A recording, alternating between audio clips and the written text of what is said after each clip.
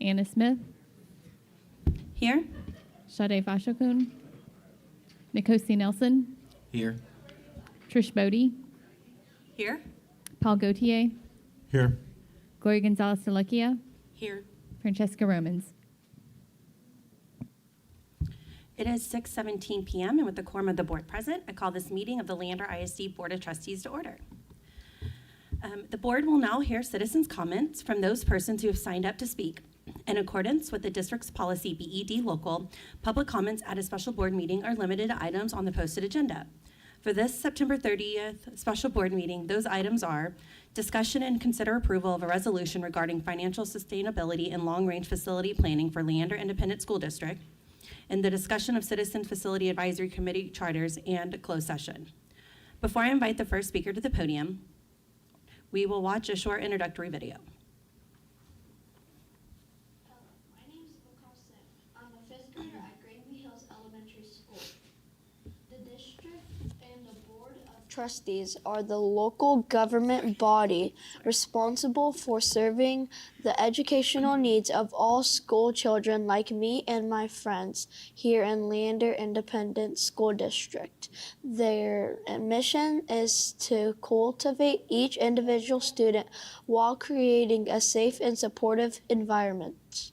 The board is now taking up the citizen comments agenda item. This is dedicated time during the meeting to hear from the whole community, and the entire LISD family is listening.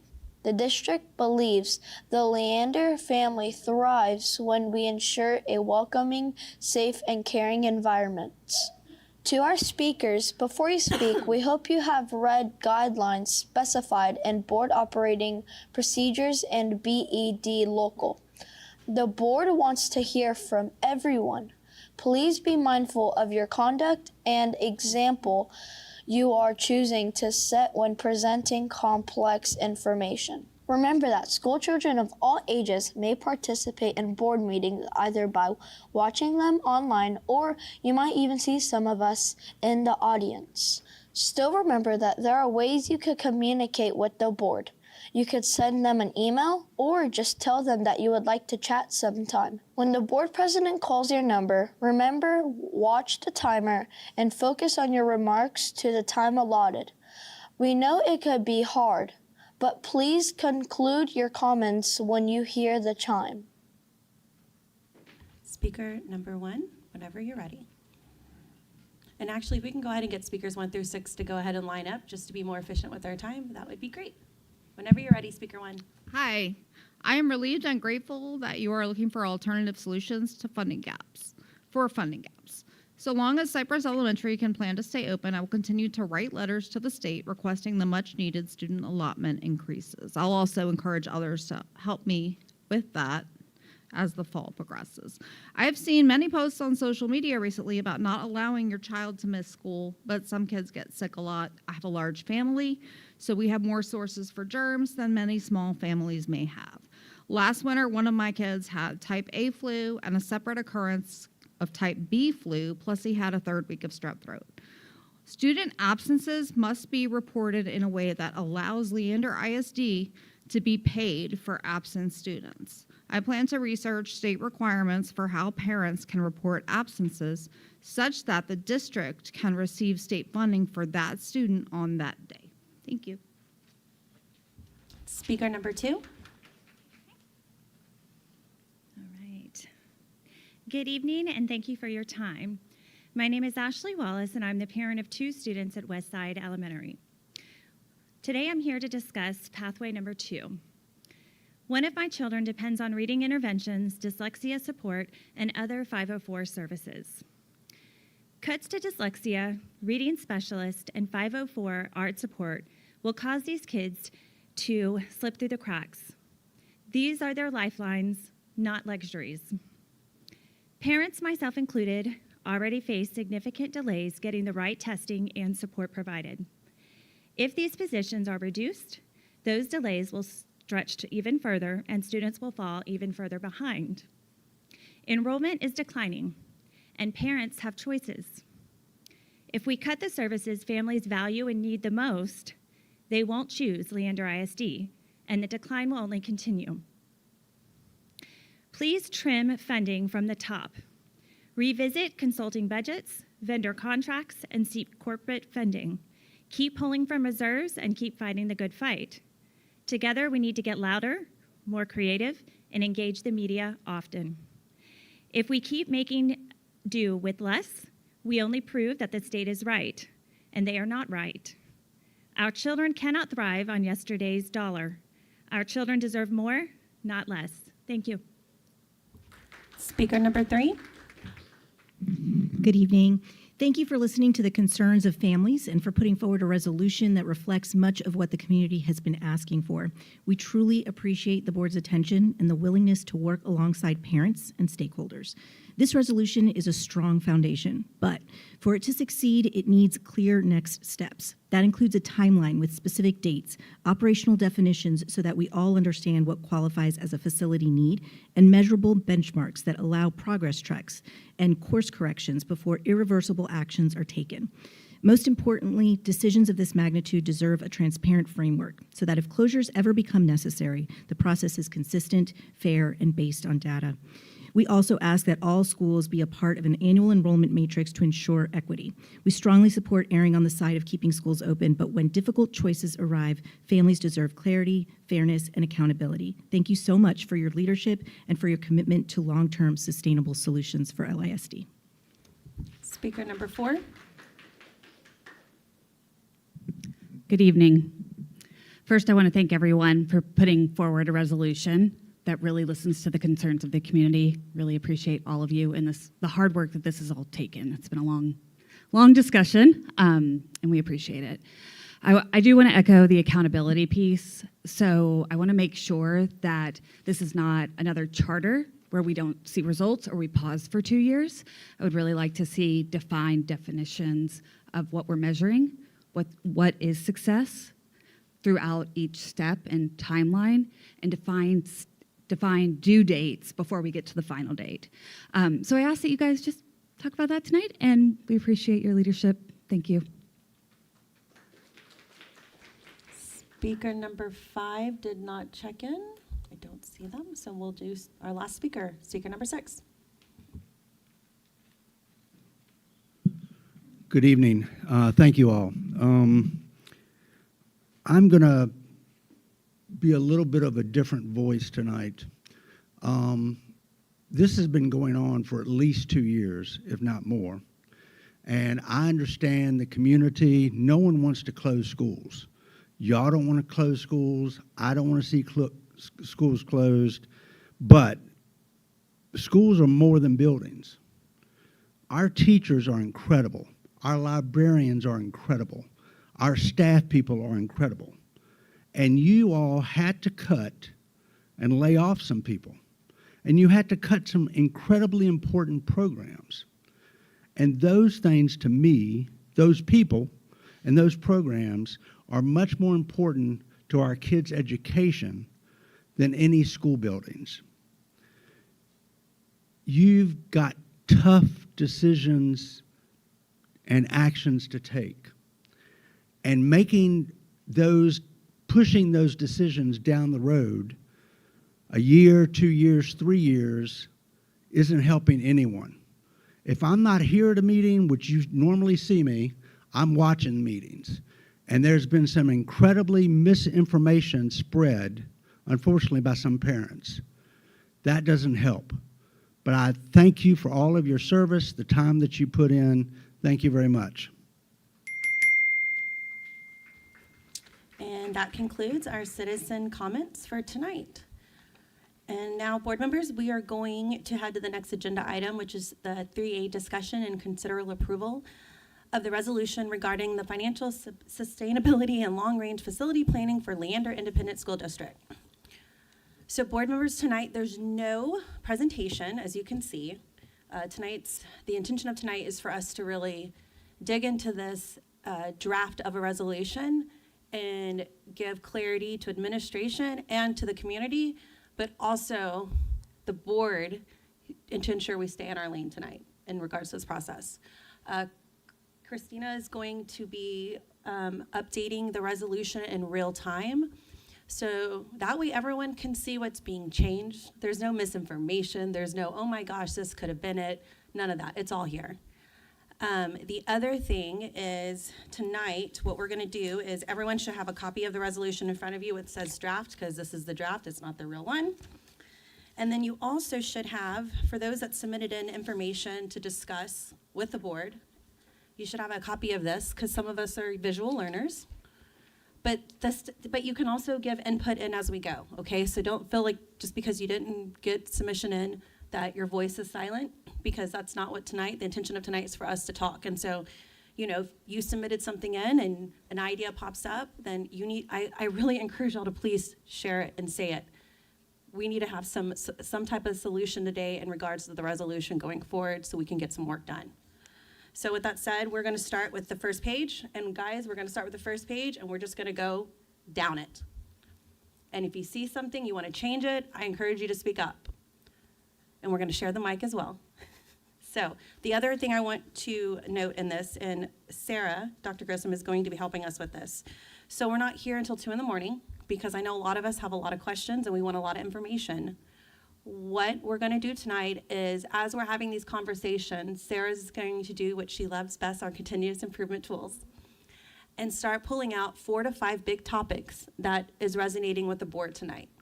And then those 4 to 5 topics, I've asked Dr. Gehring to set with me at our weekly meeting, and we're going to clear the board calendar from now until December to give the board the chance to talk about these 4 or 5 big topics. I'm going to tell you right now, board, you might have a special meeting. I know, this is not what we want, but I need us to have the time to talk about this, and I also need to give administration clear guidance on what we're needing at those meetings. So we're not sitting here spinning our wheels and having piece by piece together. I want these next couple of meetings, not couple of, probably 5 or 6, to be very intentional in regards to the future of this district in regards to financial stability. So with that said, let's start the first page and let's get going. So we'll start with the first part, first paragraph. Anyone have anything to add to that?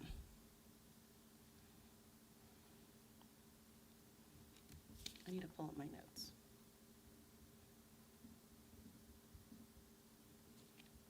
All right, second page, y'all. Second paragraph, sorry. No, we're not going that quick. I told y'all it'd be an efficient board meeting, but not that efficient, okay? Give me one, I have to pull up my notes as well. I was one of the ones that didn't submit my stuff in. You skipped, I know, a small thing, the title.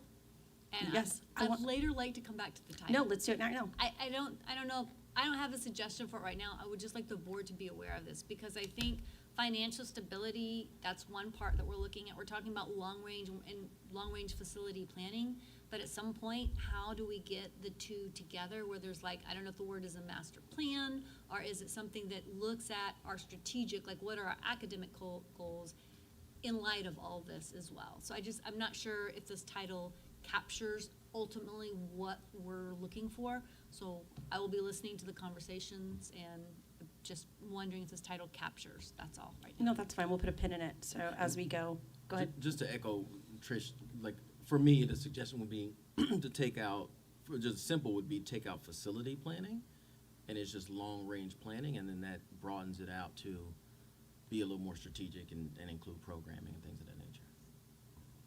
Board, you good?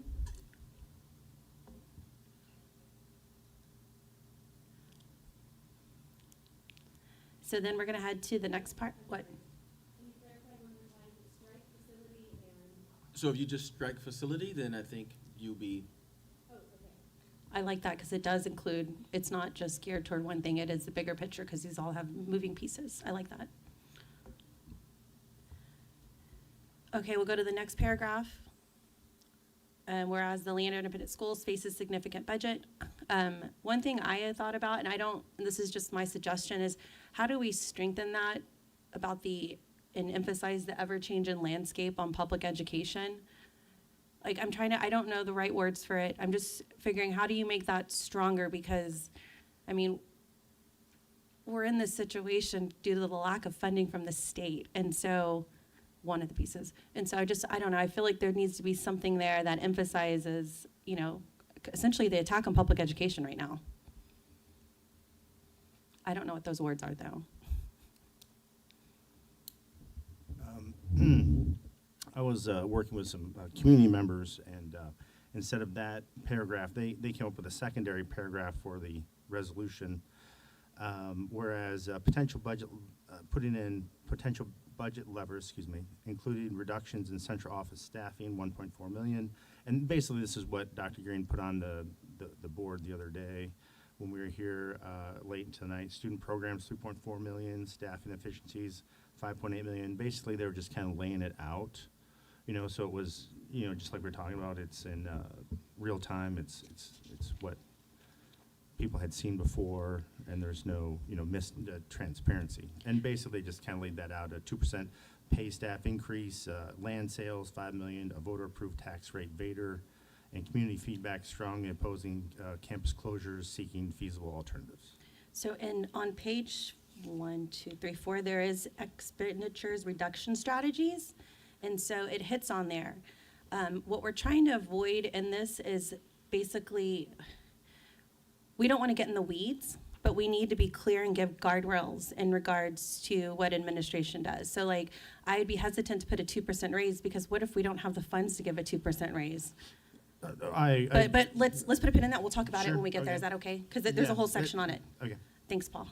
Yeah, I think we're in the whereas section, and so that's just stating where things are as opposed to trying to talk about solutions. The solutions come later.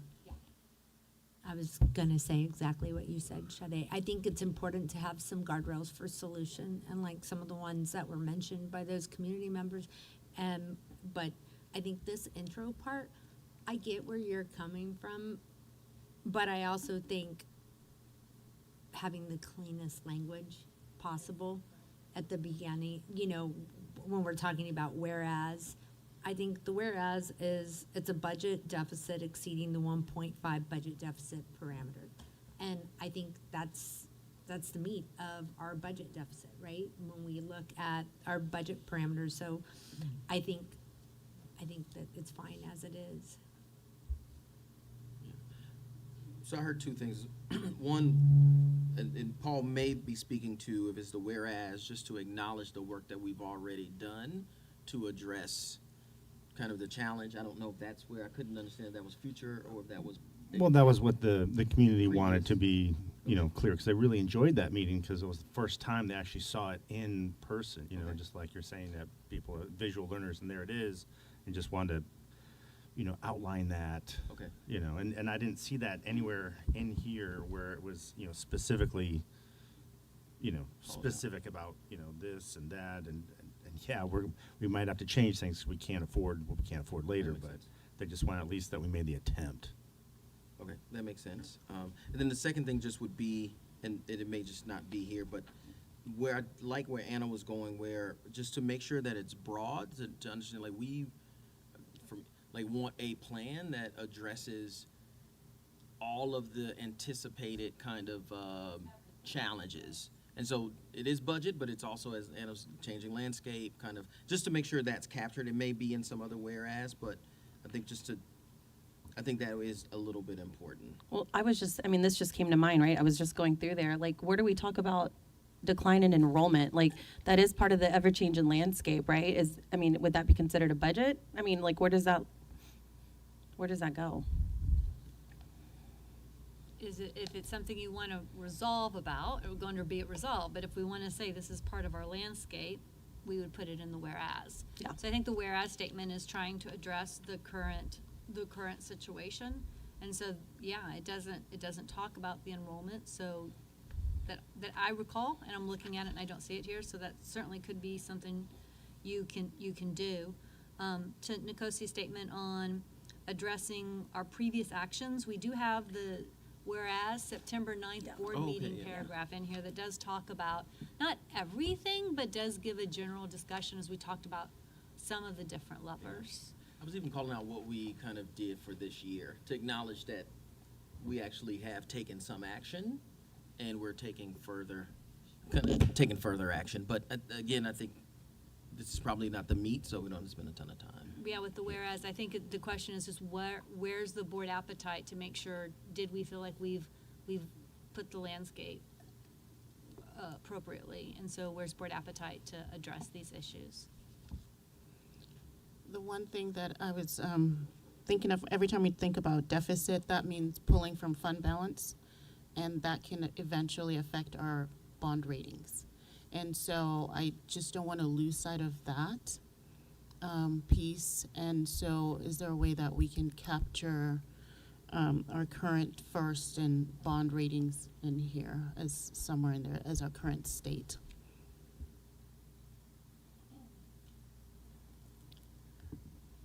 I'm going to move us down to the next one because it's related, because it starts, these funding constraints require revenue enhancements. Everyone good with that? It's all kind of tying in, as you see. The next part, I know there was some conversations in regards to this. I think, Sade, you had a question on here? It's the one One after. after, okay. Yeah, it's the extensive community engagement piece. So one thing, I guess for me, this part right here is, when we talk about this part, the community has provided constant feedback on keep our schools open, but also the feedback we're also hearing is they don't want to reduce staffing model. Yeah, we're not on that one yet. Which one? Did we skip Right here. something? Yeah, I know.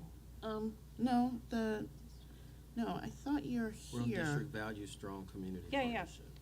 Yeah, but if you go two Oh, sorry. down, you're Sorry, leading the one- guys. Yeah, Sorry, you're sorry, ahead sorry. because I already had that one in mind. I was Sorry. like, no, you're ahead. Yeah, so this is just valuing strong community partnerships, and it's the next one. Are we good with this one? Okay, the next one. That's the one where, no, before this one, where it says conducted extensive community engagement. Yes. Yeah, that's the one where the long-range planning committee needs to be added, because that's part of it. No, it's the previous page. Right there, the last sentence on that page. There we go, that one. I also wonder, do we add in CFAC as well? Because the current charter on CFAC states it's a 3 to 5 year facility planning charter. So essentially in 2023, they were tasked with a 3 to 5 year facility plan. I'm sorry, I want to make sure I understand this. This whereas sentence, I want to make sure I'm hearing the board right. This whereas sentence is specifically speaking to the comments that we've done. our communication team got Yes. from May 29th to September 5th. Well, I'm reading it as extensive engagement about long-range planning. Including, could be everything leading up to this and also the, So then perhaps May we, 9th, like September. Gloria, you just said, remove the dates, because the dates are limiting it from only May 29th to September 5th, which is essentially, Sade wouldn't include any of the LRP committee. Or leave the dates and leave it confined to Keep what it closer. happened there. I'm fine with either, like either leave the dates and leave what happened during that time frame, because we want to really hone in on this time frame. I think if we're gonna say in the history of, then okay, let's talk about the history of, right? And it's going to go back, it's gonna also go to campus 2021. improvement, right? Yes. Campus, I was like, yeah, all the different campuses have been taught, like a lot of campus improvement committees have also been talking about they this have. as well. And so I think I like leaving the dates and saying these are the things, because otherwise, if we're gonna remove that and say all the things, then we need to make sure we're including all the things and not leaving anything out. you can just say committees. Doesn't have to specify the committee, but there have been committees then. Mm-hmm. I'm fine with that. Because, I mean, various committees have had their hand on this, if you think about it, not just long range, not just CFAC. Okay. Nkosi? You good? Sorry. Bruce, go ahead.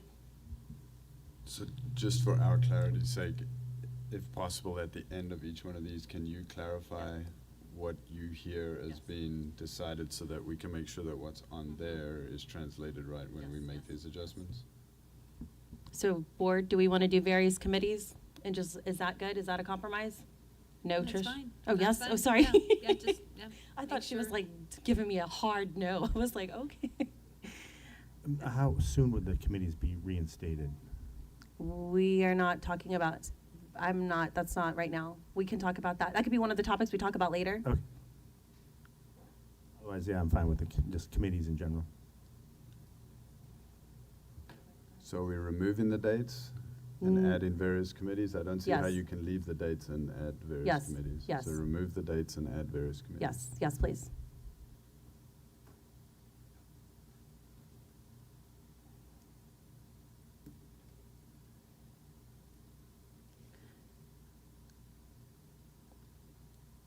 All right, we're gonna move on to the next one, the one that I wanted to get to apparently.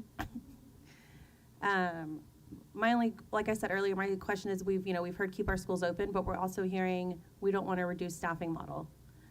I don't know how to word that in there. That's just something, how do we capture the community's feedback? Because we hear it a lot.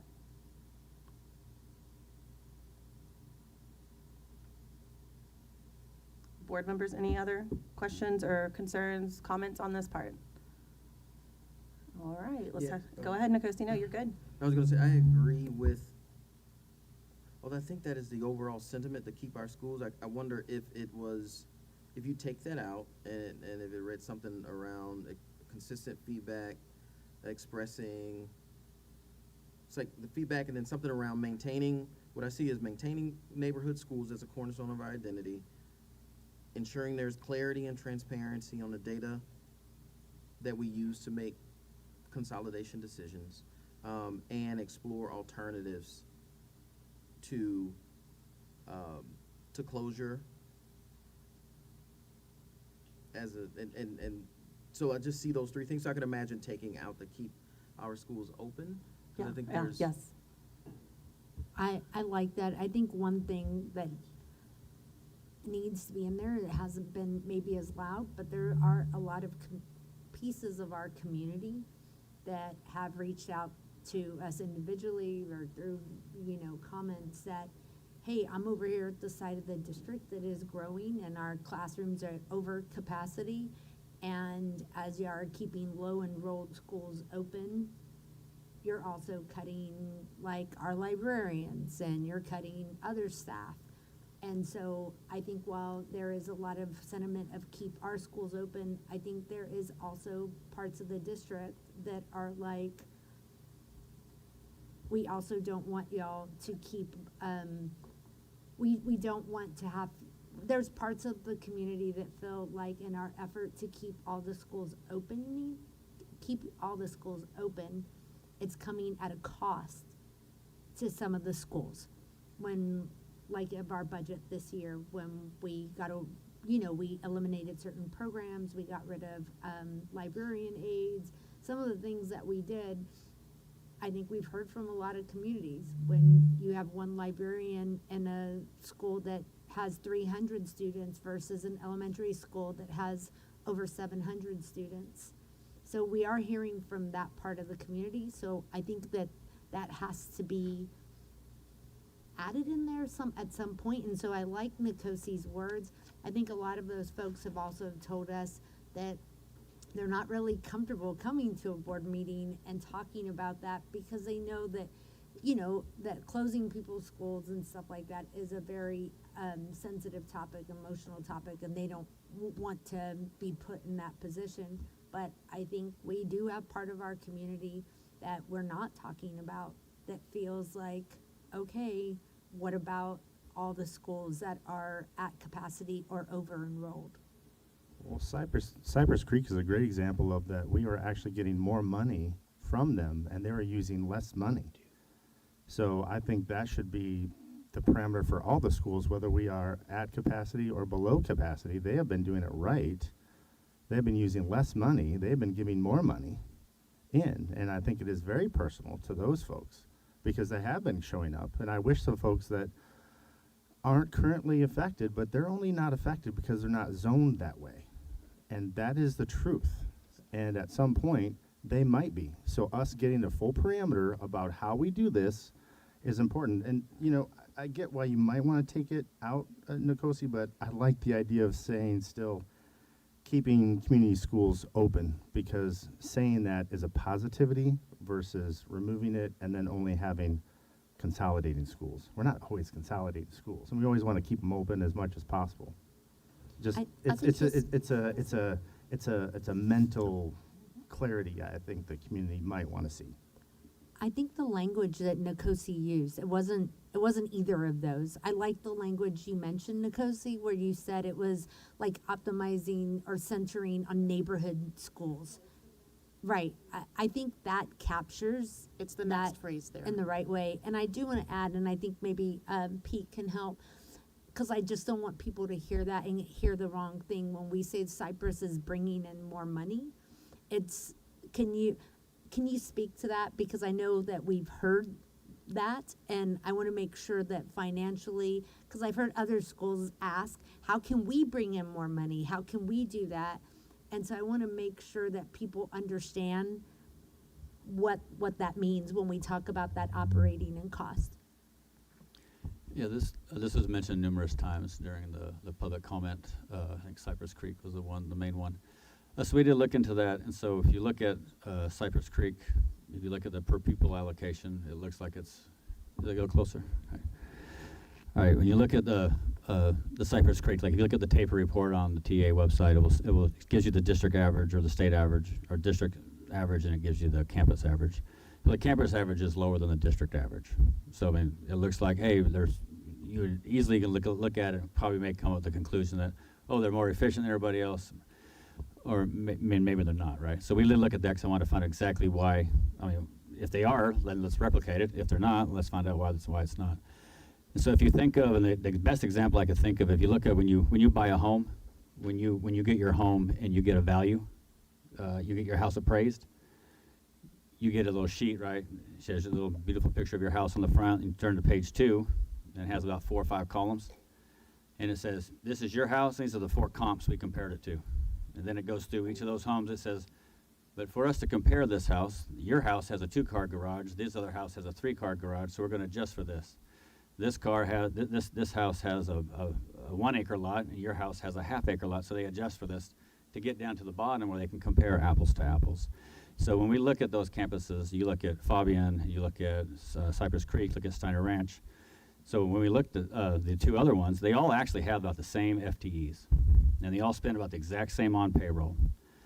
But one of them had 481 kids, one of them had like 520 something, and one had like 580 or something. So it was their enrollment, but one had pre-K, one had 2 sections of pre-K, one had dual language pre-K, and the other ones didn't. So it was, you know, if I were to do that comp, like if I were to take all this, so I think that was brought up earlier about when we start comparing campuses, is maybe just taking pre-K out because it can skew or look at the certain programs. One had a bilingual program, and so if you think of it from the house perspective, if we're going to compare or make an actual comparison, we need to make sure we're comparing apples to apples to apples. And so if one campus has 2 special programs that, you know, a pre-K has a teacher and an aide, so that's going to be a little bit more expensive, so it's going to skew the per pupil cost. Whereas a campus that doesn't have pre-K, you know, you just have the one teacher for the K, and it will for the kindergartners. And you look at it from strictly from a per pupil cost. You know, you can come up with, yeah, it looks like it's less expensive, but once you kind of adjust for all the individual factors, you get a kind of a little different story. And so most of those, when you make that adjustment, most of their per pupil costs are actually more close to the district average. So Pete, were they making money or not? I wouldn't use the term making money.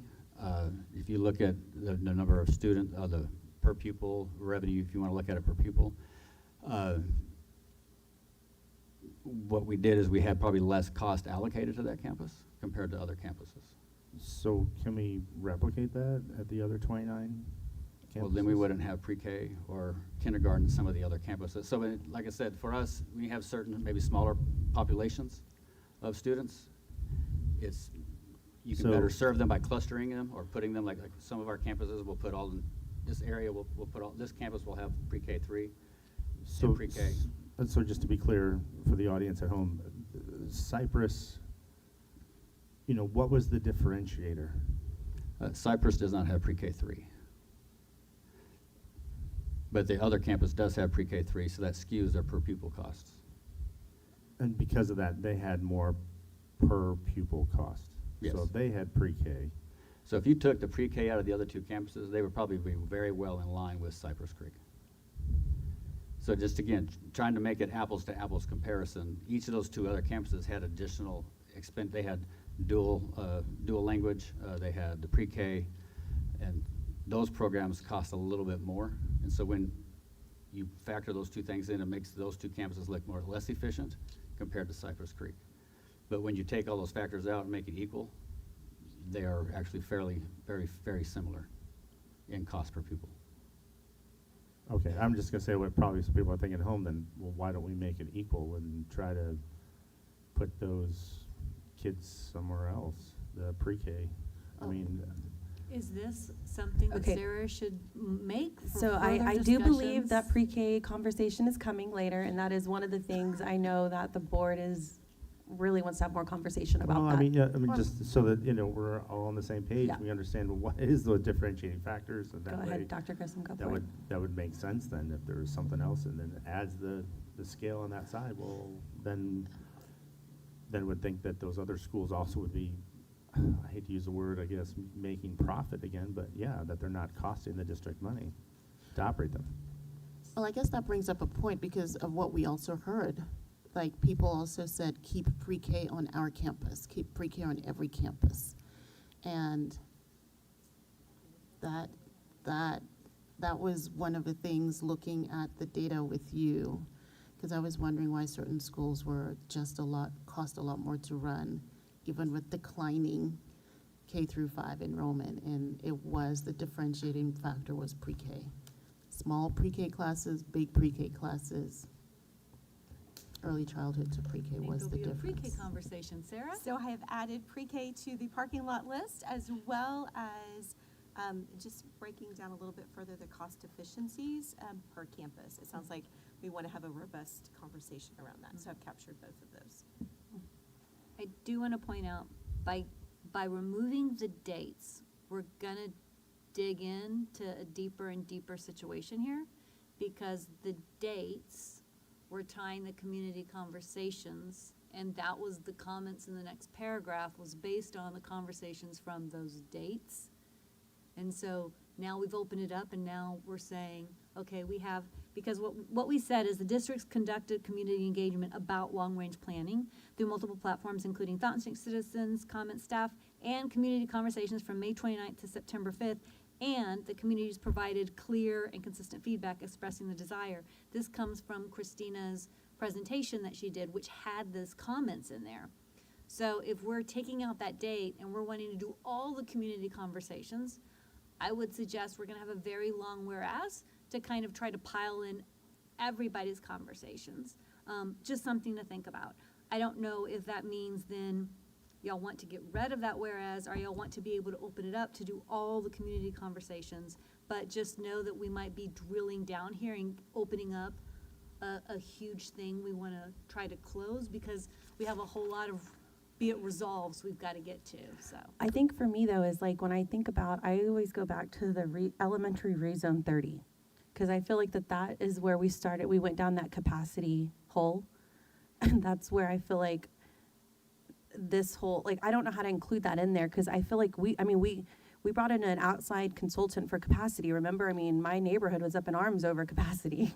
And so I don't know, how do you reflect that? Because to me, that capacity thing still keeps coming back and finding us. Here we are 2 years later, and that was due to elementary rezone 30. So how do you capture that piece into that? Is that a different whereas? Does it need to be in this, or is that just a separate whereas? Is there something, like you said earlier on enrollment, does that play into that on enrollment, capacity, over enrollment? But I feel like, I don't know, I don't think it needs to, because I don't know if that's what the board wants to go for direction of whatever happens later in the conversation. But I do feel like that secondary rezone we did for high school, which we hear about it, and that elementary 30 rezone played into bits and pieces of this. I just don't know how to, I get exactly what you're saying. I don't want to open up that rabbit hole, but I feel like there's small pieces to the puzzle that got us here. I just don't know how to include that. But the capacity issue that we started, or we discussed because of elementary 30 rezone was also discussed recently. So I think that we don't have to think Okay, about perfect. going back to that time. Awesome. That time frame. That's good for me then.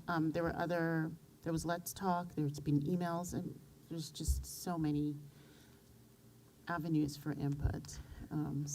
But I guess when we go including, we're just trying to, it's not gonna be an exhaustive list. And so we're just trying to bubble up the ones that really provided a lot of input into what we're doing. So board members, we're going to keep the dates in? Yes? And the dates are just, No? I'd Yeah. like to hear what Nkosi wants, because he's kind of got some wordsmithing going on over there.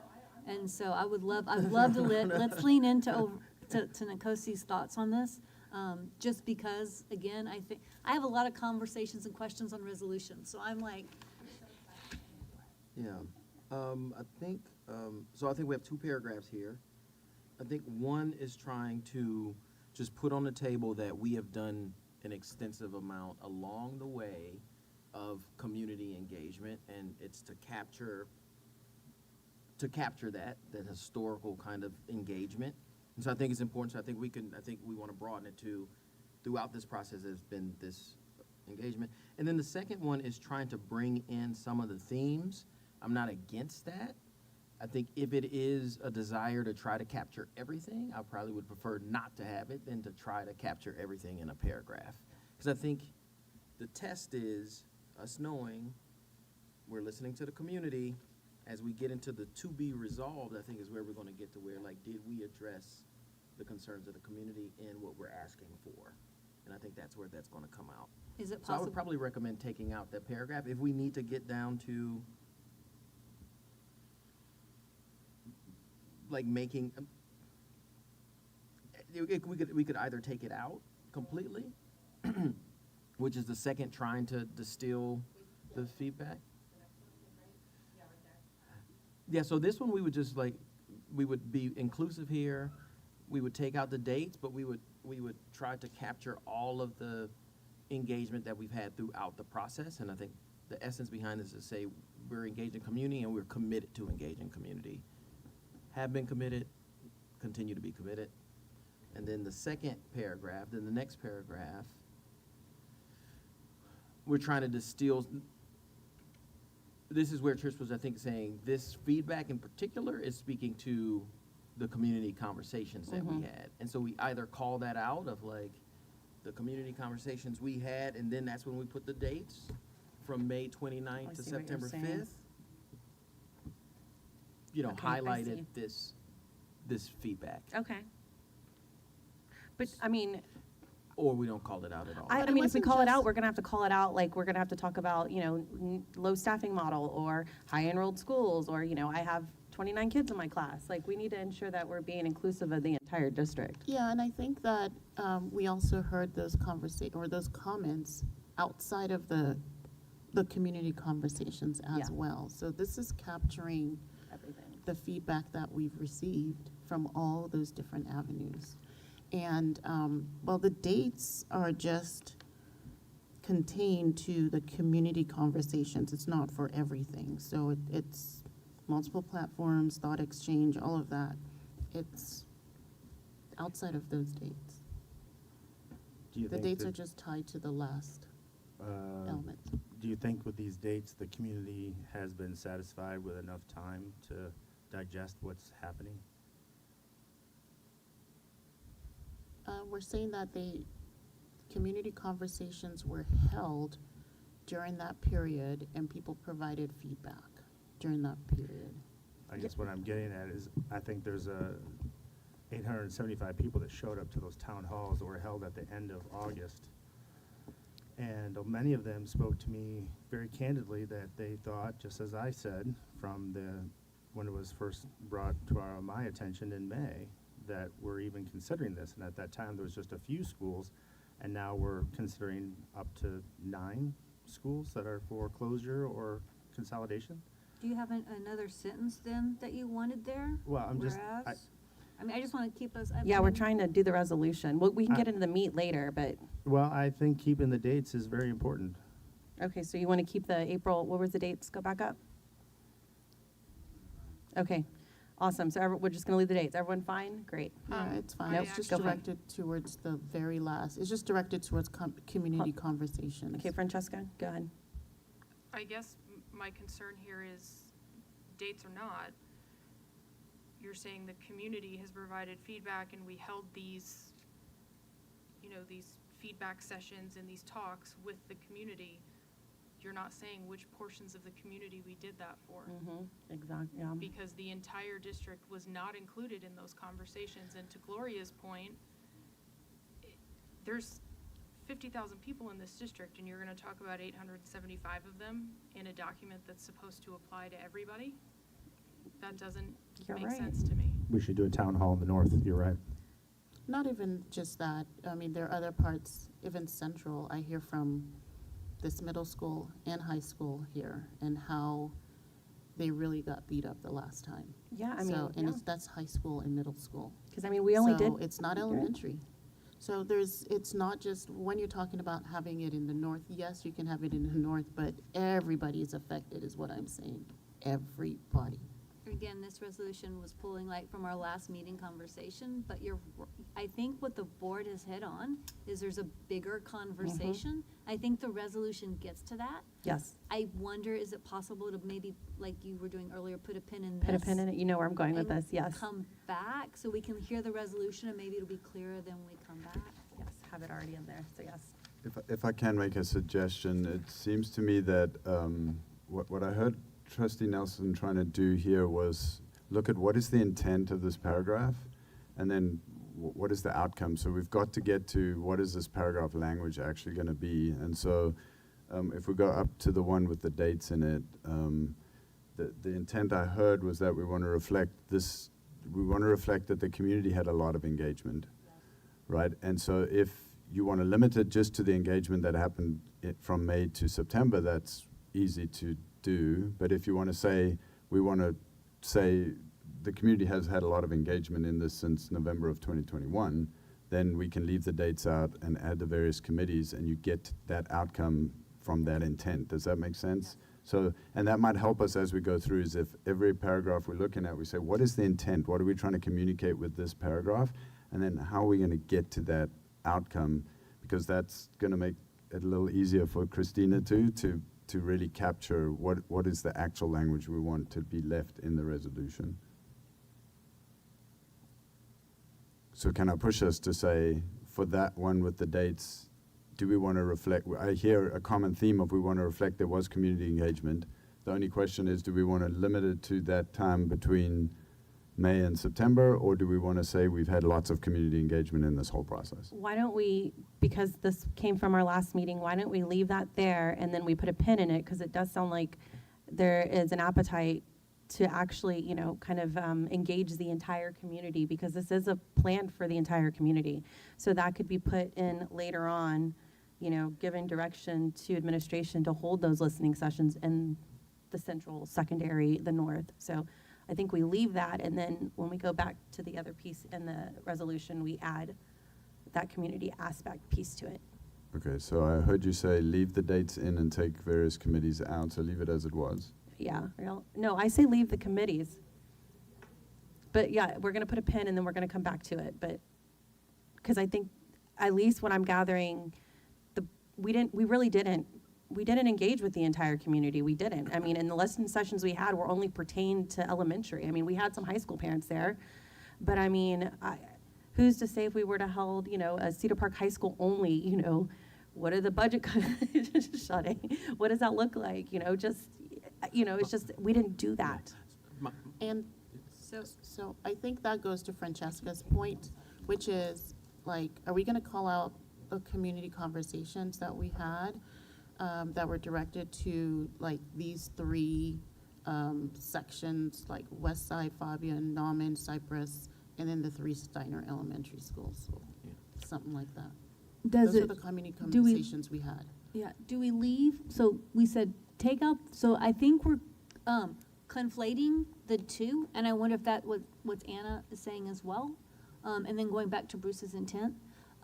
So if I'm hearing right, is the question, we leave this whereas the same, like as we've discussed it, where we take out the date and we leave the word various committees, because as a board, we're saying we think there are a lot of community conversations we've had, and we don't think this resolution is only focused on the most recent conversations, yet this resolution is focused on a long term.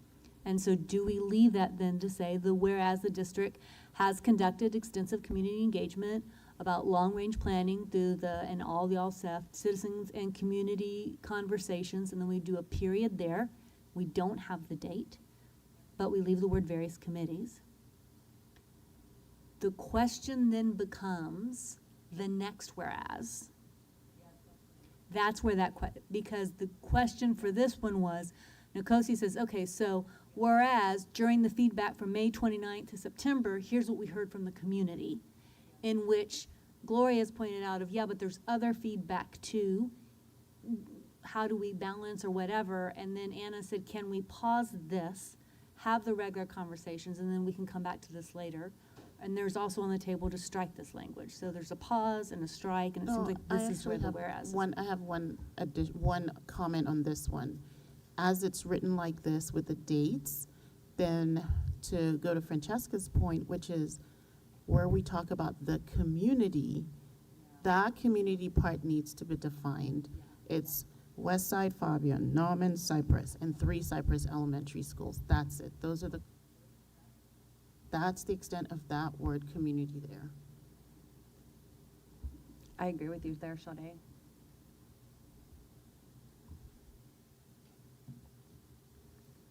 Then, I don't know if I'm allowed to go back Hey, or not. Francesca, will you put your mic up? Sorry, guys, but if you can just make sure you're talking really close to the mic tonight. Sorry. To my point about that comment, that it was just whereas the community has provided clear and consistent feedback expressing the desire to keep all community schools open. Does that bullet point change when you start including the rest of the communities and everyone else starts weighing the cost?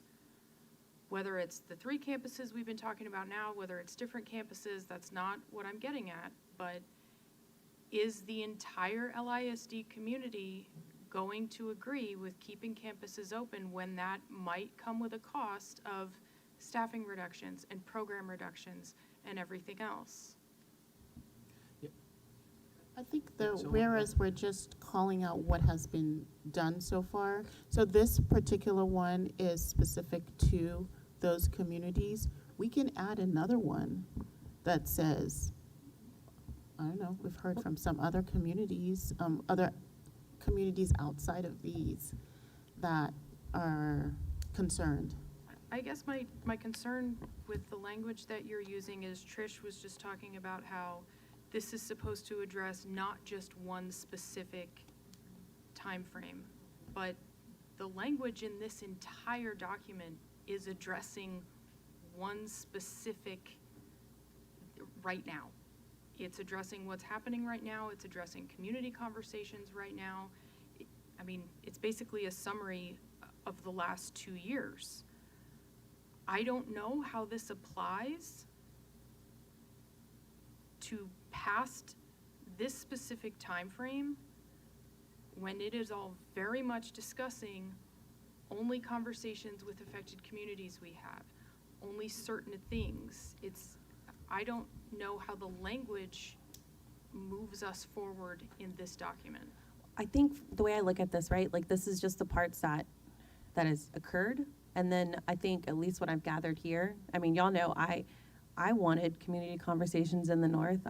Everyone knows that. I will sit on that soapbox, but we didn't do it. And so my thought when I was saying put a pin in it is when we come back down here, the community and staff engagement under this piece, we direct administration, because this plan is essentially, it's everywhere. I mean, we know we have 2 elementaries in the North right now that are hovering at like that, whatever that special number is. I don't know what it is yet.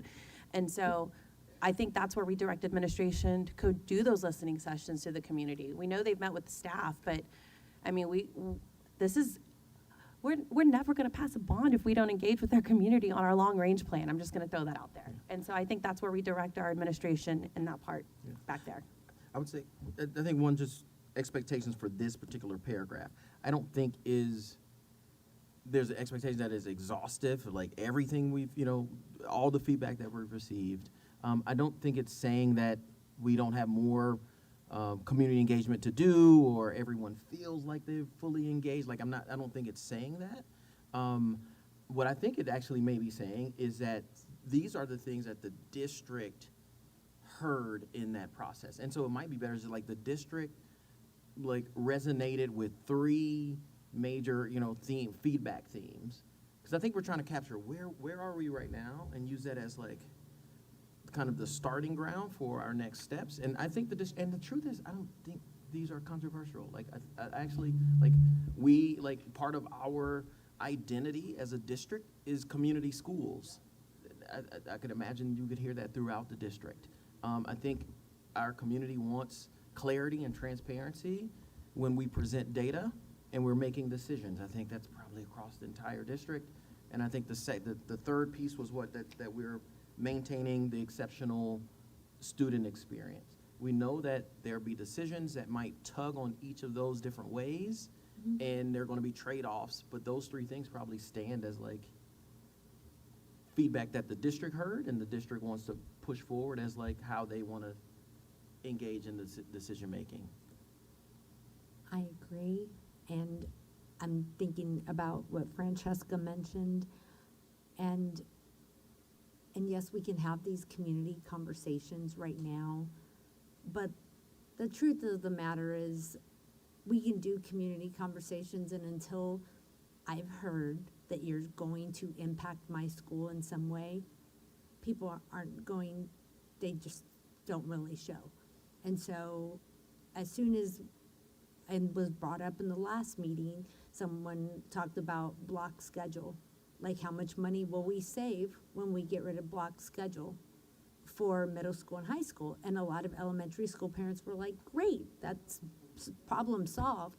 Well, then you have every middle and high school that's like, okay, part of our community is having excellent bands. Say goodbye to excellent bands. Part of our community is having great athletics. Say goodbye to excellent. So I think that, I don't know what that looks like, but I think we do need to engage the community. It's just hard because until we say, okay, we're getting rid of block scheduling, and because we're going to get rid of block scheduling, we'll save this much money, and then we can keep all low enrolled. I'm not saying we're going to do that, but if we said that, we keep all low enrolled elementary schools open, and we get rid of block scheduling, we will have people out the doors here talking about athletics and band and all the fine arts, all the things, right? And not to mention learning, like at the secondary level when you can't have block scheduling. But I just think right now, all we've talked about is elementary schools, low enrolled elementary schools. And so that's that's the feedback that we've heard. So in the last meeting, we gave a little bit of, okay, here's some levers. We started talking about some of these levers. Block scheduling going away came up. Now you have some other folks that are like, whoa, whoa, whoa, whoa, whoa, what are we doing? But I think even if we went and held a town hall in Leander right now, just, hey, we just want to talk to y'all about all the things that are going on with our budget. Not many people are going to go until we say, oh, we're going to keep all our low enrolled schools open. And what that means to you is we're going to cut all of these programs and these, and we're getting rid of block scheduling. Then you'll have a lot of people at those meetings. So I know that's a lot, and you're like, what are you suggesting? Which I'm not. I'm just saying, I don't know. I feel like you do right now, Francesca, because I just don't want to I think it's important that we put that language in there, but we leave it broad enough that it allows us to capture information from other parts of the district. And I think we've got to think about different ways of gathering that information, because it's at no fault to our families, our community. Everyone's busy. And so we've never had this many people at a board meeting until there was talk about their school closing, right? Not during budget crisis and other stuff. People are not going to engage in that way until it's specific to their campus, specific to the program that their child is in. And so this is just something to consider in that space. And so I think that just the fact that we have enumerated those specific communities and the dates here actually helps show the scope of what we're talking about in terms of the feedback that has been received. And so as we are working our way into the other aspects of this resolution, then anybody who looks at it and comes back will be like, yeah, okay, we need to go look, there are glaring holes. We need to go to other communities. And so it's just really a state of what has been done, and that's part of what has been done. I like that piece that I think Christina just put in there. Perhaps it's another clause, right? Yes. That includes the voice of communities that have not been directly impacted by us talking about these 3 consolidations. And I don't know if I want to say not directly, because they may directly be involved when they lose their librarian or they lose, a program. But I think it's nuanced language, right? That another been clause called that, out, that yeah, they haven't been exactly, called or the out. impacts of consolidations. And it gets in, like, we talk about that when we get to the be it resolved. So I think somewhere in there, maybe we can, as we're doing the be it resolved, we can think of this language. I had a thought, but I don't know if it'll get there. My thought was, whereas, was the thought, I'm not putting it out there you don't have to type it yet, Christina. Whereas the board believes the need to address Whereas the board believes the need to address campus enrollment extends beyond under-enrolled campuses to include over-enrolled campuses, and financial sustainability could impact the entire district. Something that just adds that next piece. Is that clear to where maybe we're thinking of like a different whereas? We're leaving those conversations, but we're like, okay, but there's another conversation we're not discussing here too, right? I think that gets it. Okay. All right. Then I need to, okay, and then we can change, we can come back later and fine tune, but whereas the board believes the need to address campus enrollment, our campus's enrollment, and I put campus enrollment concerns extend beyond under-enrolled campuses. That's good, Trish. And include over-enrolled campuses, are at capacity. At or over capacity campuses, to include at or over capacity campuses. And I think something in there we need to say, and that financial sustainability somehow, financial sustainability, I think, could impact every part of the district. And then maybe as we're talking, we could go back later, the words will actually, we could figure out how to, I think just some pieces in there could be fine-tuned. I just did this on the paper real quick. Does that kind of get us closer, you think? I think that's great, Trish. Everyone okay with that?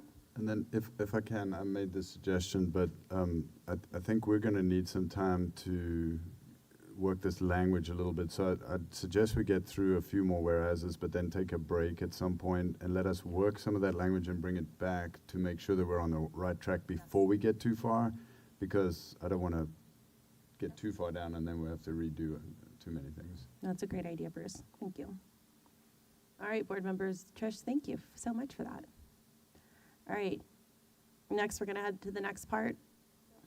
Hold on. Go ahead, Sade, what? I thought we missed the part of the other feedback that we got from those communities. You had mentioned it too, which was, they mentioned exploring the staffing models, or they didn't want to reduce. on one hand, they're, Yeah.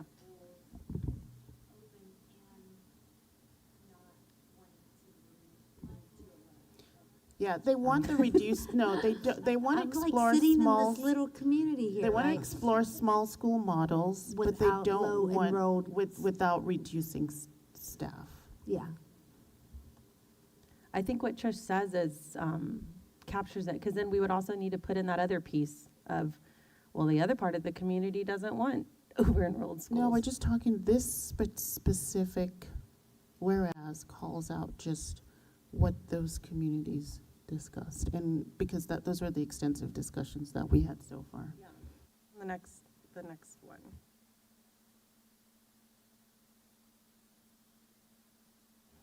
All right, board members? Attendance. Attendance during there were multiple revenue sources, yeah, including funding adjustments. Attendance, funding, education, or something like increasing attendance. You're talking about ADA? Yes. Yes. Yeah, increasing student attendance. Also, can we clarify special education funding adjustments? Like, I know we had funding through the state, but that sounds like, This was specifically through House Bill 2 in the second year of the biennium is what my understanding of that. I know, can we just, specifically. Do you want to clarify that? yeah, because when I read it, it sounds like we're making the funding adjustments. How do you make it to where, I mean, the state made it, not us. And so I want it clarified. Because we've been very clear through this process that special education is not going to be cut, but we keep hearing, you're cutting my special education teachers, and we're not. And so I just want to be very clear on that, because we're not adjusting. We're trying to do what we can to give students what they need as far as special education.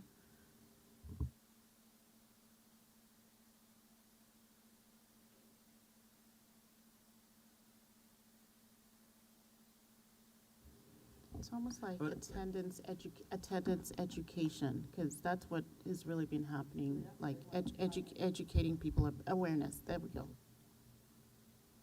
Yeah, I think one of my challenges is that in some areas we're going really deep. Like here, we're trying to list out all of the levers, and in other areas it's a little more broad. And so, one, I would suggest even from a placement perspective, this aligns to the third whereas, where we say funding constraints require revenue enhancements and expenditure reductions. In some way, that covers this entire paragraph, and I think we can leave the detail to the resolved and not try to stick it all in one paragraph. Sorry. Potentially. So he's saying strike this, right? I would suggest potentially, because it's going to And then show just up says in the. multiple potential revenue sources, because it starts listing it down in here. Yeah, it's all in here. Just to clean this section up a little bit. maybe. All right, next. Everyone's in agreement with that? We good? All right, next. Sorry. My comment here would be to add something, and again, some of it is myth busting, but to be very clear that, and maybe it's not here, and maybe it's, but that we're operating very lean at the central office, and to speak to most of our budget is currently at the campus level, and it just speaks to as we make those cuts, and it's kind of there, it says the 86%, but I think calling that out would be important for our community as well. I think it's in, Is it yeah, in it's there? already in there. It's on the bottom of expenditure reductions, and it talks about how, we're doing a TASB central office staffing study and how we're going to be looking for staffing adjustments at the central office. It's down. We'll get to that later, Christina. Or But I'm just talking about the maybe, whereas. yeah, because that whereas calls out the 86% of the total budget. There are 5 categories where you can say teachers is 50-something% or whatever it is, 60-something%. Central office is 1.2%, and school leadership is I don't know, 15, whatever those are. And so there are a few buckets that show up in the taper report. I think it's 5 or so. And so it might be helpful to just break it down. I guess my question is, what does efficiency mean? I mean, what does an efficient staffing guideline mean? What does that look like? I don't. On the be resolved sections. is Right. what we I'm discussed. getting ahead. Okay. All right, let's go to the next one. Sorry. I'm doing what I said I wouldn't do. It needs clarity on what we want there, right? yes, And ma'am. So, I think, my opinion is, I don't think we need to get into adding more details about what. Just leave it. That's mine. Operating lane, we talk about in the resolve what all Yeah, those pieces you're right. mean, and so I don't think we need to go into more detail. No, there. we're good. Go to the next one. So just me, this one, I know it's been talked about. It makes me a little nervous because I feel like it's not really our lane, but it is our lane. So I'm just wondering, how does the board feel about naming these individual things? I'm not particularly in love with naming it all. Neither am Again, I. This is pulling from our last meeting discussions where we had this alignment, but I feel like our resolution can address. Is it something though, do we already say somewhere in here, we already say programmatic changes? Is that the same thing as programmatic changes? So is it a redundant to Nikosi's point earlier? And we have the program analysis and Under there. modifications Yep. in resolved, and so we probably can strike I would that get, out. yeah, it's getting in, it's not really our lane. I don't want the board up here deciding what programs we can and can't keep. That would be an interesting conversation. But yeah, we do, you're right. It talks about programs later on in the resolution. Sade? Well, maybe it's the lawyer in me, I don't know, but what is significant? Significant programmatic changes. I think the be it resolved should answer that, right? Okay.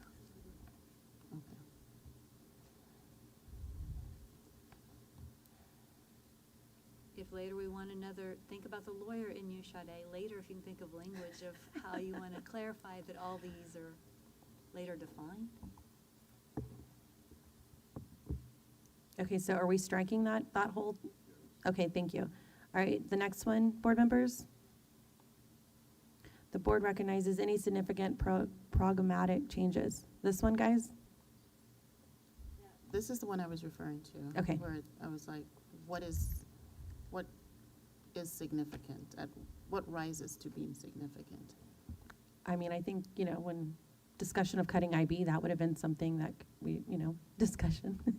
Yeah, but there's some programs on some campuses that went away, and to them, it's significant. So I think right now the board is relying on the resolution to add more clarity on these because we just talked about staffing cost. And to Gloria's point, what's efficient, or who somebody asked, what's efficiency? What's significant? And so, I mean, we can either spend a lot of time defining it. I guess the Just question let it- is, can it be defined in our resolution? Or do we think that's board appetite? Dr. Gehring, I mean, do I we need just that think we from the go back board? to that intent conversation. So what is the intent of this communication? This is trying to communicate to the administration in a very clear way, this is how we're going to operate going forward. And so I think what this says to me is that when there are programmatic changes, we need to have stakeholder engagement and we need to phase things in over time. That's what this says to me. And it says it like that, and I'm not going to get stuck on significant or just knowing that we're going to use our professional judgment to come back and say to the board, here's how we're doing this change management, I think is what it is. I kind of think people do want some clarity there because what's significant to you, is not significant to me. I almost think, could we say or think of some language? I think of significant programmatic changes as my child is registering for classes. Is this something that changes, our registration of our offerings or my course, what do you call it when you're in high school? This happens when you have a kid out for a year. When you turn your specialization, what do we call it? Our distinction, yes. And so if this change is going to impact, like IB, not having that program, I think, okay, how would that make significant? well, this is not something I'm going to be able to register for, right? This changes my plan, my college, my high school graduation plan. Or even at the elementary level, if we're not going to offer a dual language program anymore, right? Like, you know, it does change what I'm registering for or the intent of like my program, my act, I don't know. I think we could come up with some language because I do feel like if we use IB as an example, which I think is a good example because it's most relevant to a lot of us right now, this was a significant programmatic change. Did we engage in proper stakeholder engagement and phase implementation? At first we didn't. Then we came back and there was more stakeholder engagement. Then there was a phase implementation, right? I don't know. I'm curious, Chris, in terms of thinking about from a teaching and learning perspective, as someone's registering for a class or thinking about their concentration, is there a way that we could verbalize that significance and that impact way?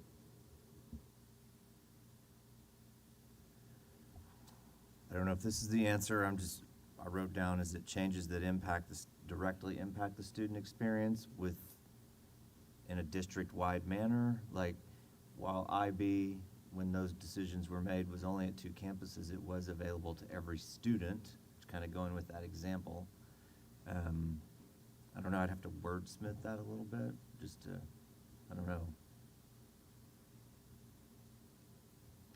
And also the way that I'm reading that statement seems to suggest that this is after the decision. When you're saying proper stakeholder engagement, that engagement is happening after the decision has been made, because it says the phased implementation. So there's no, sorry, we're gonna roll back and not make any changes. Okay, that's what this seems to suggest as well. And so my goal here is to shorten this document up as much as we possibly can.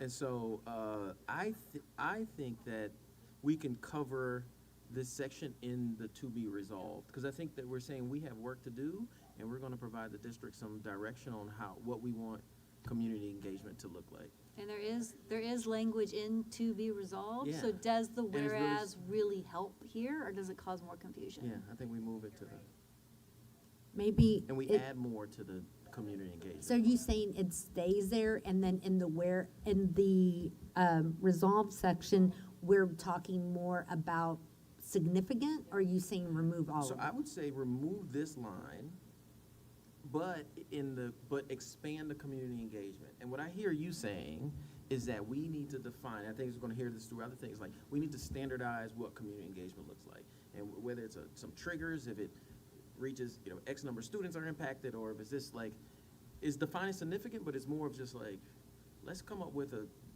same way we know if it's like an action plan or some triggers around what levels of engagement are expected depending on how big of the change is it.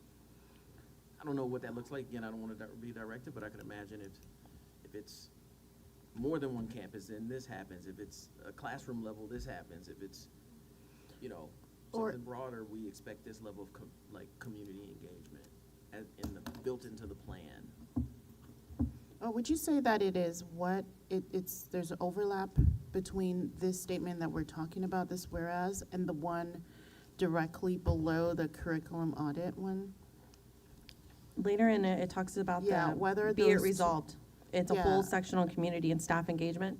So I'm wondering whether this one, and there's some overlap between what we're just discussing and this one. And we talked about it in the front about valuing partnerships and engagement. Okay, so go up, then let's, right there, let's strike this. We're gonna strike this right here because we have it, right? And like just what you said, Sade, it's underneath it as well.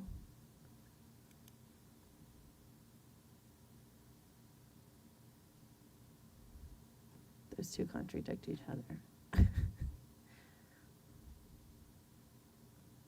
Do we need the curriculum audit language? Yeah, we whereas need to in go here, back or up to do there, we sorry. Strike that. I mean, given the discussion, Kosi started us on this trend. Yep, go for it. Do we need this here, or does this muddy the waters? I mean, we know what we want to see. I mean, What could do we you think? talk about it under the be it resolved under program analysis? Because I mean, we are talking, we've all talked about, There's a way we can fix the word. can we, right, what programs are working? I hate using this word. How do we streamline them? How do we make them better? So we're going to strike this, y'all? And we say strike, move it under. Move it under, yeah, sorry. Program. Yes, so sorry. Okay, this is the one you were talking about, Sade. It was very similar to the one we just struck out. I'm sorry, can I just ask Yes, a go for it, clarifying Christina. question for you, Trustee Nelson? Where are we moving this one? So we're going to wordsmith later, but move this one under program analysis and modification for now. In the be it resolved section? In the be it Yes. resolved. Excellent, thank you. Put a And then pin. and then just as another move the requiring significant programmatic changes, proper stakeholder engagement. Up north, up north. Move that under community engagement as well. We're about to take a break. Thank you. Up north. Bless it. All right, we're almost done. We're gonna take a break. All right.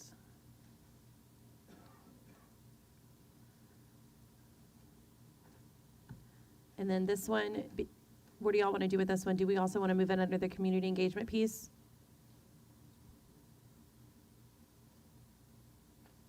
Board members? Trish? I think so. Okay, yes, move it, please, Christina.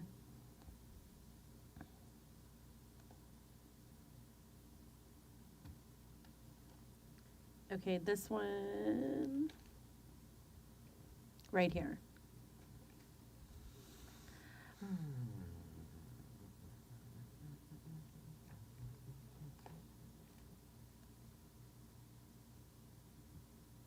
Board members? I think my only thing is I don't know if this goes later, but like, how do we, what are the expectations for administration to give us this information? But I think that would be it resolved, so yeah. All right, next, are we good with this one? Yes, all right, next.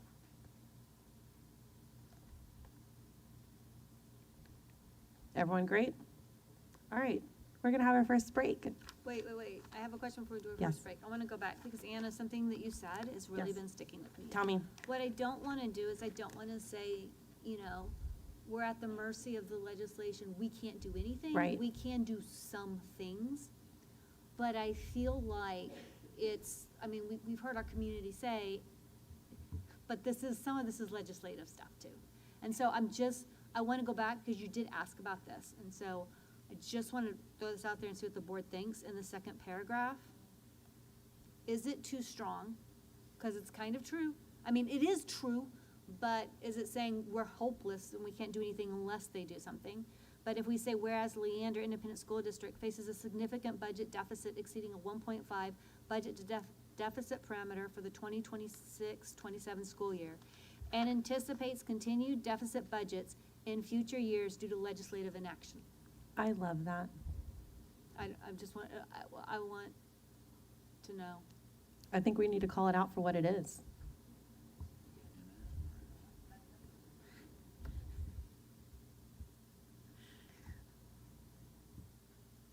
Board, is everyone okay with that?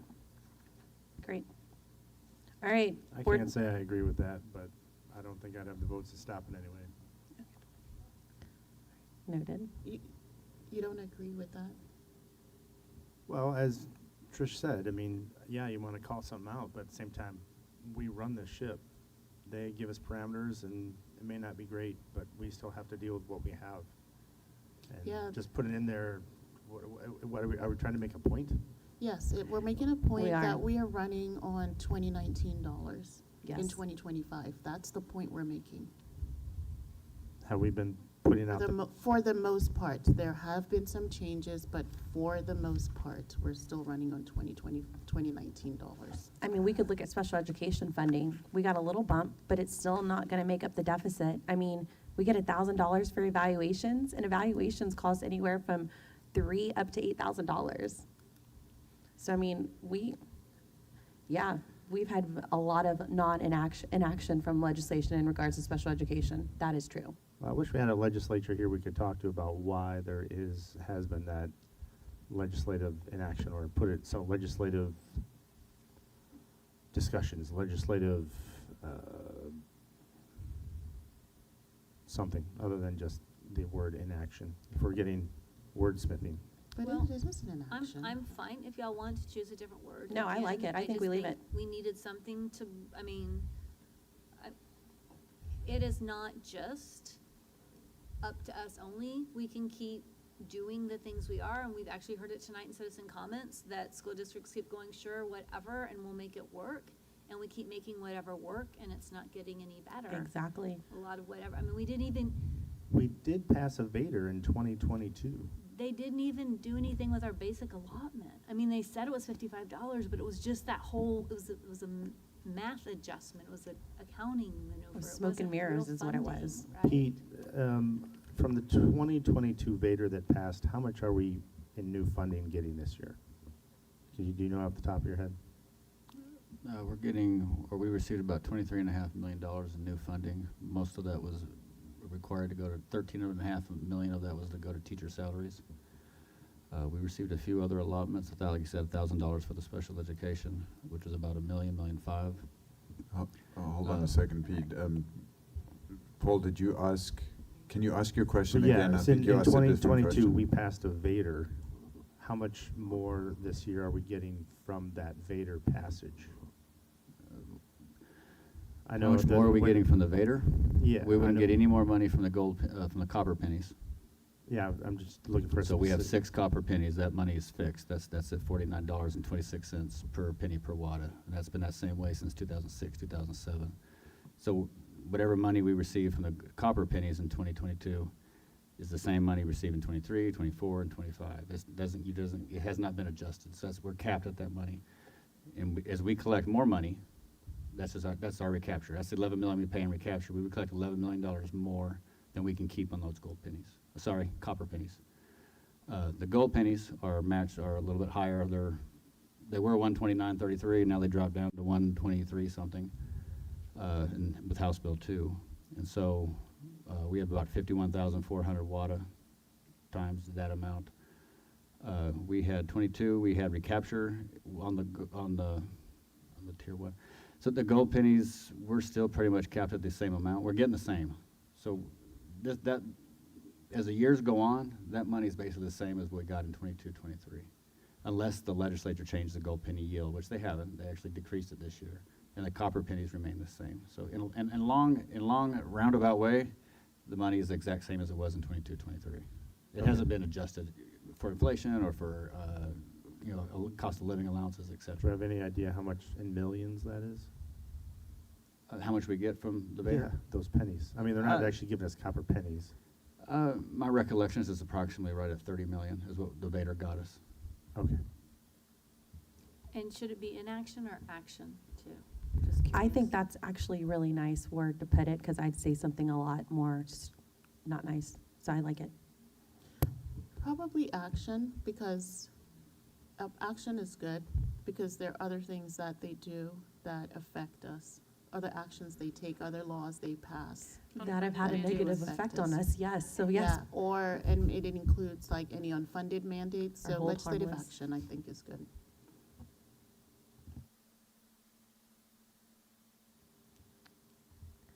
Okay, we good? All right, last one before we take a little break so administration can get all of this lined up. It's whereas the district maintains its commitment to student experience, high achievement, and responsible stewardship. Right there. All right, board members, do you have any questions, comments? Can you put your mic? Mike. My only question would be, like, how is it different from that first statement that we're It's not, it's the same, making? yeah. Scratch it, Or because it's on the, blended or something of that nature? I'd like to blend somewhere, though, if we're gonna do it, the responsible stewardship of public resources when What we're about facing unprecedented financial challenges. What about up at the top, the very, very top one? The first paragraph, perhaps, maybe? Yes, mesh all that together. Yeah. Or does it go after the legislative action statement? Oh, that- No? No? Up the one? Okay, great. First one's great. Awesome. Okay, board members, we're going to take a break so administration can come together and gather their thoughts, so that way, we're clear on what we're needing and there's no confusion. So I'm not sure when we'll be back yet.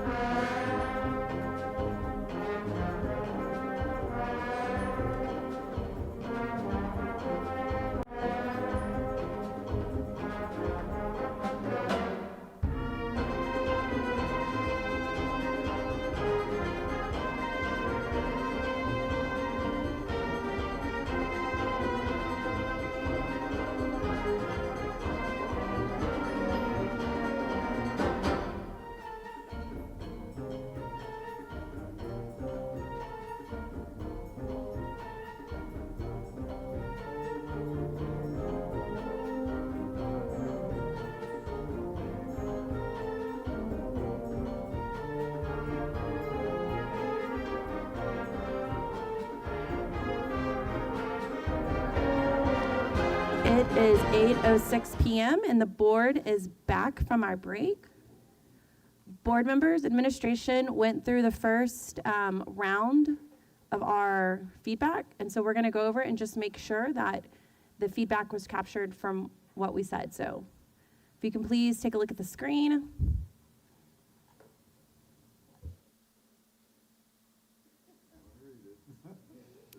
I would make sure you read this clear, guys, because we are not coming back to it. We're not doing this, oh, I said this, let's go change it.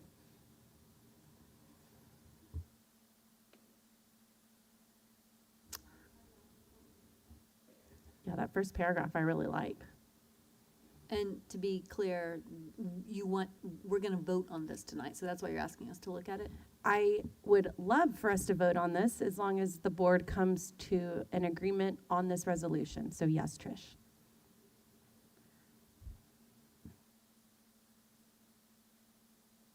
I know.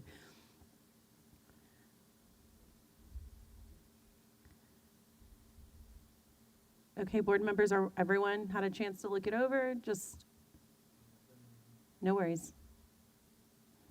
Did we talk about the whereas between May 29 and September 5th. Yeah, but I thought we talked about consistent feedback that reflect the desire to maintain neighborhood school district cornerstones. Did we want to add anything? Because the other piece of consistent feedback is not wanting to move to a low enrolled model. I don't know. Do you think that's necessary? Do we think this says enough without adding that piece? Actually, there was, There was more to that. I think that was the conversation that we were having with Francesca and you, Gloria, on ensuring, or is that next, where we were capturing the entire community? I think we should capture that. Or,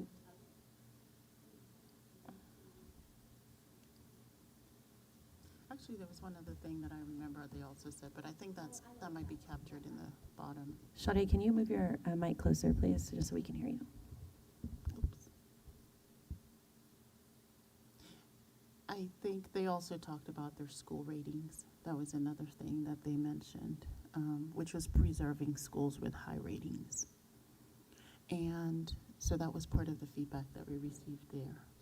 There was a lot of feedback. I'm still Yeah. going to caution our board, if we're going to go to all the feedback, then Exactly. we want to be very consistent in how we're going to do this, so we're not picking and choosing comments as much.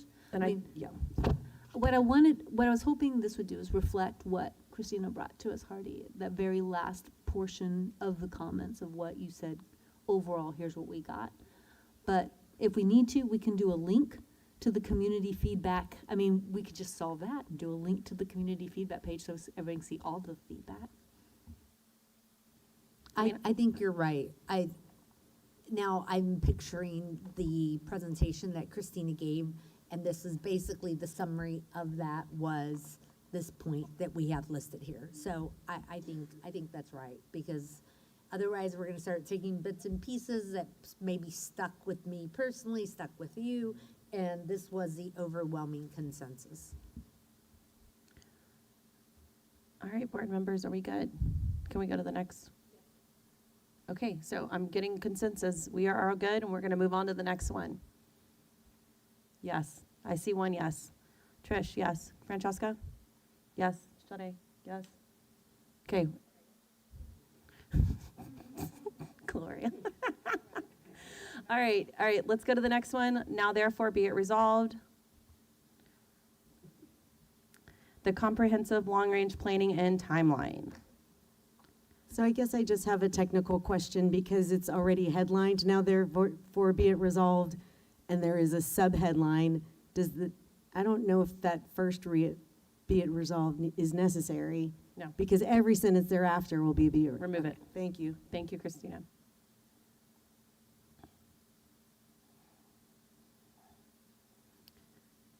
I think, so on this part, for me in particular, it's something that we talked about and that I've talked about on my soapbox is, how do you, when we're talking about campus operation and consolidation and enrollment, how do we limit that just to K through 5 and not pre-K? Like, I'm trying to figure out how do I word that in there, because we heard tonight, this pre-K conversation we know is a big part to this puzzle. And I think seems like the will of the board, I hate using that, but seems to want to focus on enrollment from K through 5 and not these pre-K programs. So how do we put that into this right here? I do see the campus operation consolidation have pre-K in Okay. there, and I think this was supposed to be kind of an anchor to say overall, the long-range plan Okay. should be all these pieces. Got it. And so there's supposed to be references. Originally, this was gonna be hyperlinked, but due to No, I love it. Okay, technical that makes, challenges, no, it that didn't makes get sense, Trish. hyperlinked. My question about this is, though, there was a thought about, do we need to put a timeline here? As you'll notice, there's a timeline. And I don't know. As a board, I know we want to be careful of putting unrealistic expectations of time in here, but I also don't, I'm sorry, I was supposed to eat the mic. I'm sorry.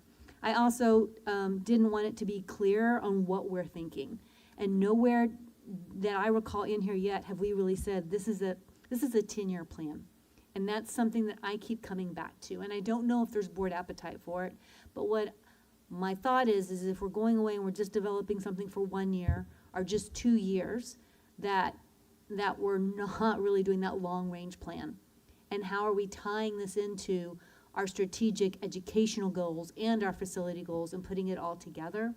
So I have, and it is in my suggestion of feedback, so it says, be it resolved, the district shall develop a comprehensive 10-year, and right now it says strategic plan, but now that we've got a new word, it might just be a long-term plan. But then what's the difference between long-term planning? I'm not sure. I just want to make sure we're clear on what language we use. That establishes, but here's the thing, of enrollment targets, facility utilization goals, and in there was supposed to be about the under-enrolled and the at-enrollment and over-enrolled. Program development milestones to provide long-term direction and community confidence in district planning. And the reason I'm saying it's community confidence is because it's 10 years. I don't know if this is going to be the right place for it. This is just my suggestion, again, for language, to throw it out there for conversation of what does it look like when we're looking at this with not just a goal to the next 1 or 2 years, but what does this look like when we say, have we planned financial stability for several years, a framework that's going to get us for several years? And 10 seems to be a number that we talk about, especially when you're talking about long-range planning, when I go look at other facility models. But there's also the need for more near-term plans as well. So let's say, I'll just pick some ranges, 1 to 3 years, 3 to 5 years, and then maybe 5 to 10 or 5 to 7, something like that. Because at the end of the day, yes, you can see the long term, but it's really the near term that has the most relevance and impact. It was my understanding when we had the conversation about the resolution in the last board meeting, that the point of this was, yes, the long term, which I talked about in the whereas section, but also to give administration clear parameters to operate, to give our community clear direction. And if we're not going to develop timelines for this work to take place, there really is no point to this document, in my opinion, because all it is just a summary of the things we've been asking for 2 years, a lot of which we still don't have. So if we're not going to provide very clear direction in this document, and if it's an appendix, that's fine, because you can change an appendix, you can add to it later, that's fine. But if we're not going to actually provide requirements and parameters and very specific direction, I don't understand what the point of this is. No, I agree with you. We need a timeline. Yeah. And to me, it's not so much like, hey, Apple school, banana school, B school, we're going to close those schools. But what is those triggers and mechanisms that start that process, right? And that's low staffing models, that's innovative academies, that's, whatever. And so, no, I agree with you, Francesca. For some reason, I have all this time in the world, and I go look at all these board meetings around the state with districts that are going through this. And each of them have put out like this 1 to 7 10-year timeline. And what's been very clear is not so much like, hey, these schools, but hey, these are the mechanisms in place that are going to trigger what could happen here.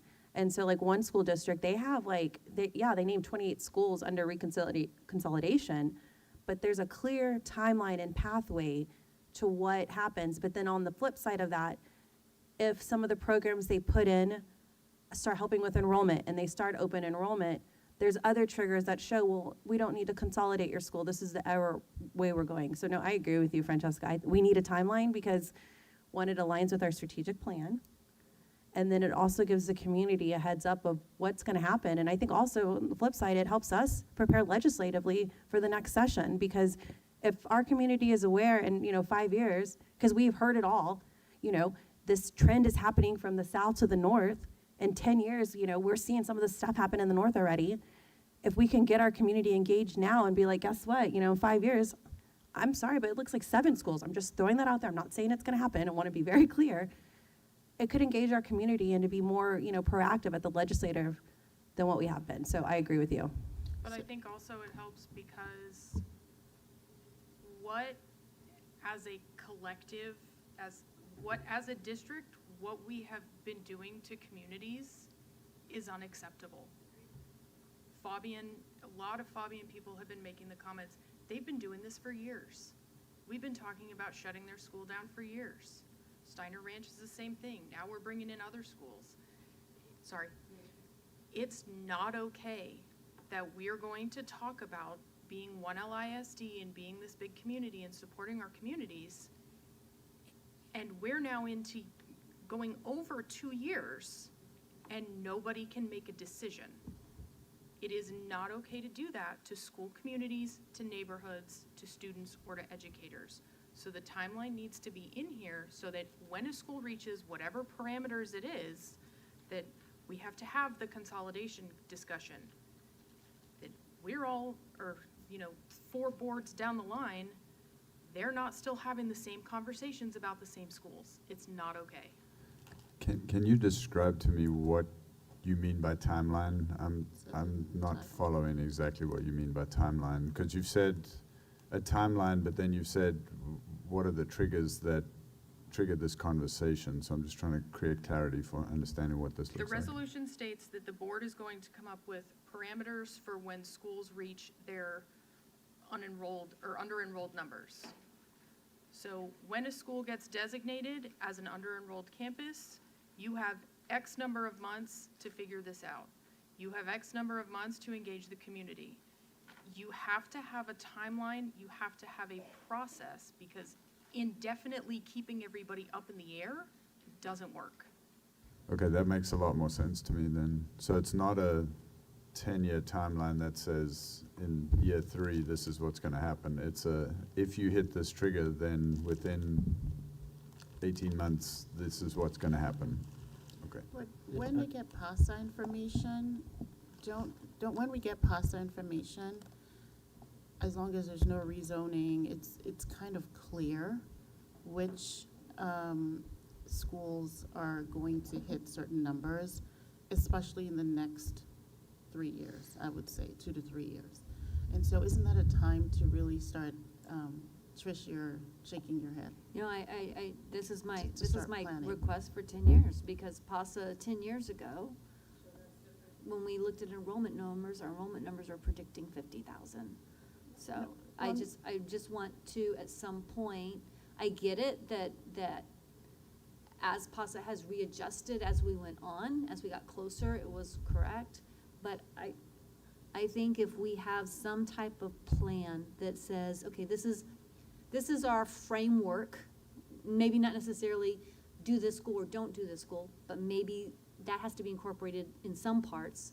I'm not sure yet until we get through the rest of the resolution, but is there a framework we could at least kind of set up to say, hey, 10 years, here's what we're planning. Here's what we think the district would look like as far as enrollment for students.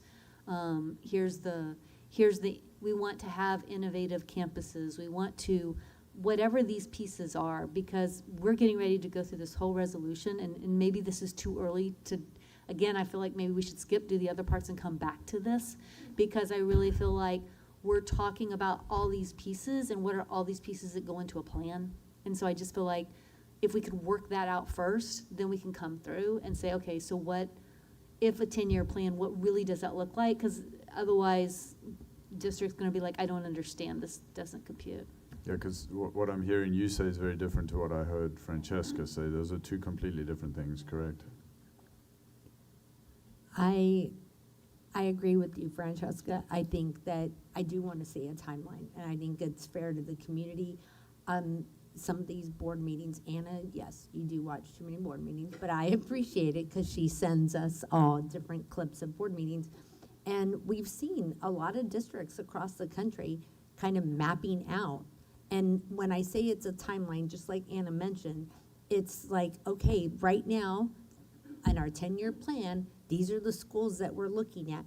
But they also address that factors may change, that they're trying open enrollment, they're trying this. These pieces would pull this school out of that equation. But if things do not change, within 1 year, we're going to have to do this. Pete showed us a graph, right? We saw our financial situation in the next 3 years. So obviously, we need to do some things within the next 3 years that are going to adjust that. And so I think, yes, a 10-year plan addresses, okay, here's some of the immediate things that we need to do. And maybe here's 2 to 3 year, here's 5 to 7 years. But I think there can also be pieces in there that talk about what if this program, if this school becomes, moves and changes in capacity to this number. But I also know when we talked about open enrollment before, a lot of it, Jeremy, you told me, Gloria, open enrollment isn't going to be the switch. It's not going to be the cure-all. That open enrollment takes a lot of time to build year over year. It's not going to be the save-all. That it takes a long time, right? Okay, well, I'm looking at Pete's graph. It doesn't look like we have long time. Like, we're moving down. We're going to be below our threshold for our, where we can go with our fund balance at this rate if we don't do certain things immediately and other things in the next 2 to 3 years. So to your point, Francesca, yeah, I think it needs to be within the next year, these are the things that need to happen. And 2 to 3 years, these are the things that need to happen. Long term, we're looking at these things. And here's our triggers. And maybe we're going to get to some of these triggers, which I think we are. We know that they're in here. So I think it is this, having this appendix, right, that we go through this, and then I think we can build out a timeline. And that the timeline is, that it may change, but I don't think it's fair to our community. I also don't think it's fair to admin to leave here without a timeline. Because then we've said a whole bunch of things, but we haven't given real clear direction on what our expectations are. So I think it's only fair to our community and to administration to really have more timeline in place.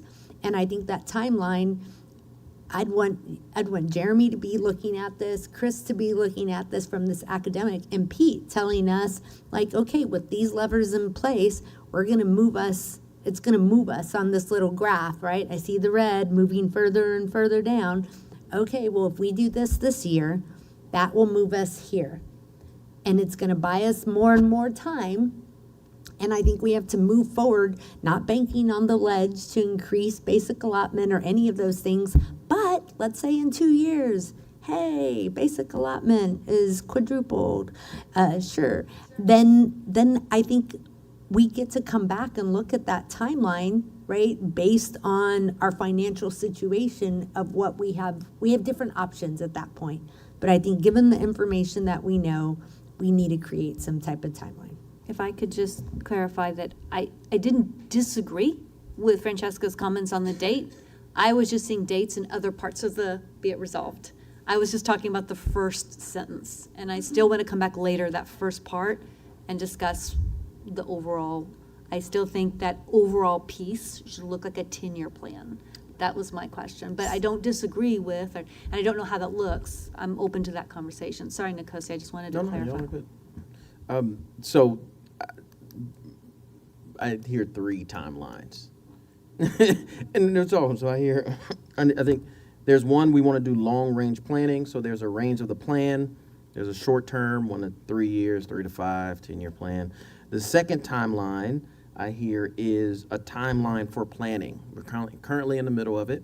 We actually have October 9th as a date in our timeline. And so I'm just I think there's this, I heard a timeline for the execution of this.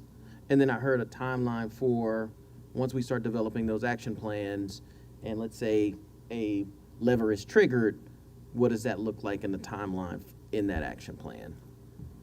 So are we thinking this might be an agenda topic? We don't know yet? Okay, we'll put a pin in it, y'all. Yep.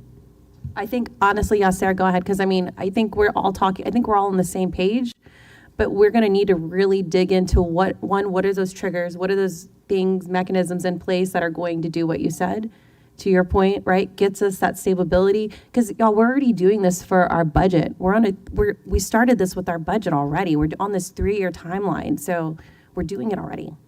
So put a pin in it, but I think, Sarah, we're gonna have to have a meeting on that because I feel like that's a big chunk. So maybe we'll figure that out later, but put that in the parking lot thing, whatever. Okay. And with change management, as we've learned, we have to revisit it too to see whether it's accomplishing what we expected it to. So that's why we also need to, that particular aspect of it, just this resolution, what is being resolved, All right. to be revisited, to make sure that it's clear and doing what we expected Okay, it to do. so right now we're gonna leave that, put a pin in it. Bigger meeting, we'll decide at the end, so we'll go to the next one, campus operations and consolidation. Hey, Anna. Yes. Sorry to go No, back it's okay. just real quick. You're fine. So with all the talk of timelines and series of timelines, is next week's timeline too fast? I'm not voting on anything. But what are you wanting, like, for us to, like, make a timeline? Well, we had a timeline that we were going to make a decision by the 9th. So we're not going to make a decision by the 9th? I don't know what's gonna happen at the end of this meeting, Paul, but I can tell you right now, we're trying to put together a resolution to get that information that this board has asked for, so we can make an actual clear decision. Okay.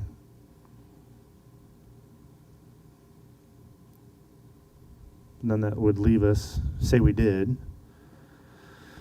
that would leave us with 9 days then to make a decision with the current timeline to possibly do something, as far as the community was made aware.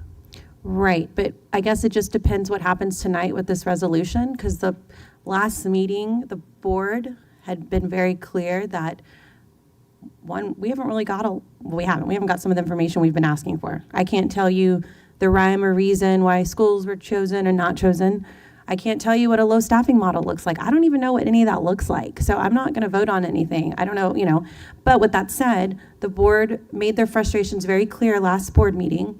And the purpose behind this resolution is so we can give very clear guidance to Dr. Gehring and his team so we can get that information we need so we can make a sound decision. Is there an October 9th deadline in this resolution? No, as there's described? not, and that's something I thought would possibly be brought up as we go, and I said it at the beginning of this board meeting, that the intention behind this resolution was to give the board an opportunity to dig into those deep subjects and not be rushed, but also, we need this data. We've been asking for some of this data for a long time, and we need to have an honest discussion in the public. And so that's why I said at the beginning, Paul, like from now until December, I've asked Dr. Gehring to clear the board a calendar agenda. Everyone knows I've been wanting to get my hands on that to make it efficient and have good board discussion. And so the intention behind what Sarah's doing with the parking lot is pulling out those big topics like pre-K so we can get that information. Like this whole timeline where we can get into that nitty-gritty of what we need. What are those mechanisms that are going to take to show, well, this is where we're going to go and this is what's going to trigger this. So, I mean, that was the intention. That's what I had assumed this is what the board's wanting. I don't see the board or administration coming forth with a full recommendation in 9 days. We don't have time to engage the community. We don't have time for administration to do that. I don't know if I have time to go all over that. So if you want to talk later about what those board agendas look like, you and I can talk. And I think you might be invited to one of those agenda reviews, and you should definitely get on so we can really discuss what those next meetings look like. All right, board members, we're going to go to the next one. Campus operation and consolidation. Would this be a place for a date? So my question is, can it say, because we're talking about language, the board shall establish criteria including how to transfer. This is your date, yeah. How transfer and pre-K enrollment will be used for campus consolidation. Now, again, we haven't talked about yet what the criteria is, so we still have all that discussion, but I'm just wondering, would a date go here to say by January 31st, 2026? Just putting it out there to say, is that when we need to, does that help? Is it good to have this discussion now to start rolling out those dates? I think it's okay. I think where I'm trying to figure out is how does it, we have to make those decisions before we make a timeline. So I feel like that decision needs to be made sooner than later. Because I mean, that's our big question with some of these schools that are picked is, well, they don't have a pre-K hub. Well, they have a pre-K, and then, each year it changes. We're talking about what date do we think we need to have a discussion about Pre-K? criteria for consolidation? Well, that would be the pre-K conversation, right? So It would be pre-K, it would be what's the number of the metric that we're going to use? It'd be what's a first threshold and what's a second threshold. Like, there's a lot of data, I think. Again, we need to talk about what are the pieces we need or what are the criteria the board wants. So I guess my other question, do you think that would fit in with the other thing we were just talking about, what we put a pin in, that timeline and what that looks like? Because I do feel like that's a heavy item to talk about because there's different layers. And so could we possibly roll that into there? Because it's almost like you said, like this matrix, what's triggering it, but there's all these pieces wrapped into it. Put a hold. All right, board members? Okay.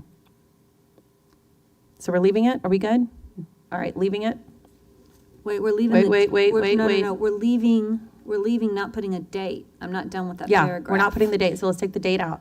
I mean, we can put a date later, No, but I don't think need one right now for the discussions. right, it goes back to that timeline we talked about. Sure, that can be in a, I guess you are saying it might be I'm not sure where we're putting timelines. We can have that discussion later. My question still is, what are we talking about here is what is our criteria? There's a lot of, we're packing in a lot of punch into this paragraph. There's a whole lot of conversation that I think board members are thinking, and I just want to be clear what's going on with this conversation. What is this paragraph saying to the board? When I see this, it's like we're establishing the criteria of how we're deciding for campus consolidation. So I would prefer that we only did K through 5 and not include pre-K. And then eventually, and this is just me, I'd like to see us figure out how to get some stability with these pre-K hubs. So that way we're not changing campus every year. Oh, well, you have this many, students, you have this many students, and then it creates this weirdness as far as the triggering of, low enrolled schools and whatnot. So that's how I read it, is that we would explore K through 5 and then also explore the impact, like not use them in the, I don't want to say matrix, not use pre-K inside, don't use pre-K to help determine that under enrollment piece. So my question is, based on our current whereas, our previous whereas statements, is it cleaner if we somehow put the intent about pre-K and transfers in somewhere else, and we use the next two resolves? Because the next two resolves, because the way it's said right now is, the board says we want 2 triggers. We want a trigger that does low staffing, and then a second one that says consolidation. And I feel differently about that. I don't know if the board does or does not, so I think that's why we need to have this discussion. Because for me, I like the second be it resolved better. I think that gives us more room to discuss what's really going on with some tweaks to the language. So be it resolved, the district shall develop a process addressing both low enrollment, and in there I would put something like including a 2-phase approach or including 2 weighted criteria to help mitigate the need to consolidate, and high enrollment campuses, because we are over-enrolled campuses or at capacity campuses with criteria designed to protect. I feel like we need to address campuses overall that have high enrollment and that have low enrollment. And we need to talk about what this means for our academics, for students, if you have a campus. And so we haven't really developed a criteria for what we're saying is it at enrollment, at capacity, or over capacity. We haven't really said, we've kind of said we're using our facility, capacity numbers, but then we're also talking about enrollment. I mean, it's just, I feel like our definitions have been very fuzzy as we're talking about what's an over-enrolled campus and what's an under-enrolled campus. And so I believe that it's important for us as we're talking about, just like we did in the whereas, we need to talk about some type of weighted measure to say a campus is under-enrolled. And we can also use a different weighted measure or some other, or maybe the same one for over. I'm not sure, I'd leave that to district, but something where we're saying, and when it's under-enrolled, we're gonna do some type of 2-phase approach to address it, right? Because we talked about what triggers things that we're going to do, like looking at open enrollment, looking at innovative, looking at partnerships with businesses. That's your first trigger. And those are things we could actually, if we adopted a weighted measurement based on like enrollment, capacity, and I don't know, some other number, some district came up with some type of number and said, okay, we know these campuses are low enrolled. We could go ahead, if we all agree this is the right number, we have a process, then we could agree to put out a RFP to say, our RFI, to say what businesses would partner with us for these campuses to help us get enrollment. What we could do some things now to help address it. And if it doesn't, and the enrollment keeps falling, and the issue keeps happening, it's going to impact our academics. And we know we've said this as a district, but what does that look like? What does that mean? What is that number? We haven't put that out there. So I feel like it's a two-phased approach. I think that how we include or don't include transfer in pre-K is important, and I don't know if maybe that's a different whereas, but so I think maybe that piece is a different whereas, where, we have created some structure around, it was one of the comments I said, I don't think that in our criteria of enrollment, we should be including pre-K. No. Because I think we talk about pre-K hubs, and it's too fluid right now the way it is, right? There's certain campuses right now, if we pull out the pre-K, those campuses would move to the very top of the low enrollment bucket. But I do think that in this criteria, I think we do need to have thresholds of, at this point, is where we implement a low enrollment staffing model. And at this threshold is where we start talking about consolidation. And I think that is an important piece, and I would like to leave that way, because I think that's where the community has the transparency that no one is, we're not including pre-K when these are the thresholds. And that's once we've talked about campus capacity, and maybe that's one of those topics, right? Whatever is determined around that. But at this threshold, this is where we move to a low enrolled staffing model, and everyone knows that, and we've been transparent around that, and it's in our resolution.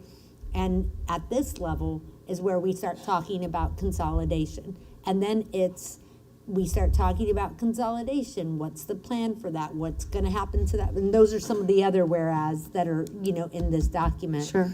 But to me, it is really important that we have that first level trigger for the criteria, and then the second threshold. So early childhood, we're not including bilingual campuses, our bilingual program, only pre-K, is that right? All pre-K.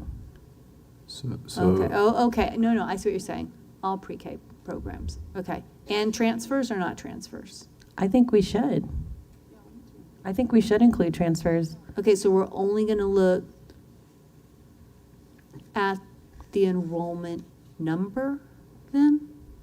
Because then you throw out, then you really don't Actually, you're have right. We capacity. should, I see what you're saying. I'm just trying to figure No, out I where get we're it. going. I think that there should be, just based on the data that I was looking at with Pete, this would be a good time to really take a comprehensive look at the early childhood pre-K program across the district and see if there is, whether there's a good model to have consolidations happen, or hubs rather, at specific campuses, because that was one area where it was costing a lot. And I feel like we're kind of starting that in the north already. And I feel like, I like what you're saying, Sade, because it gives that stability, right, to those campuses. But if we can somehow, like, a big thing we've heard from parents, right, is, well, if they start pre-K, they're going to move to another school. Well, as long as the school's in the same feeder pattern. I mean, we have students right now that are in pre-K that don't go to their zone campus because there's not a pre-K hub, or they don't have, the staff's not there. And so I think I think it goes back to that, what you said, Sade, and what we talked about earlier, that timeline and how to make it more stable. So we, like those campuses, right? We're not, hey, Cypress, you have one pre-K this year. Oh, guess what, 2 years? No more. It goes back to a 10-year plan. I do also wonder, because when we're talking about a first threshold, it sounds like we're going to have a number, and then when an under-enrolled campus, so let's just right now, we've got a lot of things we got to clean up here, but let's just assume we're talking elementary. When the elementary hits low enrollment, then we're saying, okay, boom, at whatever level, y'all are just going to staffing models. What we didn't say is any of the implementation factors we're supposed to be saying as a board, we thought we would implement, such as, does an innovative academy happen? Or when does that happen? Is that at the first threshold? Because by the time you do it at the second threshold, you're not doing it anymore. So when are we then requesting the innovative academy discussion, or an RFP for businesses that might use that, or making sure that that campus is open for transfers or open enrollment to bring in that enrollment? Like, I'm just wanting to make sure I understand. And I'm just asking all the questions in one bite here. Low enrollment staffing mean that we could look at different models where you're like stacking the grades? And I got my list of all of them. Could it be multi-age classrooms, specialized campus themes, hub and spoke service delivery, hybrid instructional models, community partnership models? I mean, those are all the things we've talked about. Does that what we're saying when we're saying low enrollment? I mean, how do we clarify? I think we need an agenda item on that, because staffing, we keep talking about low enroll staffing. What does that look like? But we also have to realize that this district's been staffing in a high growth model since 2016. And so there's a staffing issue. I'm just going to say it. And it's across all It's the across the campuses district. there. And so I think I know HR has been having conversations with staff. Do we need to have HR come up and talk to us about this item then? I think so. Do you want to? Do you need that? I'm sure. Is Casey here? So we do have Rachel here. No, hold on a second, Okay. just before we do anything. I'm not sure that the intent of tonight is to get into the weeds of how we do this. I think the intent of tonight is to decide what we're trying to do. I want to make sure the word low enrollment staffing is the correct word, considering that I think it encompasses several things, and it sounds like the board might think it's only one thing. But sure, you tell me what you Well, we can think just have an you're agenda hearing. item, because I mean, let's be honest, Dr. Gehring, y'all put out a recommendation last board meeting for low staffing, and nobody even knows what that is. And so I think, I understand where you're going, Trish, but we're not getting in the weeds tonight. So we need an agenda item just directly for HR. So if we could have that ready for whenever we plug that into an agenda coming up soon, probably the 9th, possibly. It sounds like conversations have been happening with staff already. Or before we consider an agenda item, can we just hear from them today, just to see what they have so far? So what I can say is that the team has been working with principals and other staff in our district to refine our staffing guidelines. And so that's what I would actually recommend, is that it's not necessarily targeting a low enrolled staffing guideline. It's just our staffing guidelines in general that we are looking to adjust that. And I think tying it to what's that threshold of that enrollment that would trigger that smaller number of staff. Jeremy? Yeah, if I could really quick add some context, because what's in my mind from the first and second, be it resolved, I'm a visual person, and so what I see is more of a process map. It's if this, then that, right? And so if we lay out all this, the only thing we need your help with tonight is the if this, right? That's kind of the threshold. If it meets this criteria, then this is going to happen, or then we will have this conversation. And Francesca, to your point, if this happens, then this is the time needed in order to do these steps in this process. And then also on the timeline, Trish, is when we talk innovative academies, we talk private partnerships. If as a board, as a district, we identify those potential opportunities, and then along the timeline, as campuses reach these thresholds as opportunities to pair with those, you have those opportunities listed. And then that's kind of in that 1 to 3 or 3 to 5. And so as a district, we're prepared when this comes up in the future. You have those conversations are already vetted out. So that's kind of what's in my mind. I'm trying to picture this timeline, and pieces are coming together in my mind. Yeah. I just wanted to add the context from a process mapping. Yeah. That's what we're trying to figure out. We just need the if this thresholds, and so your clarity tonight can help us fill in those gaps in that process. Then map. instead of saying the word implementing low enrolled staffing models, do we just say a first threshold and a second threshold? I mean,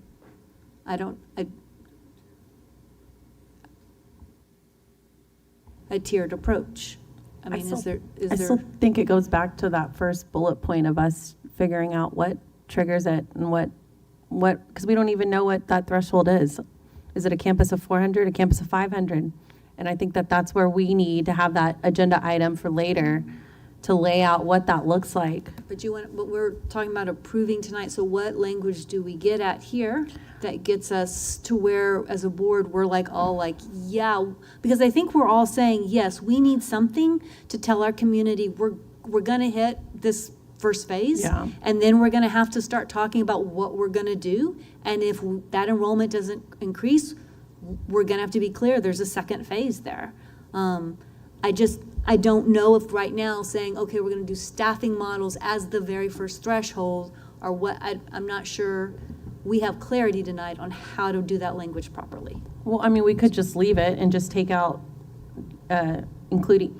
take out the transfer, leave pre-K and enrollment in there. And then when we have that more in-depth discussion of what what that looks like, then, because I don't need. So for me, what we're seeking from the board tonight in these be it resolved sections is clarity for us about what are we going to go away and develop and bring back to you to make these things work. So this one says the board shall establish criteria. So you're going to establish criteria. We're going to deal with how do we deal with transfer students in these measurements, because it's really important to know and understand. Are we including dual language students? Are we not? Are we just using resident K-5 students? That's the clarity that we need to seek on transfer students. Pre-K is the same thing. Are we including them in these calculations, yes or no? And if no, then what does that mean? Because those pre-K students exist somewhere in the system, and we need to make sure we are taking account of them.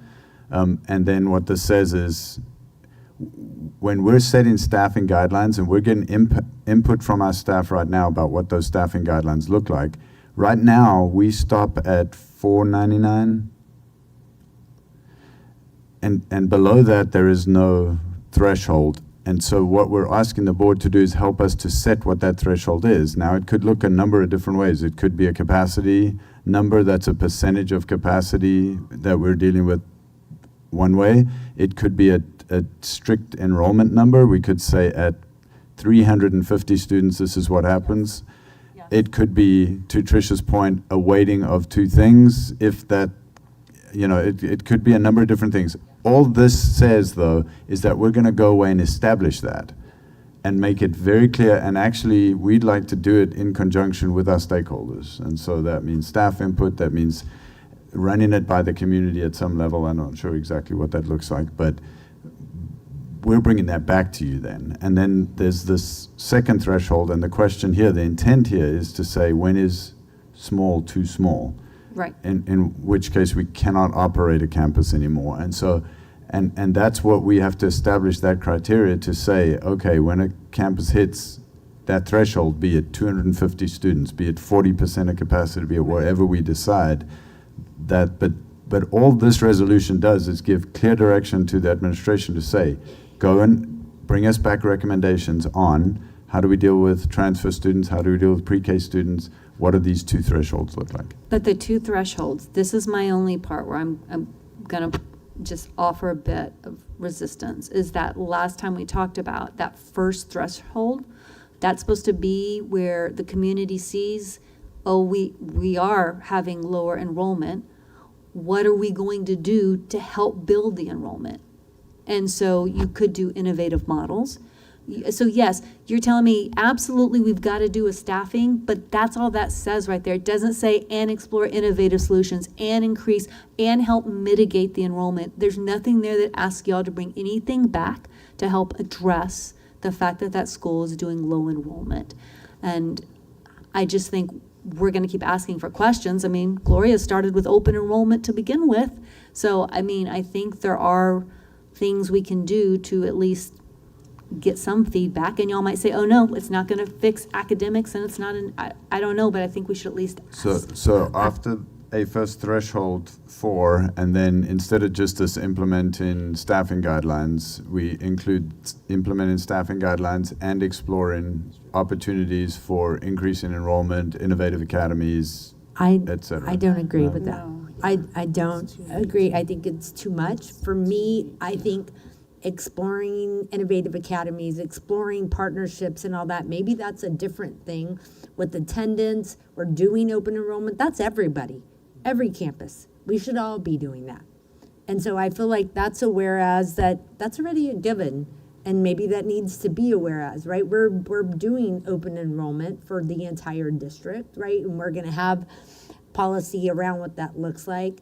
I think the partnerships, the innovative academies, that's part of the comprehensive long-range planning that is already happening.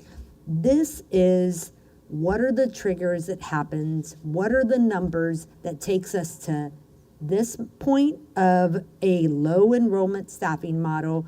And this is the number, percentage, whatever, that takes us to the second threshold that's for consolidation. I think all those other things, in my opinion, are a separate piece that's already happening. For me, this be it resolved is, okay, we are here. And these are the 2 thresholds that we have set in place, because I think we add all that other language in here, and then we're back to where we are right now. Whoa, whoa, whoa. No, I know we're at that number, but have we done this enough? Have we done this and have we done that? So then I think we're back to lack of transparency, I shouldn't say lack of transparency, lack of clarity to our community about what happens next. And so I think that, yes, to me, it is these 2 criteria, because that gives specific clarity to our community. Whether we determine it be a number, a percentage, and I don't know what that is, right? That's for admin to kind of give us some feedback on.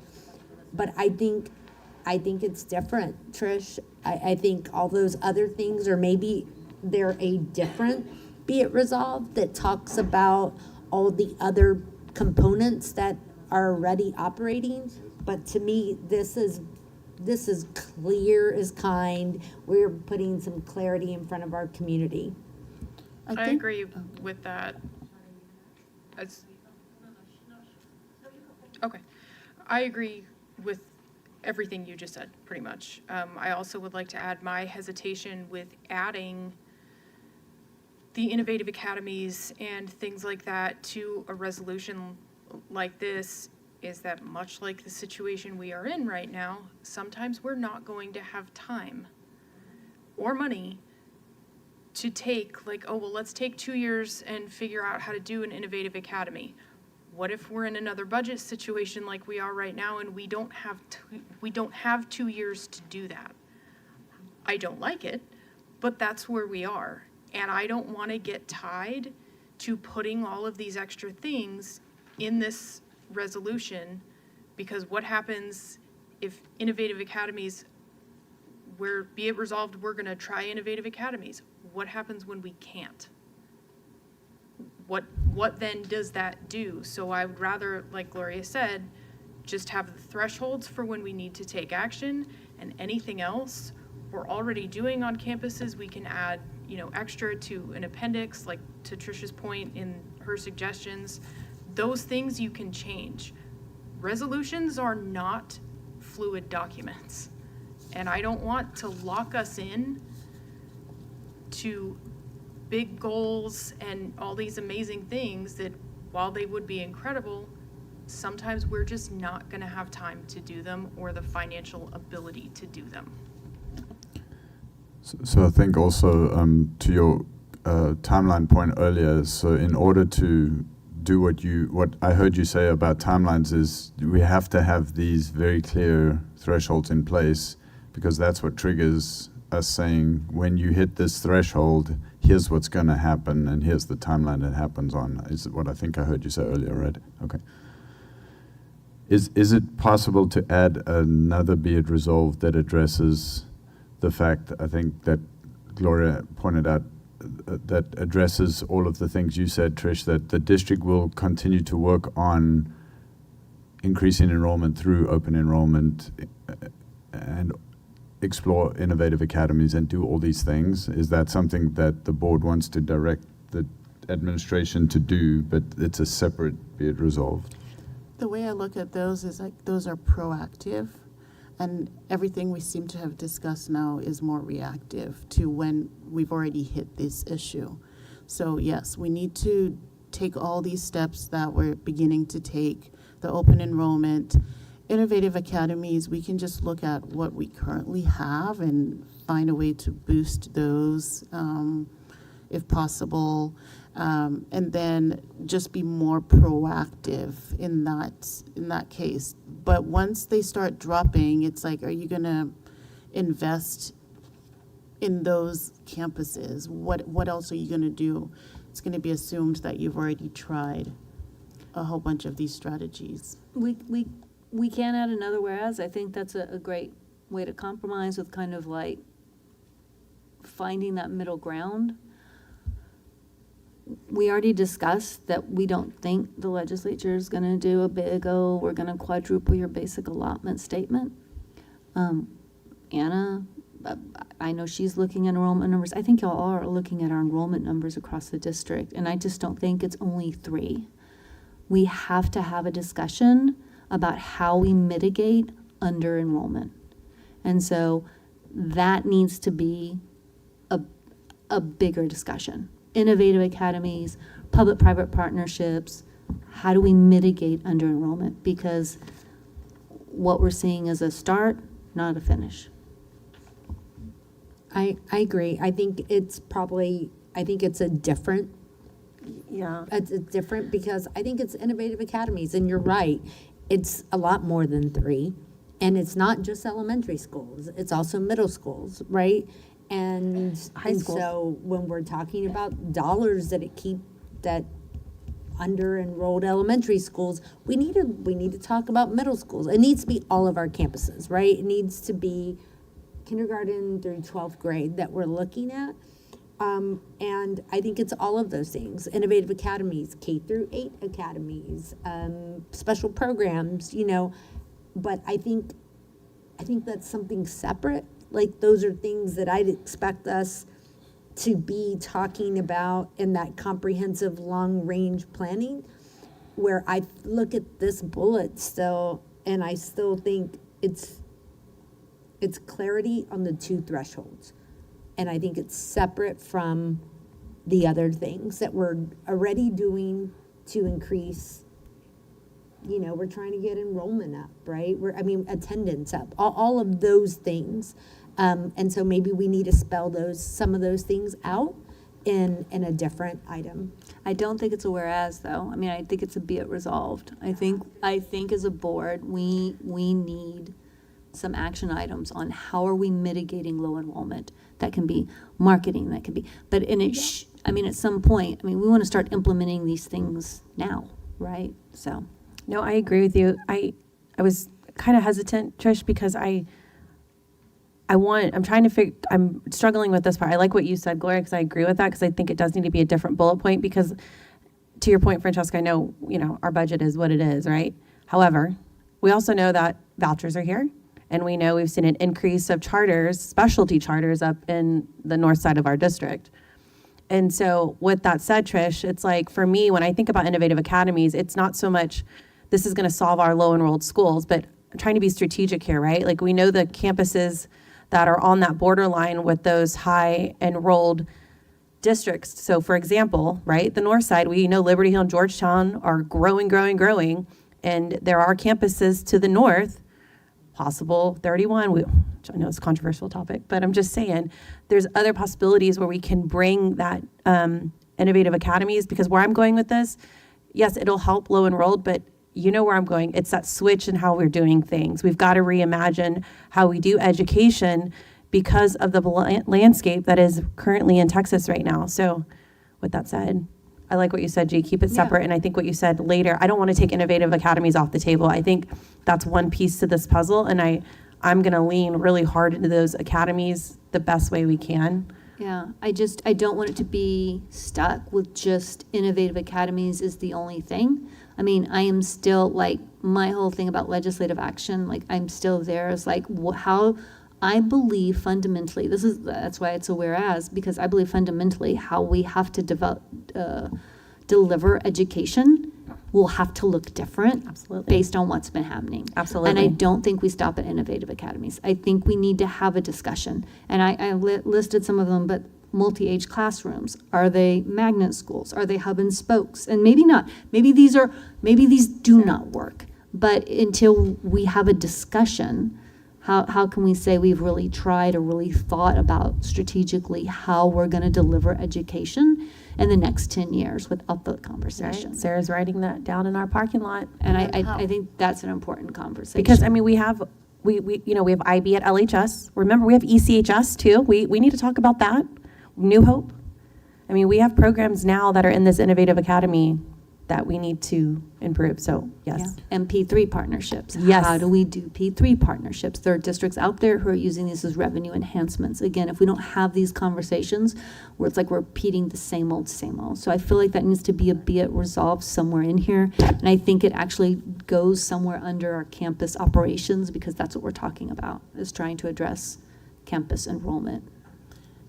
And also, in order to even make those decisions, there needs to be some research, surveys.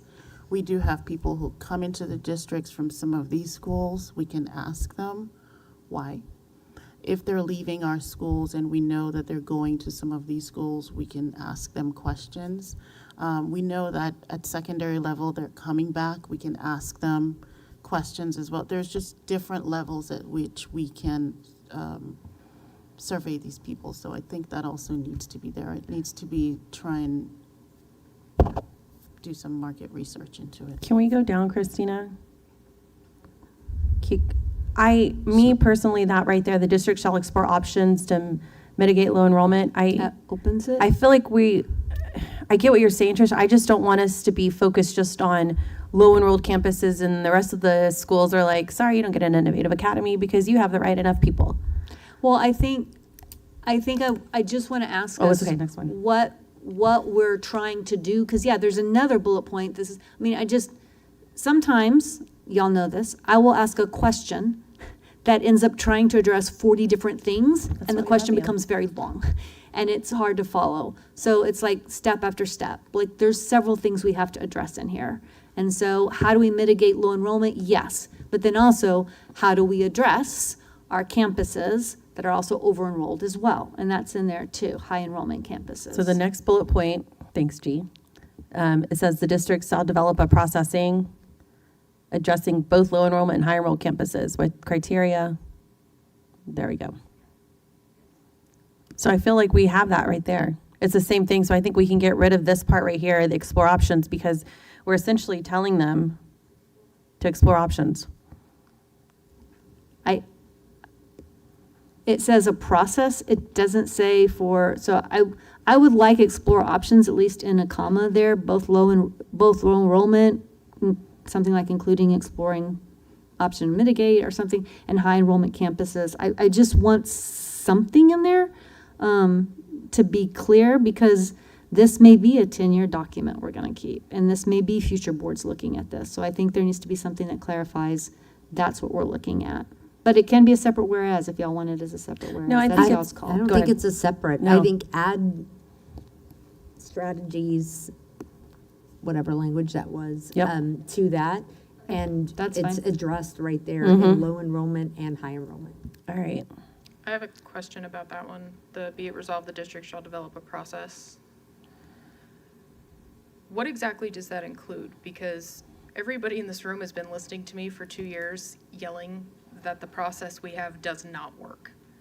And part of that is that when we are presented information and when we are given presentations by administration, we are not given the full picture. So somebody said earlier, we were presented, not that we went through the presentation, but we received the slides with, here's what we want to do for staffing. Nobody knows what that looks like.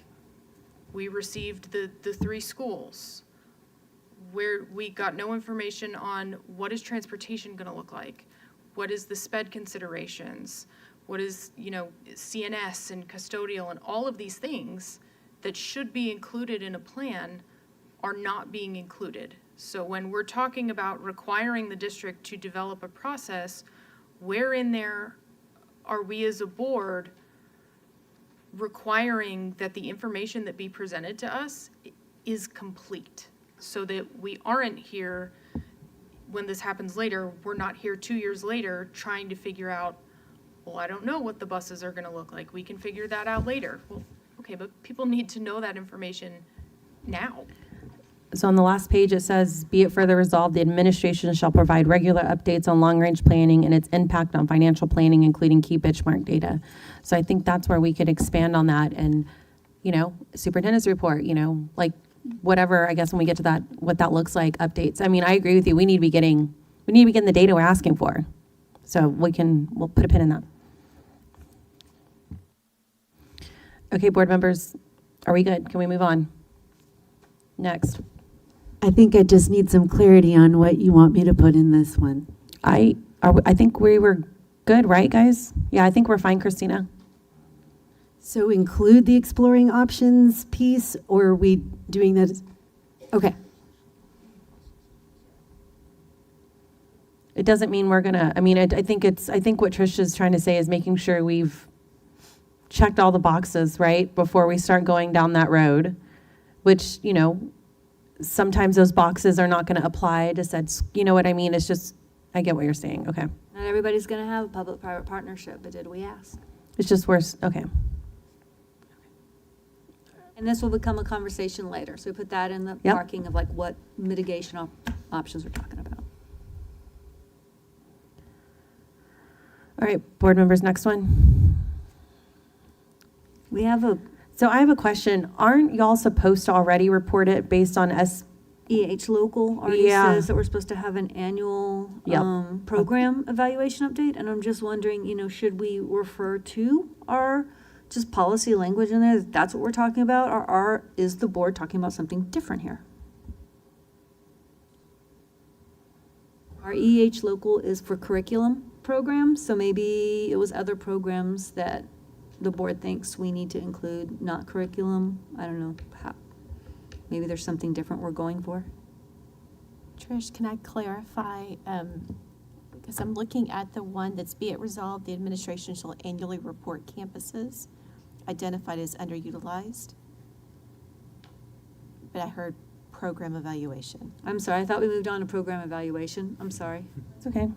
We can if you want. No, Anyone no, have no, anyone for that? I- All right, let's go programs. Let's go. No, I'm sorry, I was moving on. No, you're all good. All right, Okay, programs. but I want to make sure we're clear. So I have a that last question one- about. Hold I on, have a Sarah, I'm question. sorry. I was waiting for everybody to be done on that one. And so. Are we good with that one? I guess my question is, we've talked about, we have that demographic update once a year.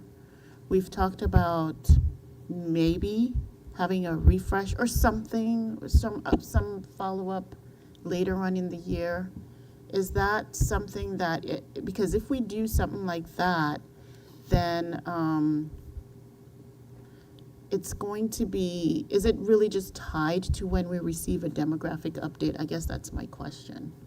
So if we have multiple demographic updates or demographic discussions, then would there be an update that would be required for this campus report? So what's in my mind here is that every October, at the end of the month, we get an update from APASA on our demographic projections. But also what happens in October is our snapshot, our PEAM snapshot. And PEAM snapshot is a data set that we can compare ourselves year over year. And so it's a really important data point in which we would capture that updated list of campuses. So the underutilized campus list would be utilizing the PEAM snapshot data. That's actual enrollment as of the PEAM snapshot. So we'd utilize that data point in order to establish that criteria in that list, and in each subsequent year, it'd always be your PEAM snapshot data, and so it'd be consistent, and it wouldn't, because your enrollment changes over the year, and so it's always evolving, so the PEAM snapshot is just kind of what we'd lean on for that report. So that's why it would have to happen after that. And PEAM snapshot is just once a year in October? Or is it later on in the year as well? It is this PEAM snapshot is October. You have until January for any subsequent updates, but we would use that October snapshot date. Okay, all right, thanks. Yeah, that's Well, And again, this is tied to the prior be it resolved. So this this just says that based on these approved criteria that you did up here, every year we're going to come back and report every campus in the district where it falls on in relation to those criteria that were established. And this establishes when in the year we're going to do that based on when we get the data. And so I think all three of those pieces are critically important in this short be it resolved. should we move the identified as underutilized then? Because again, up above, we've combined low enrollment and high enrollment. Should we just say you're going to annually report on campuses based on the approved criteria, which goes above following the demographic update? Yes, Yeah. yes, I agree with Okay. that. Then we'll move the language identified as underutilized. That lets us see the bigger picture too. We're going to end up asking for all the numbers. This board loves numbers. Pete. It's going to help me All right. because I'm going to look at the bigger picture and go, wow. Okay, board, we good? We clear? Oh, Trish, I love you. All right, next one.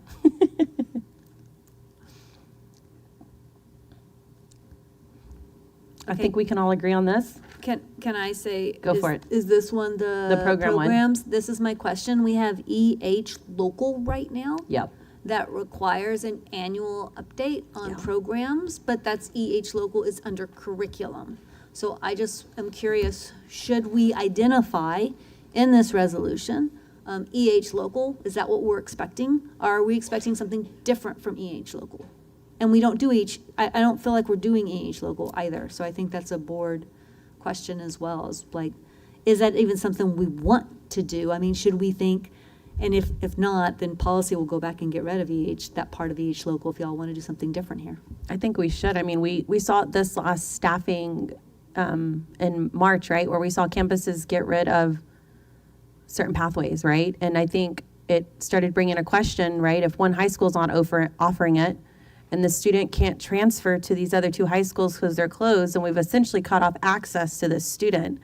And so for me, I would like to see us have a full-on program evaluation, not to look for, the deficiencies in it, but how do we strengthen those programs to go back to the piece of open enrollment, bringing in more students, right? And really, I hate using this word, but making it more streamlined so students who do say, one student goes to Glenn and they're not offering a program here, well, they should be able to go to Rouse even though we're closed, but that program exists only at Rouse and we should make it easier. Am I making sense? Like, I think there needs to be a complete program I think it's a review. parking lot discussion. It is. It's an access definitely. problem I think we have. But what do we want the language to say? Like, we can't discuss it all tonight. No, so I does- like it just like that. Okay, so no reference to EH local then. No, I think that Okay. gets it a little too wonky, and so I think if we leave it at that, and I think that does it, because, I would love to go and, evaluate programs, so we're not, removing student access, but I think this covers everything we need.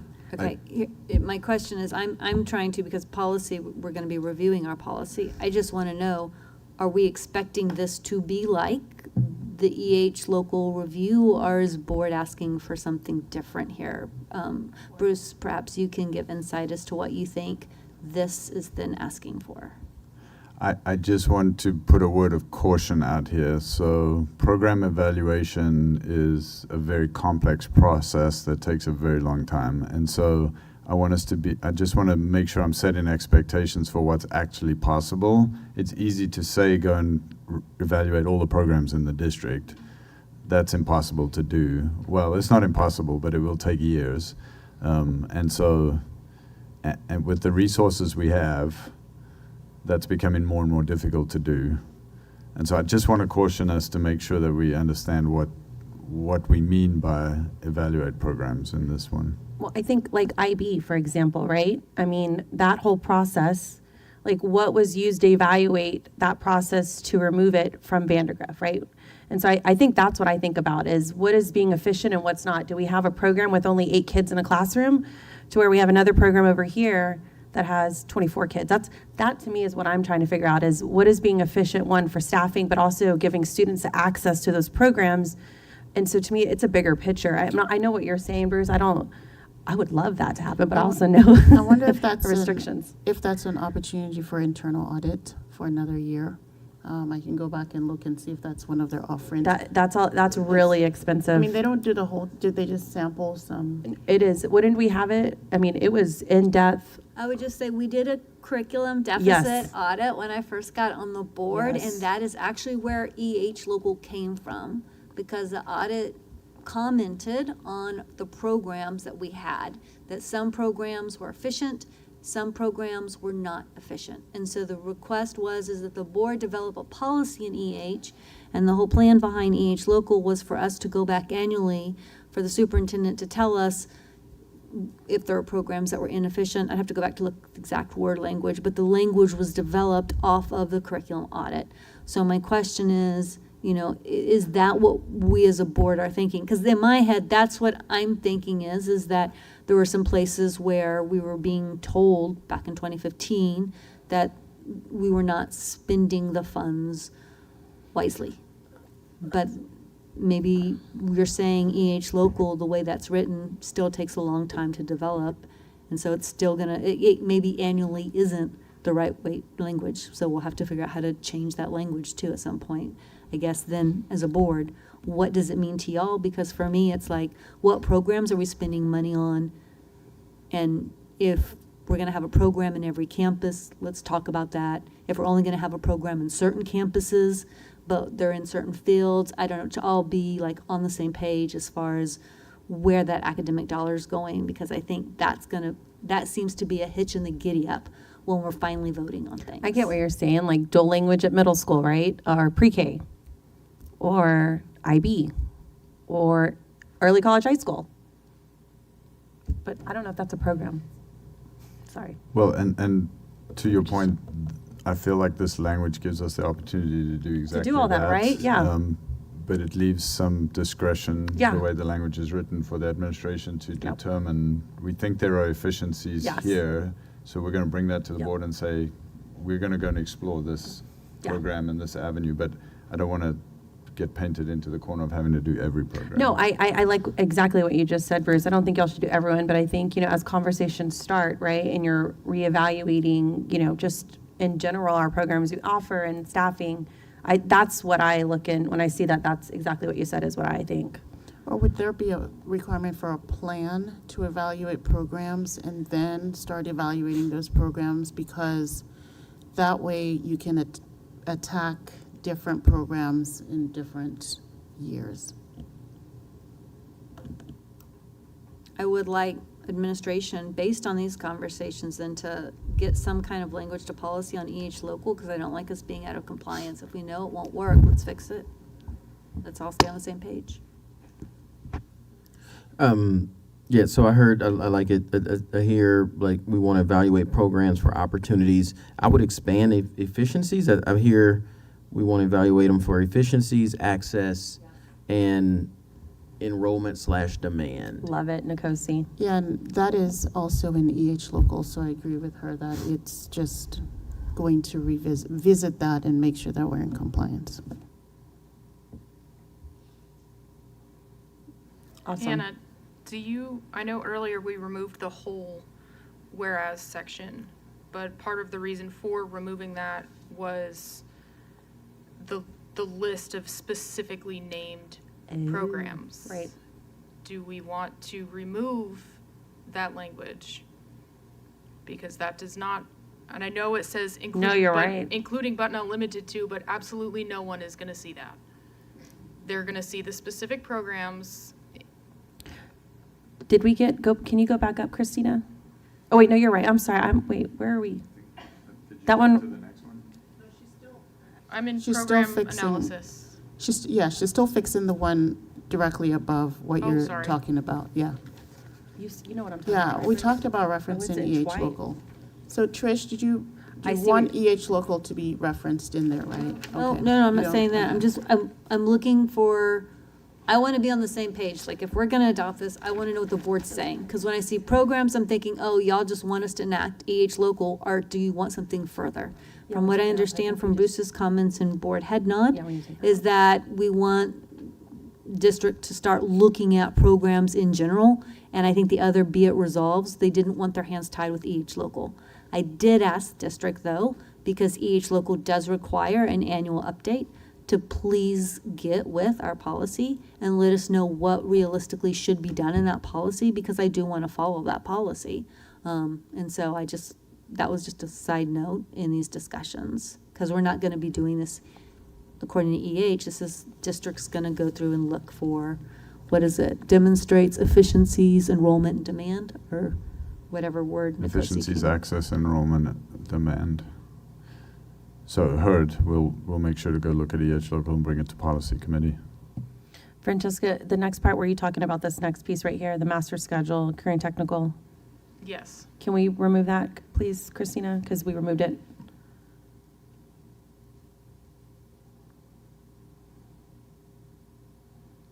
Awesome. All What right. do others think? Others want that removed too? Okay. That's fine. All right. The highlighted portion was what we moved to this portion? Yep. Okay, board members, are y'all okay? All right. It's not be resolved. Let's be resolved. But then does it make sense? I think it's like be resolved, the administration will, I mean, I'm just throwing this out, like develop a plan to address the that's also- identified change management needed. Yeah, but that's all already part of that audit, right? There's,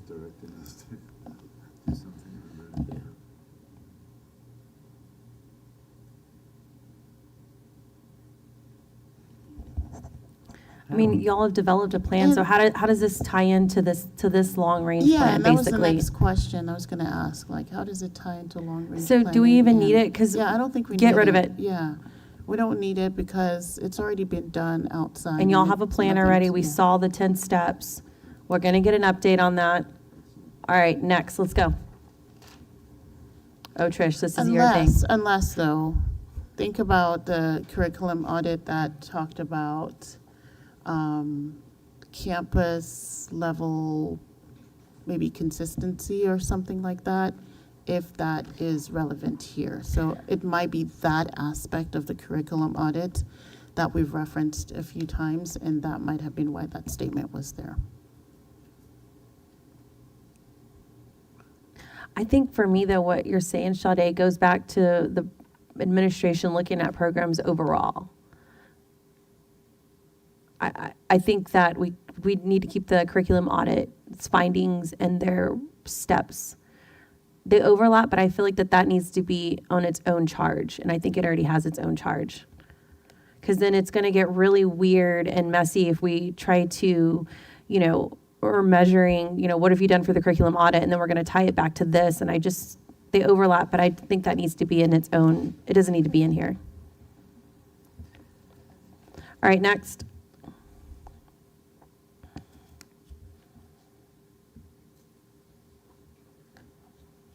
All right. And also the impact on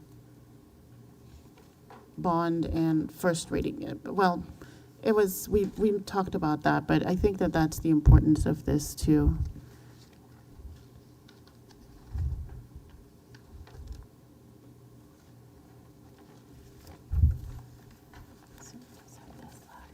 If I could get a little bit of clarification on the intent behind this one and what we're trying to accomplish with the information that we're going to have. Yep. What are we trying to accomplish with this statement here? If I could get a little bit of clarity on that, that would help.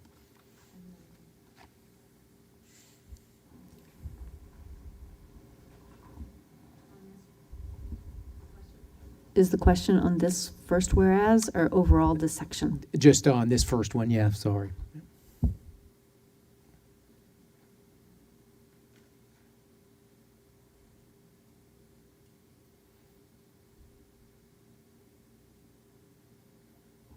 I think this leads us to the discussion on financial sustainability as far as we're talking about the long-range plan. Yeah. What are we going to do with our INS, with what we're spending in bond debt, with what's currently out there, with what our M&O's doing? Like, I think this gives us a foundation to build off of.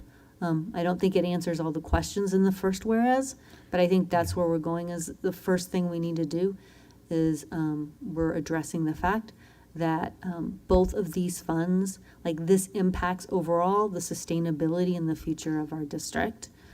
As you go forward, there'll be other questions that we should build upon. I have a whereas to help add to that, but we'll see as we go along if the board likes that, be it resolved or not. Okay, so some of the actions that we may take along a long-range plan may impact M&O specifically, and others may impact INS. That's kind of what we need to be cognizant of as we navigate long-range planning. Yes. Okay. Yes, I do have a be it resolved, the board requests the administration to explore outstanding bond funds for projects not yet built and provide an update to the board using multiple scenarios in which facilities are being designed to help maintain student experience and academic excellence while maintaining efficiencies. And again, that's that growth model of what are the pieces still out there. No, I just made that up. I mean, I didn't make it up. It was old language, but it was not in here. So I'm just. Yeah, I figured some of that was tied to this statement. That's where I would want to go. Okay.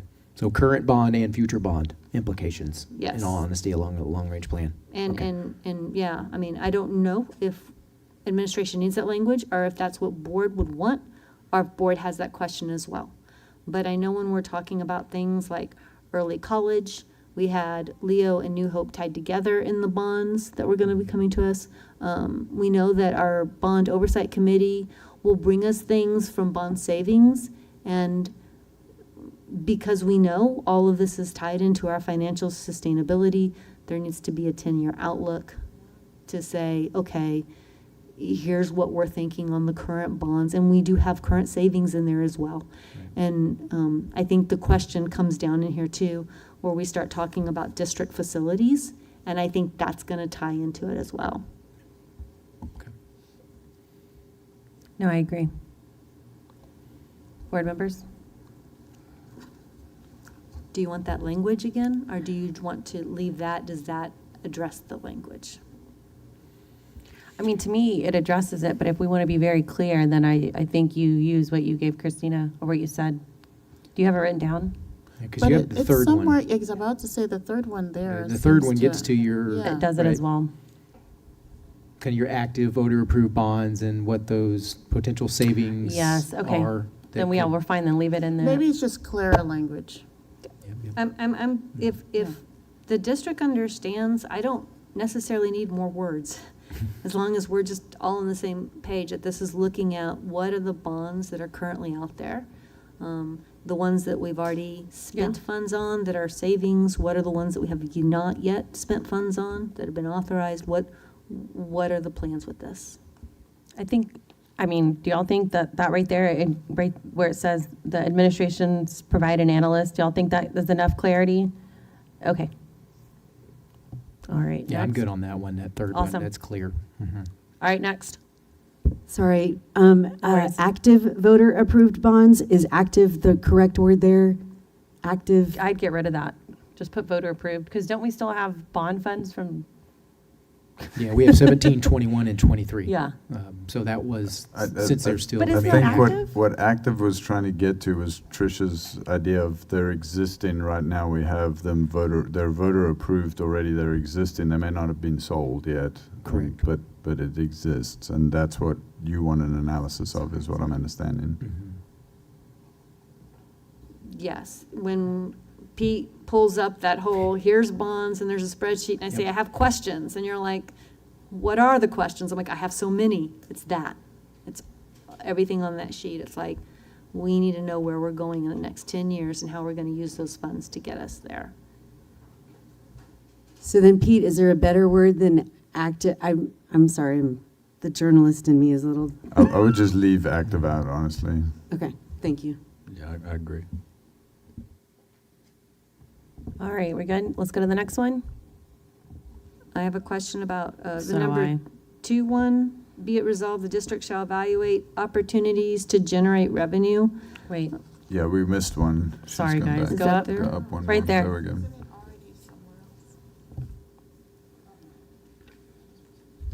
no, but there's a whole thing, Sade, under revenue generation strategies.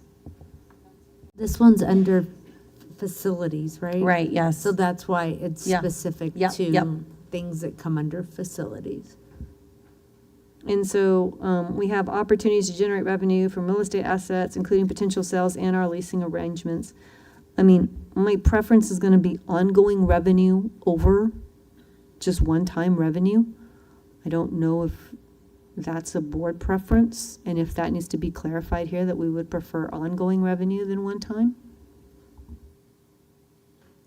I don't, I I think don't that's, so. for me, we want to know everything, and then we'll put a value judgment on it later. But right now, we want to know everything. all right, next one. Are we good, guys? All right, we're gonna go through this one, and then after this, this part, before we get to revenue generation strategies, we're gonna take a break so administration can clean it all up and talk it out, and then bring it back to us so we're all on the same page. We're so close to being done, though. I know, but I wanna give them, we're gonna get into a really heavy piece, which we know is a big chunk, the revenue generation strategies, and we know that that's gonna get kind of interesting, so I wanna make sure that we're clear and we're not having to go back. As we're doing this, I'm not putting dates in on these. We're saying that was gonna be an appendix for later discussion, correct? Yes. Okay. The last one for be it resolved then? Are you ready for there? What's the last one? New Hope Yeah. High School, early college high school. Yeah, is that up there? Oh, yeah, there it is. Okay, be it resolved. Here's my question. Does this look like that the district is the point of this to say, okay, and so when we have empty schools, therefore we need to put these in there, because that's been the message to the community, and I just don't think that's the correct message. I think what we want to say is we know we have district needs, and we need to consider them, but the way we're doing it's sounding like that the only option is for us to put it into a consolidated school or half of a campus or whatever. And that's not the only option. Clearly, if we look at bonds, there may be others. There may be things we could do. And so it does say in there, using existing facilities, and I'm worried that that doesn't open up other opportunities for us. I get that might be where we land, but I'd like us to know that at least we're exploring other things. I think So all, go ahead, what Bruce. else? Sorry. What else can be? You said using existing facilities through co-location and/or repurposing. What are some examples of other options? Well, we have acreage. Okay. We have portables we could put to acreage. I mean, there are other things. We also have discussion in here of early college high school, which is, right now designed as its own building. And, the board asked a question about combining. Is there a way to combine so that we're using possibly one administrative staff? So I think there's more involved in this conversation. and I'm not really sure how to get there, but I'm not sure the way I do not feel the way it's crafted gets there at the conversation. Well, I think for me also, like when I'm reading this, it's like we're meeting district facility needs. Well, we have 3 campuses in the north that have hit that threshold. So are we not gonna give any relief to what's going on up in the north, right? I mean, Stiles Middle School's at 1550. We know we have a middle school enrollment, exceeding that threshold. So to me, I feel like it needs to be more. Zoning. Well, Rezoning. So We're talking about if I facilities. can, all this item does is address the fact that the district shall consider meeting district facility needs through using existing facilities wherever possible. That's the first consideration, because that's a fiscally responsible thing to do. And that's all it says, is it doesn't say we won't explore other opportunities, we won't have other solutions. I feel like if you start going there again, then you've got an endless list of possibilities, and I don't know where to start or stop that. What I do know is I should consider using existing resources first before I start building new or doing something else. That was really what I felt like the board's intent was for this piece. And that's where that rezone conversation comes in. Got it. And we I also think talked about how small is small, too small. If we get to that situation with any of these schools, I mean, the building, it's in order for the board to vote on maybe consolidation, there needs to be a use for that building. And it needs to be a use that we agree to. Yeah, I think for me, I read it as making it very clear to both administration and to our community that while there are going to be times, to Anna's point, like the overcrowding in the north is severe right now. And we might not have available facilities to relieve that much pressure on that many campuses. But this makes it clear to administration and to our communities that we will consider, or administration will consider at every possible time when we can use existing space, that's going to be a priority if we have it. But, to Anna's point, sometimes the relief we need you can't get it from half a campus. You're gonna have to do something new. So Francesca, to that point, I'm just wondering, do we need to clarify that needs to be, this is the option first? Do we need to include that language in here somewhere, or do we feel like the intent behind this is captured? I just don't, I think it's clear with what Bruce said. It could be, and board could be saying it's first. I don't know if I would say it's first, because I'm saying so the way it's listed right here is the way we're saying this is we're going to look at existing facilities, and we don't say or, we say and, through co-location or repurposing. So, New Hope High School, does that mean we're moving it? Does it mean Early College High School is moving into now a building, so we're not gonna do the bonds? I feel like we're not, there's discussions that need to we need to have discussions that are in here that we're not having yet. And this feels to me like it's preemptive before the discussions. And if the board is fine with that, I get it, it's a late hour. But this almost feels like a strong sticking point for me in that I'm concerned. Does this really address what we see as how we're planning for the future? And I have concerns with when we talk about Early College High School, we were building a building for it. Now we're saying now we're gonna put it in through existing facilities or co-location. We talk about New Hope, but Leo was in the bond, but we're not even mentioning them here.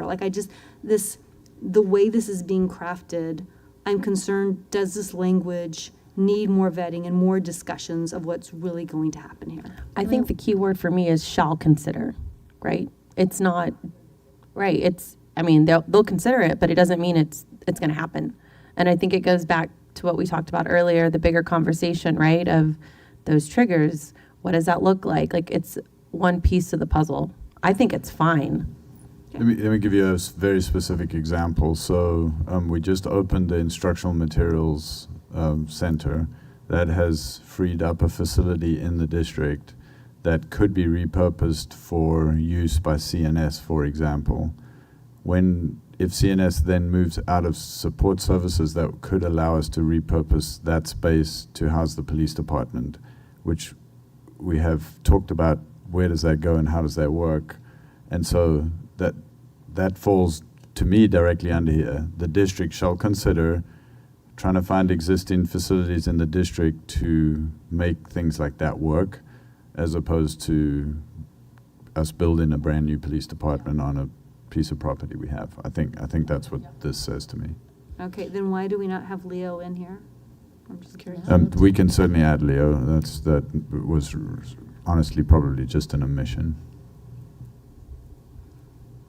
And then, If we're going to name everything we have, I mean, I think it needs, I don't want to get in the weeds. If we look at intent, then I would like to really take all the detail out. Thank you. And I just agree say with you. the district shall consider Yes. meeting district facility Yes. needs using existing facilities Yes, and thank you. resources through co-location and repurposing. Thank you. but sometimes just being clear, like that, I think that also lets anybody who sees this or reads this a few years down the road, they can immediately see it from here.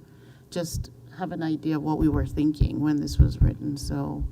I know, but a few years down the road, this all could change. What if we have a surge in enrollment? Well, so remember the purpose of the resolution again is to drive action. And so you're going to see this action come out in board discussions, in board meetings, in decisions that get made in the boardroom. So I think it's going to relatively quickly become an obsolete document, honestly. Okay, well, there haven't been timelines on this, so I don't know how quickly it will be, how quickly we expect or we will receive information about all of these requests.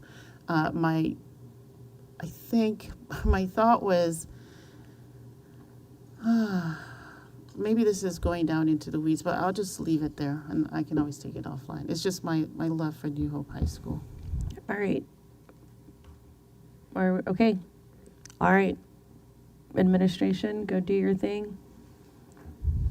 Board will be on break until they get back.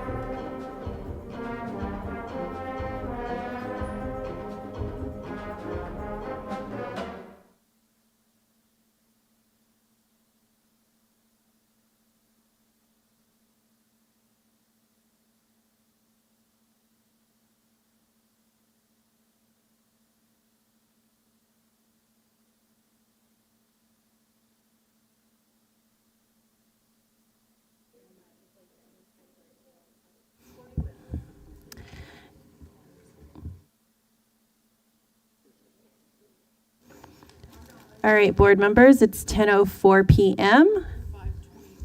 and we are back from break. Okay. I think just you and I are. All right. What are we Board doing? members, guys, I don't want to be here till 2 in the morning, please. I have a very important thing to plan soon. So what are we doing next? We are going to go over what administration went and meshed out.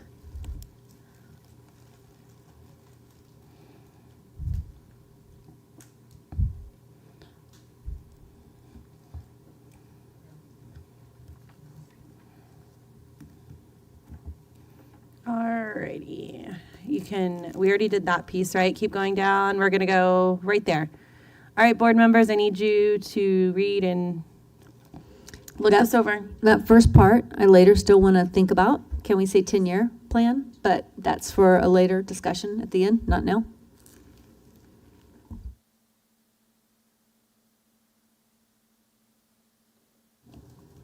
But a 10-year plan would still be broken down into. Yes, it would absolutely have to be short-term, broken down. Mid-term and Yep. long-term, yeah. Yeah, I do think, now that I look at it, and it's getting late hour, I do wonder if it can be just as simple as to say, a comprehensive 10-year long-range planning process including, and so we don't have to have new languages or new whereas or new be it resolved.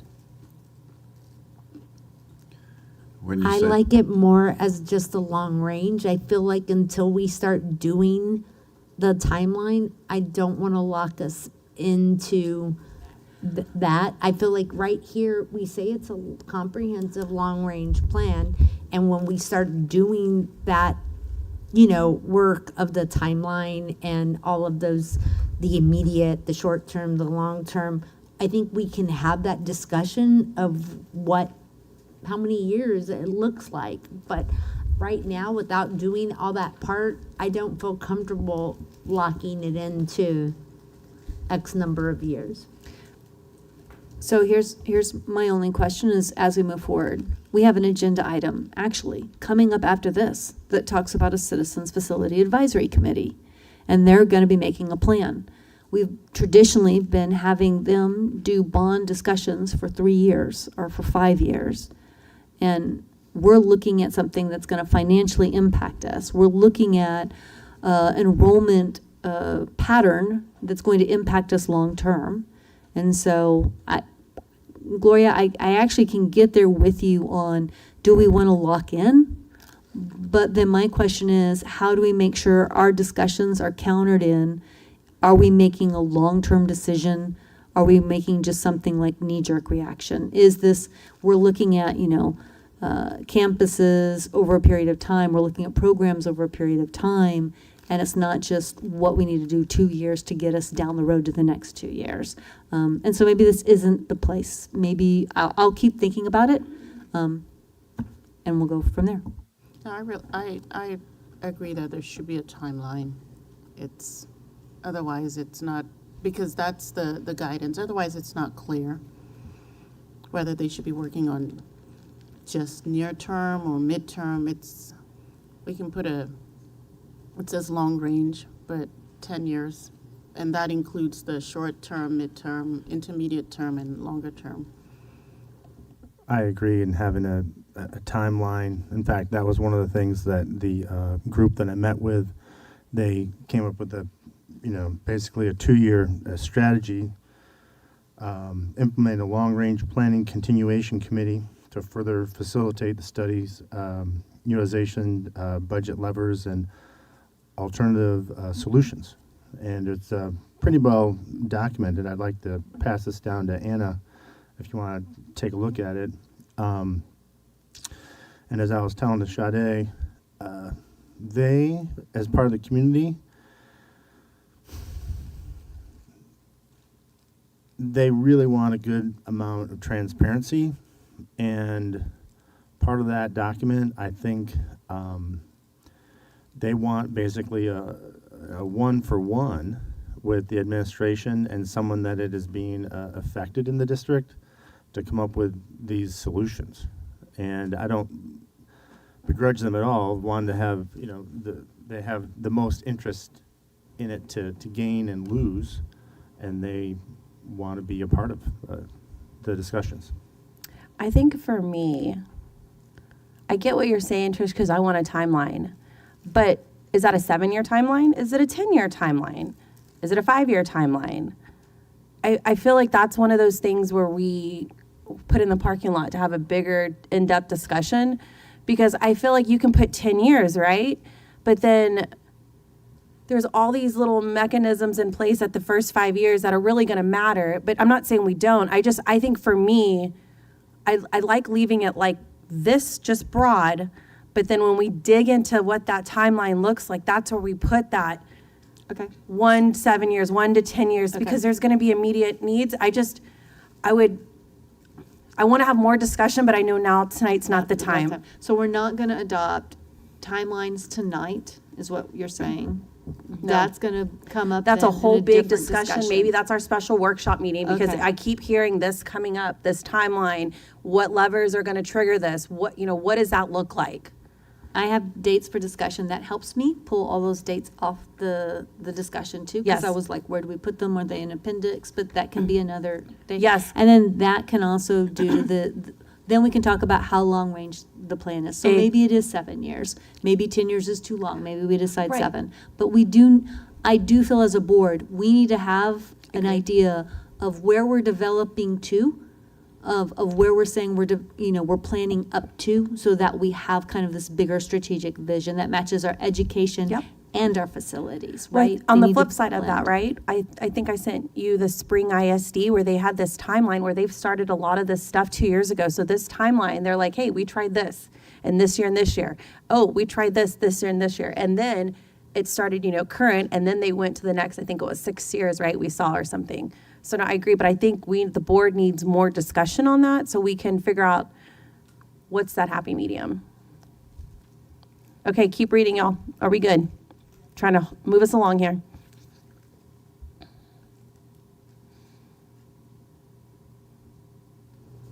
Can we scroll up a bit? I just missed the part. Can you scroll up a bit to there? Yeah. And that criteria that we're talking about, I mean, when I'm thinking about it, I had the word for it, and I'm thinking, this is not the time to do it tonight, but I just want to make sure I'm still on the same page. Like, that's going to be another workshop discussion as we talk about what are these criterias, right? Like, we're talking about enrollment analysis, what makes for a robust student experience, what are interventions that we're doing, all that good stuff. That's a different conversation. That's not tonight conversation, correct? Correct. We already talked about all this, y'all. This is we're all the just stuff reading we through it. already talked about. They already put on the document, and we're just reviewing all the things I just we already wanted to talked about. I just want to make sure criteria comes up later. Oh, Yeah, no, Sarah. she's Sarah got our did parking lot. mention that. All right, keep going.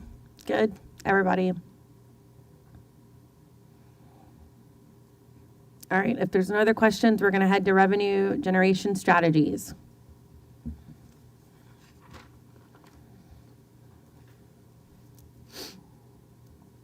It should say potential revenue, like opportunities or something. It feels like it reads funny. Like, is that grammatically correct?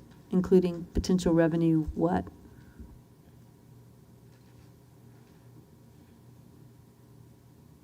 I don't know. Somebody can check. It doesn't. Timelines. Yeah. Oh, that word. She says it seems weird, the potential revenue. Yeah. So the language, I don't know, add Well, and potential also- revenue opportunities. And the timelines, also, the timeline again.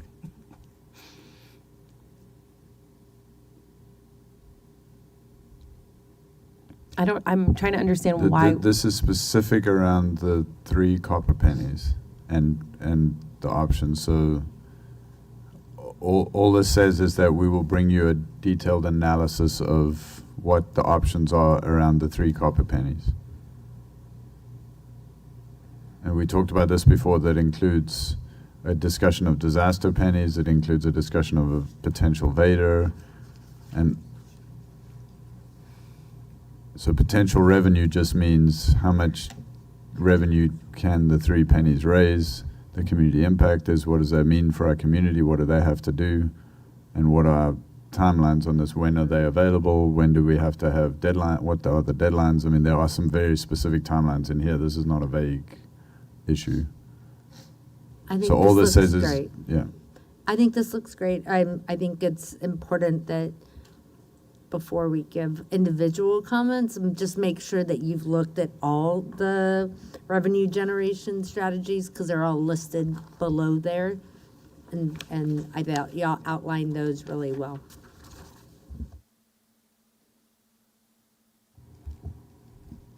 I really like the expansion of CT education programs. I feel like y'all really done a great job at finding other revenue sources through that. I love that we highlighted that. And I love how we're formally requesting to get our hold harmless back. Yeah, is that, do we think that language does what we need it to do? And is that language I think limiting, it's- or does it do what it needs to? It's nice. I mean, I think it's a nice statement compared to what I would say. So I think it's okay. Pete? I would probably recommend just trying to put in a hold harmless term instead of the 10.5 million. Just because we feel pretty comfortable. We've had some conversations. The new template has come out with the frozen levy piece, and there's a separate hold harmless that has got us a portion of that back. I remember kind of the 6 to 7 million range, but so I don't think the 10.5 million. I mean, I think that we have an argument to make that the difference between 7 and 10.5 is 3.5. But I think if we can just use something more of just the Can you whole just check harmless. that language and help Christina Okay, with it yeah. as we go? And restore fund.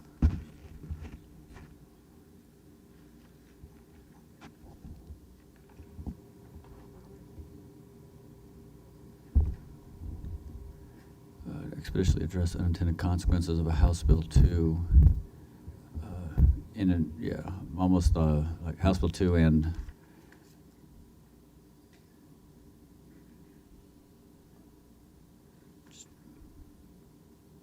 almost like an assured district received all funds from House Bill 2, and not any. I don't want to say penalties, but you got the whole harmless piece in there. So I'm trying to. Could you just remove the and restore the, could it be the unintended consequences of House Bill 2 and restore the reduced funding to the district? Okay. That way we're not saying the 10.5, but restore the reduced funding. I like that. And I do like the, be it resolved, the district shall explore revenue generation opportunities. That leaves it open for y'all to continue to look at different options that we did not say in here. Okay, Pete, will you continue to think about that for a minute while we move on and then make suggestions to us in a little bit?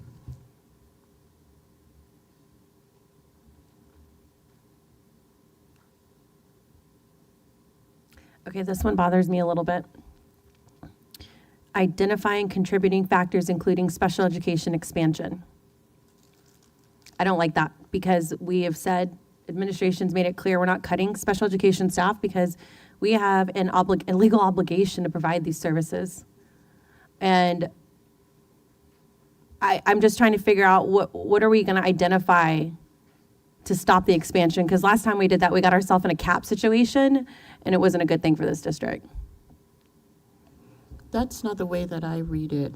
I think the way that I read it was that there was just a growth in the needs of our special education Right, but population.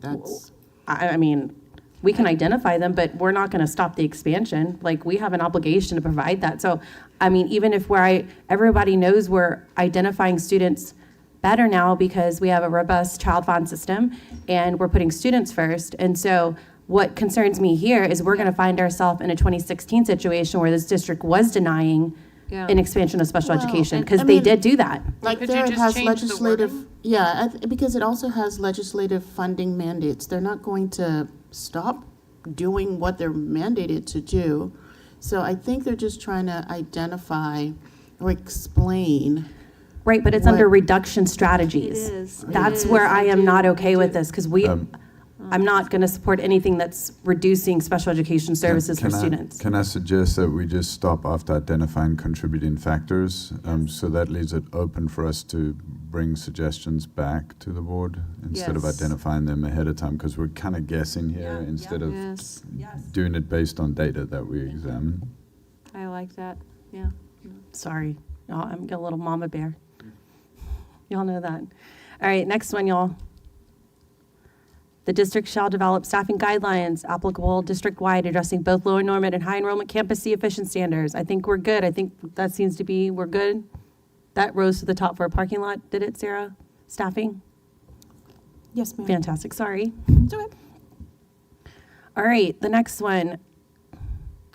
I know this was a big consideration for the board, considering last year's reduction, I don't want to say that word, surplus of staff.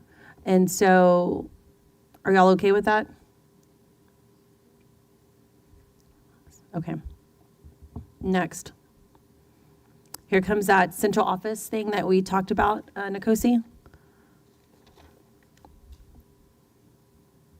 All right, everyone's good with that?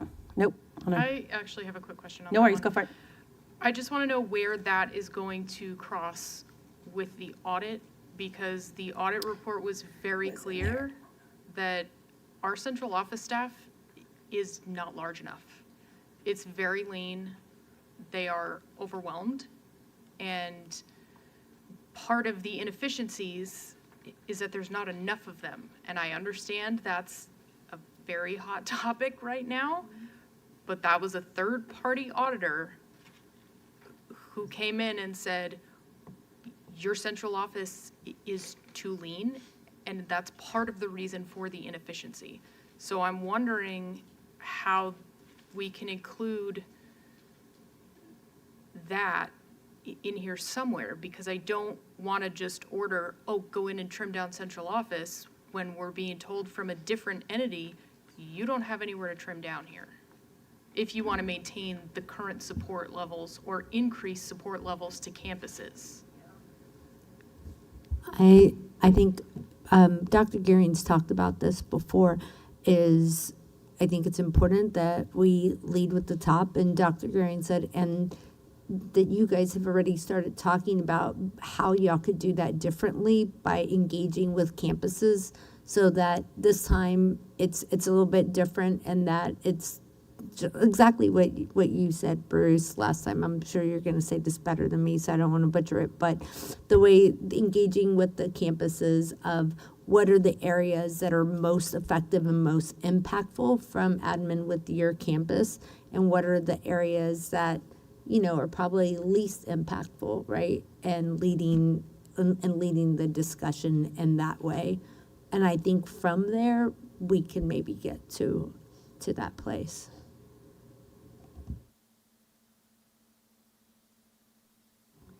All right. Here we go. Man, community and staff engagement.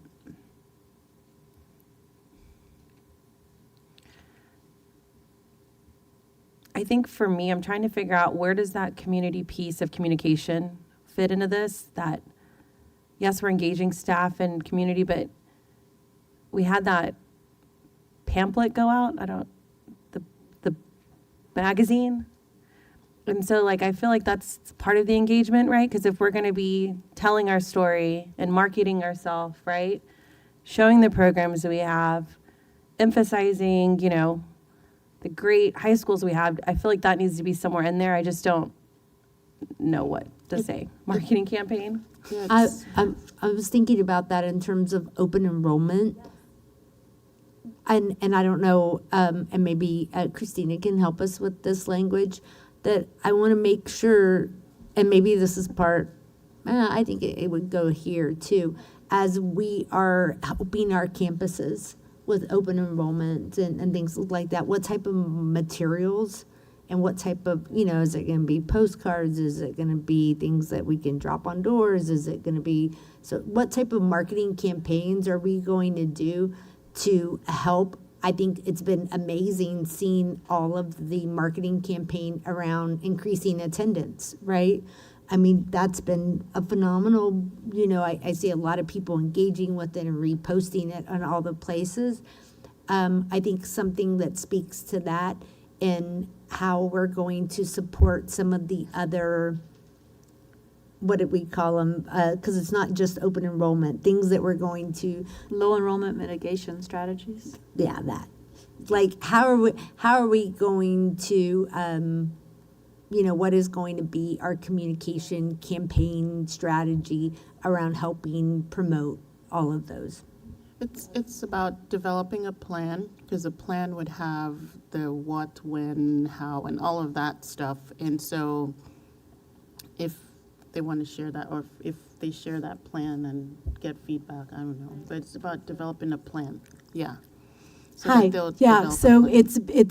it started with that summer publication and it rolled out, and that was sort of the beginning. I think we listened to you very well during the spring when we were exploring the budget challenges, and we knew that we needed to do something. It was your directive that said we need to do something, and so our team did the summer publication, and from there we are now finding a situation where now that we have the words that are encapsulated in a beautiful booklet, we need to do our part in engaging our campus leaders and making sure that they know how to market their campuses well, because I believe it really does start with them. And so hopefully we can get some things in place so that when people are making these decisions around open enrollment, they will look to us because of the information and the stories that we're able to tell.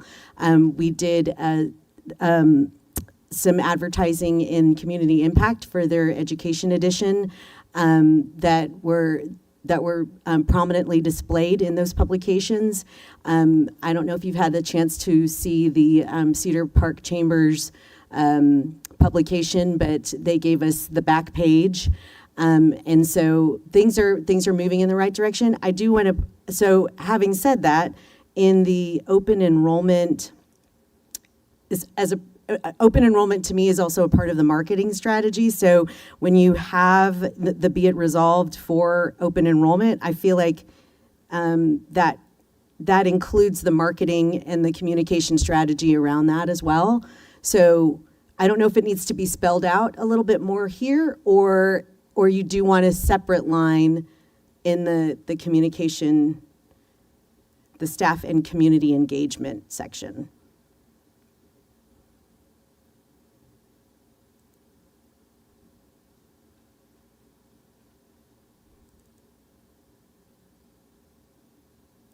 Looking at this. I don't need anything else. I think Christina just explained that Yeah, she beautifully, did. and I think it's sufficient. I think it's inherent in all of these that there is marketing that is involved. Okay. So Thank you. Yeah, I think it's inherent, but I think I still want us to, like, we don't have to put something separate, but I want us to, like, ramp up, like, whenever we are discussing a change plan, like, that we have a section or, like, that speaks to community engagement. And then for me, I think, like, defining community, what I've found in this process is community engagement can mean engaging LEAF. It could mean engaging the Chamber of Commerce. But when I think of community, I might be thinking of parents. I might be thinking, and so I think like some segmentation and helping us to understand in your communication plan the different segments and how we're touching them, and like just give us more insight, I think, into that. I know the work is being done, certainly.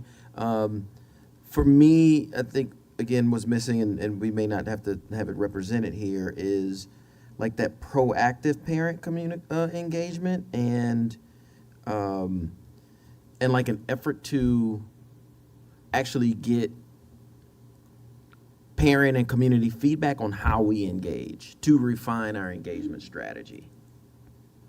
And so just like calling out some effort to like actually actively ask our parents, are we communicating with you through the right mediums at the right frequency? And maybe we already have that information, but I'd like to call that out because that's something I certainly Don't we would want to. do that in our big survey we have and we get it and it tells us, what is that, the UT survey? What survey? You know what I'm talking about. We get an update on it. K through 12. Yeah. K-12 Insight Yes. survey. So Okay. we may already have it in place. I guess my question is, does the engaging the community and staff members as partners in implementing solutions cover enough for us? Is that just, is that sufficient to say we need some of the data, some of the discussions, like we need transparency, do we need a web page? Do we need the community to know these decisions are coming up in the timeline and here's where they can engage? I mean, does it need to be somehow specifying something to the effect of, you know, as the board makes decisions and they receive detailed impact analysis for each changes, you know, we'll make sure to put it on our website or shall maintain transparency through the process. Is that just the best word to? I get what you're saying. Maybe Trish. that's it. Maybe that's it right there in the final be resolved. Maybe the board's committed to transparent phase communication, Yep, right there. distinguishing exploration from action. Maybe that's it. Or exploration to recommendations to action, because those are different as well. One more time, Trish. Distinguishing exploration, comma, recommendations, comma, from action. I mean, does that? Because there can be a recommendation that's different from an exploration, that's different from a board action. Maybe that gets at all of it then. Okay, but when I look at this, right, the board is committed to phased communication. So are we now communicating this out? Because I feel like I'm just having a hard time because it says the board is committed to this, which The we. district. Right, so that's, We yeah, are. this is The where I'm like, district is I if mean, we we're not want- gonna go and communicate, I mean, we're not gonna do a phased communication plan, the board's not. So I feel like this really shouldn't be the board, it should be the district is committed. Yes, this came from the Yeah. whereas, so I just have to adjust. Oh, sorry, I'm sorry, I just have to Christina. adjust the verbiage. I was like, we're not doing a communication plan. No, As the president, you're. absolutely not. Can we just fix the language on that one? My grammar self is dying inside with all the commas in that sentence. Which one, the one that I'm on right now? Yeah. Okay. Committed to transparent phased communication, distinguishing exploration and/or recommendations from action to prevent undue concern. Perfect. Sorry, that's just too many commas. Awesome. All right, are we good? Next, let's go on Oh, down. Can we Wait, adjust never mind. the second be it resolved should also say just the district, Yes. what? And Well, I don't know, does this I do- kind of goes back up to our tricky wicket discussion on the be it resolved. Does it need to be here under community staff like this? I guess my question for this section is the purpose. Does it include soliciting input from these stakeholders in the community and staff members? Because if it does, that is not spelled out here. It's almost like we're at the solution phase, or we're just letting you know, and Yeah. but it's not about soliciting input. Don't we still have I guess my question is, isn't this already addressed, or did we strike the language under program analysis right now? Isn't there already a bullet point? How many bullet points are there under program analysis as it stands? Because I think we already have this language. That's,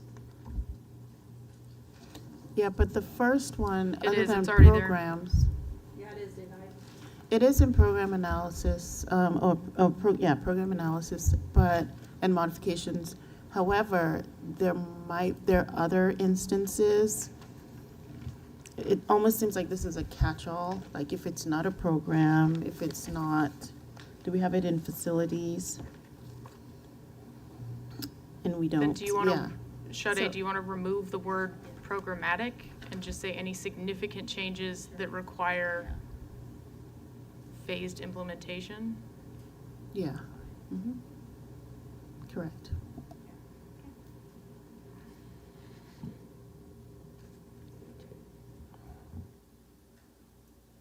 But back to my question, or my point was, this still reads like, because if we're trying to solicit input, then it doesn't spell that out here. What engagement, just have it, the word engagement, because sometimes, you're right, sometimes we are gonna be soliciting, or the district is gonna be soliciting input, but sometimes, depending on the circumstance, you might just be informing people. So I think the term engagement actually covers both of those, I would think. If you're yeah. engaging people, that could be you're soliciting, or you are just informing, hey, this is gonna happen. So that first line, the first, be it resolved, the administration shall engage the community and staff members as partners in implementing solutions. It's not like that. That's just talking about the end. It's not the whole process. I'm trying to think of finding the words to partners in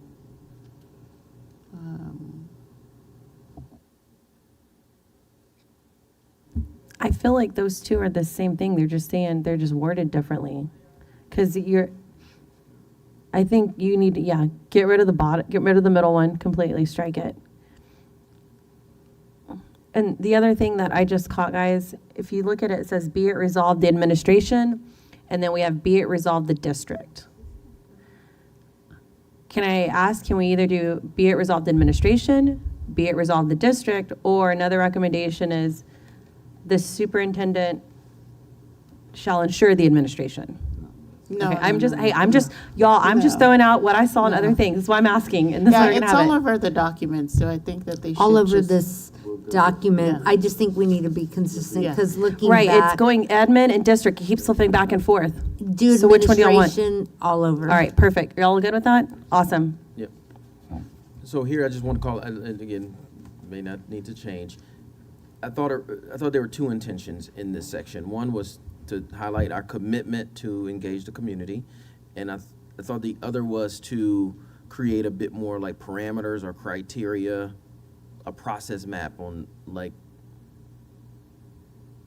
when we engage, because I know we mentioned like significant, what does that mean? And so like some parameters on what triggers certain levels of engagement. I thought that's what the intent of this section was, potentially.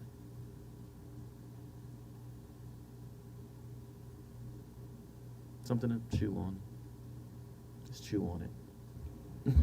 I mean, I think this is pretty broad, and as we start getting into deeper discussions about innovative academies, right, about reconsolidation or whatever, I feel like that'll open the door to give more direction as to what does that community conversation look like? What are we anticipating? What are, Yeah. how are we rolling that out? I'm trying to figure out what's the deliverable here. Like if Bruce and team read this, okay, we're committed to engaging community, keep it pushing, versus what's a deliverable, when do we know we check the box that like it's been resolved? I don't know if that's ever going to be resolved, though, community engagement. That's an ongoing thing. I think for me, what I would need to see is engage the entire community, because if we're talking about this particular thing, we've only discussed what we talked at the front, right? The front, oh my gosh.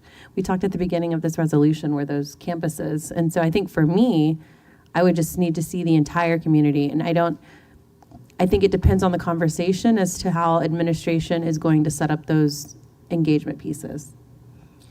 I don't know if I really want to go and be like, hey, we need to have a community conversation at each feeder pattern. And in those feeder patterns, I need to have a parking lot. I need to do this.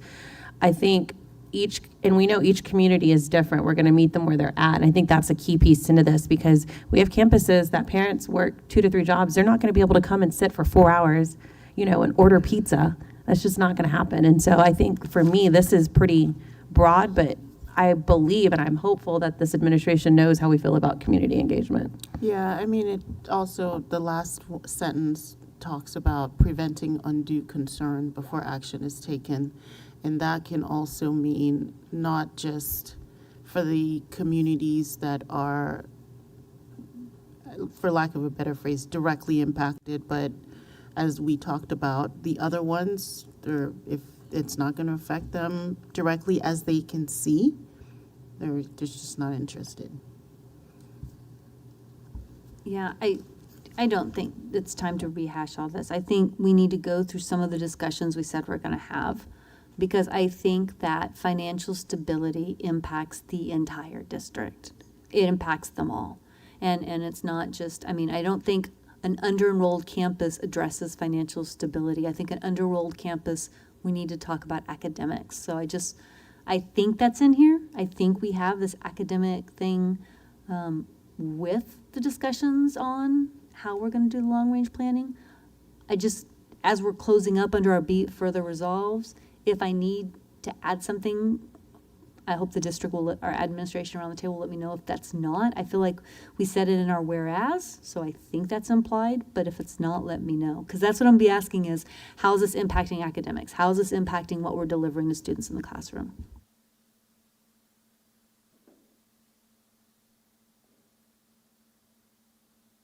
All right, next.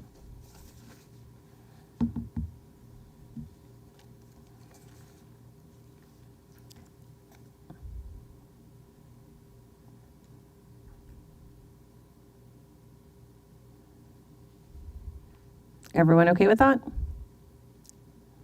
All right, next. And go ahead. Should that sentence also say that we're gonna receive reports from the district Yes. on activities? Does this That's where right we next to say the district will provide the board with a timeline, or is this where we put that? That's in where it added appendix at for the bottom. discussion? So it says administration provide regular updates. But real quick, the format, everyone's okay on that? I told y'all what we're trying to do. We're gonna clear out the agendas so that way we can get a big chunk of these items, so we're not having 5, 6 special meetings. So what I need from the board in regards to that while we're here, y'all need to make sure you do your work so you're ready to have the conversation in the next 5 meetings. And be prepared. I know you are, Trish, but I need the rest of the board to really get ready to have in-depth discussions and to get with administration before those meetings to get what you need. So you come prepared to work. All right, Trish, right where you're at. I think my question is, how are we getting these updates? Because I know there's some data that we've asked for, we're still waiting for. So do we put And we need a timeline. I agree with you We need to because say in here somewhere, we're gonna have to adopt a timeline. I Right? There should be an agree. expectation. But I think the regular updates, I mean, to me, I think that's a bigger board issue than just the LRP in regards to data and whatnot, so.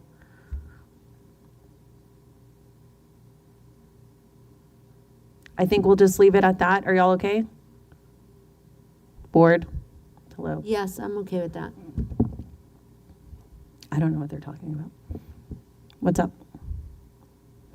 But what is an expected cadence for regular updates? That's what I'm trying to understand. Is it like anytime a board member asks a question, or are we just gonna have an LRP section in our board memo? Because we need to quarterly? utilize those board memos, but we also have a superintendent update. Like, what does the board need to get those updates without burdening administration, going down a rabbit hole and providing all the things?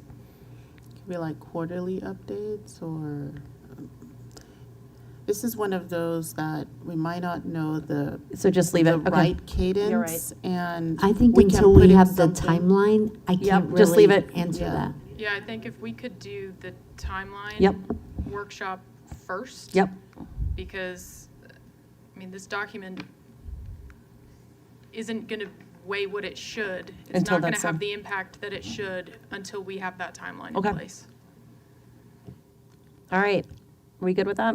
All right, next. The Oh. last sentence, no, that last sentence. Sorry, right there.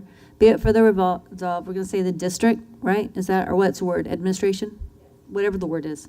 Shall provide regular updates on long-range planning and its impact on financial planning, academics, and the student experience.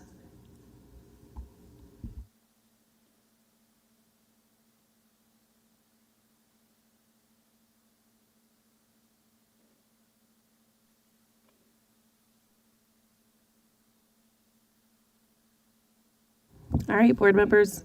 Oh, Pete, we're going to go back to your, Yeah, if you want to go back to that one, I have a draft language real quick. If you want to, I'll give it a shot. Be it resolved, the Board of Trustees of the Leander Independent School District formally requests Commissioner Mike Morath and the Texas Education Agency to expeditiously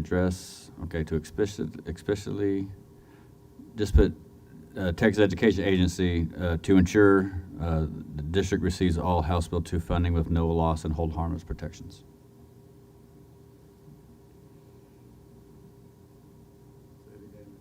one more time, To Pete. ensure the district receives all House Bill 2 funding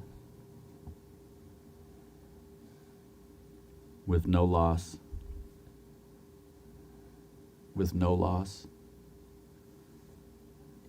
and hold harmless protections.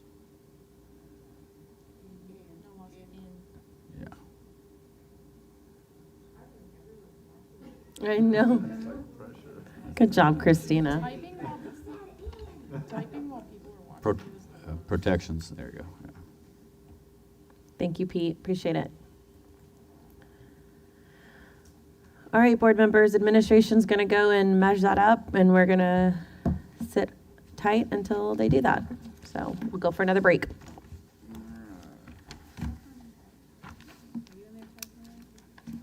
Nope.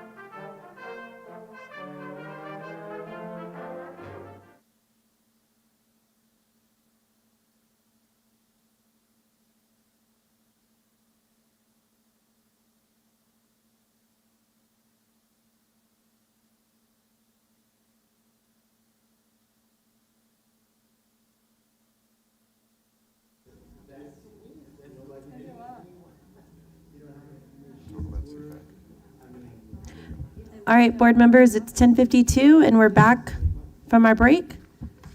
All right, do we want to put up the last part of the resolution? Board members, look this over quickly, please. Under community and staff engagement, be it resolved, the administration shall engage the community, comma, family, or including families and staff members.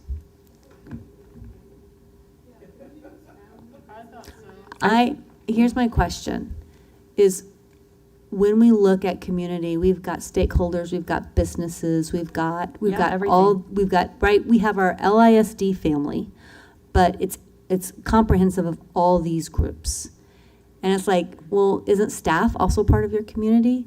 We're pulling out people that we're like saying there's something very essential with this. And so I think families, words have matter, and I'm taking that thought from Nkosi. Did I get it right?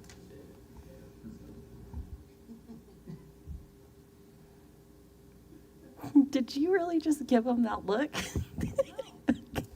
All right, board, keep looking. She did. All right, are we good? All right, well, board, now we've completed this. Sarah, do you want to go over the stuff that we've come to the top, or shall we go ahead and make a motion for this resolution? Because if not, I need a motion for the resolution. Okay, go. So the list that I have is a just detailed discussion on the cost per pupil per campus. So digging into that. Pre-K, timelines, and I heard that we want to do that one first. Staffing guidelines, the criteria or thresholds as they're noted in the resolution. Mitigation options, which include innovative academies and innovative models, and program evaluations. The cost per student, I know we talked about that. I think some of us need that, some of us don't need that. I don't know if I want to do a whole workshop based on that. I think that maybe that's something that's in a Friday memo, or that's something that maybe Pete can meet. I feel like some of us have done that and have spent a lot of time doing that. I'm not interested in doing a whole board meeting on that. What I want is that report that Austin ISD did, that cost-efficient audit report. If we can get that, Pete, I know your team's been working on that. And then if board members, if questions rise to the top on that, then we can look and add in an agenda item. But I think that report is some of the data we've been looking for and wanting, and I think it'll give us a better picture to decide if we want to go down that rabbit hole. I'm trying to remember, does that include, though, talking about costs like the intangible stuff, like transportation, This was one of the experience. Go check it out. It has to the point it starts talking about master schedule efficiencies. Like it's a pretty good report. Pete, do you want to talk about what y'all worked on there? Sure. Like you said, we took the report that was done for Austin ISD. There were a few things that really. They have tier 1, 2, 3, 4 high schools, so we don't really do ours that way. So we kind of took that out of the report. But as far as the per pupil cost and the information in there, we kind of just copied that, but just put our data in it, kept that format.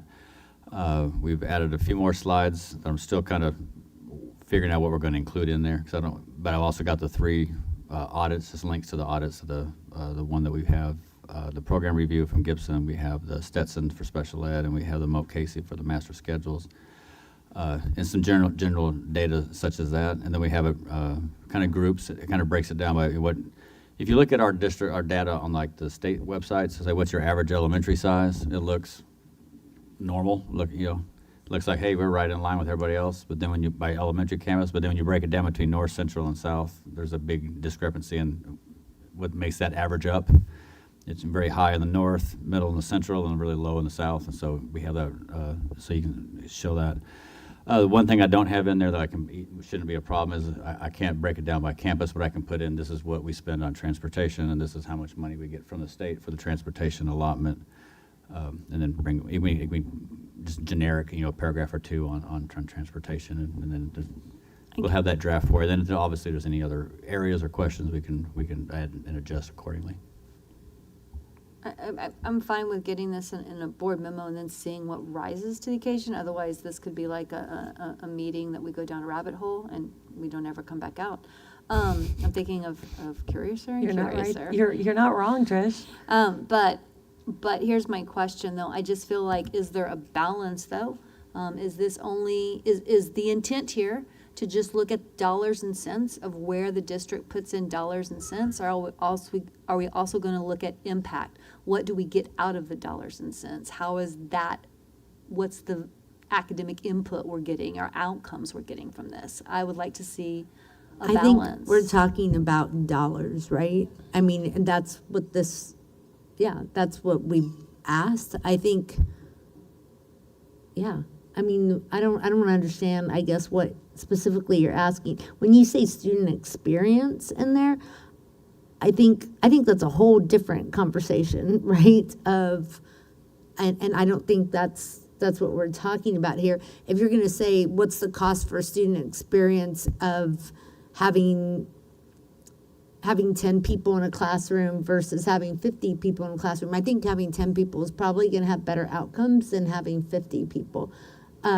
But yeah, so I guess right, what I want to see is the dollars. We have to make some decisions. I think our administration's told us this is how our schools are designed to operate at best, and that's how our system has been designed, and we're asking for dollars and numbers based on that. I don't know, are you asking for something different than that? I don't know if it's, I think it's connected. So, and I think it's not on the list, but I think at the end of the day, and I think there's speaking to this, as we go through and we analyze the decision points we have to make, and that's why I maybe adding this to the list, but I think we want to ultimately, when we're looking at different levers, from my interpretation, we want to look at student experience, stewardship, sustainability, and our who we are as a district, our identity. And then for each of those decisions we have, we're at least speaking to our impact on how will this decision impact student experience, stewardship, sustainability, and identity. Is that kind of maybe what you're speaking to, Trish? And so as a workshop, I would add, and I don't think because we're going to do it tonight, but we need to go through the revenue generation and then the reductions and use a matrix, if this is the suggested matrix, on how we go about prioritizing those decisions.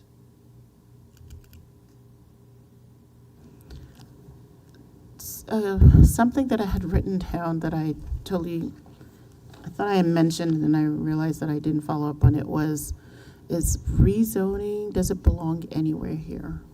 Anybody think that rezoning belongs anywhere in this resolution? Strategic rezoning. I thought we covered that.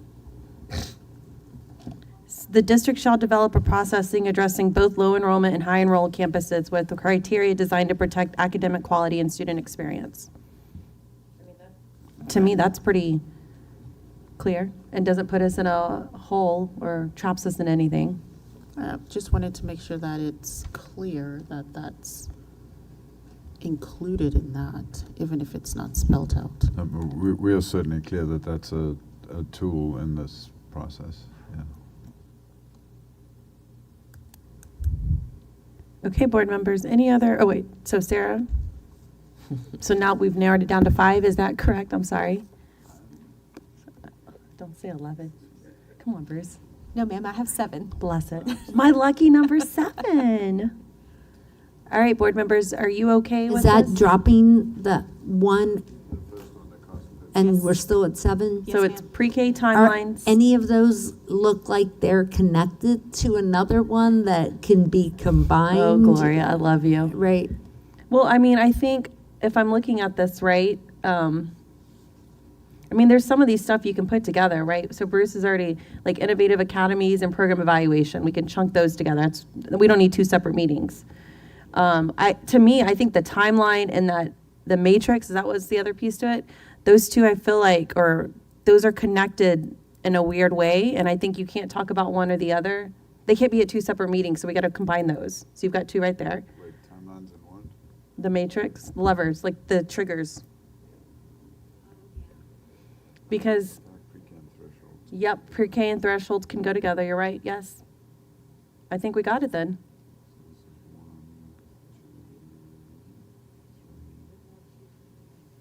So yeah, so it'd be essentially 4.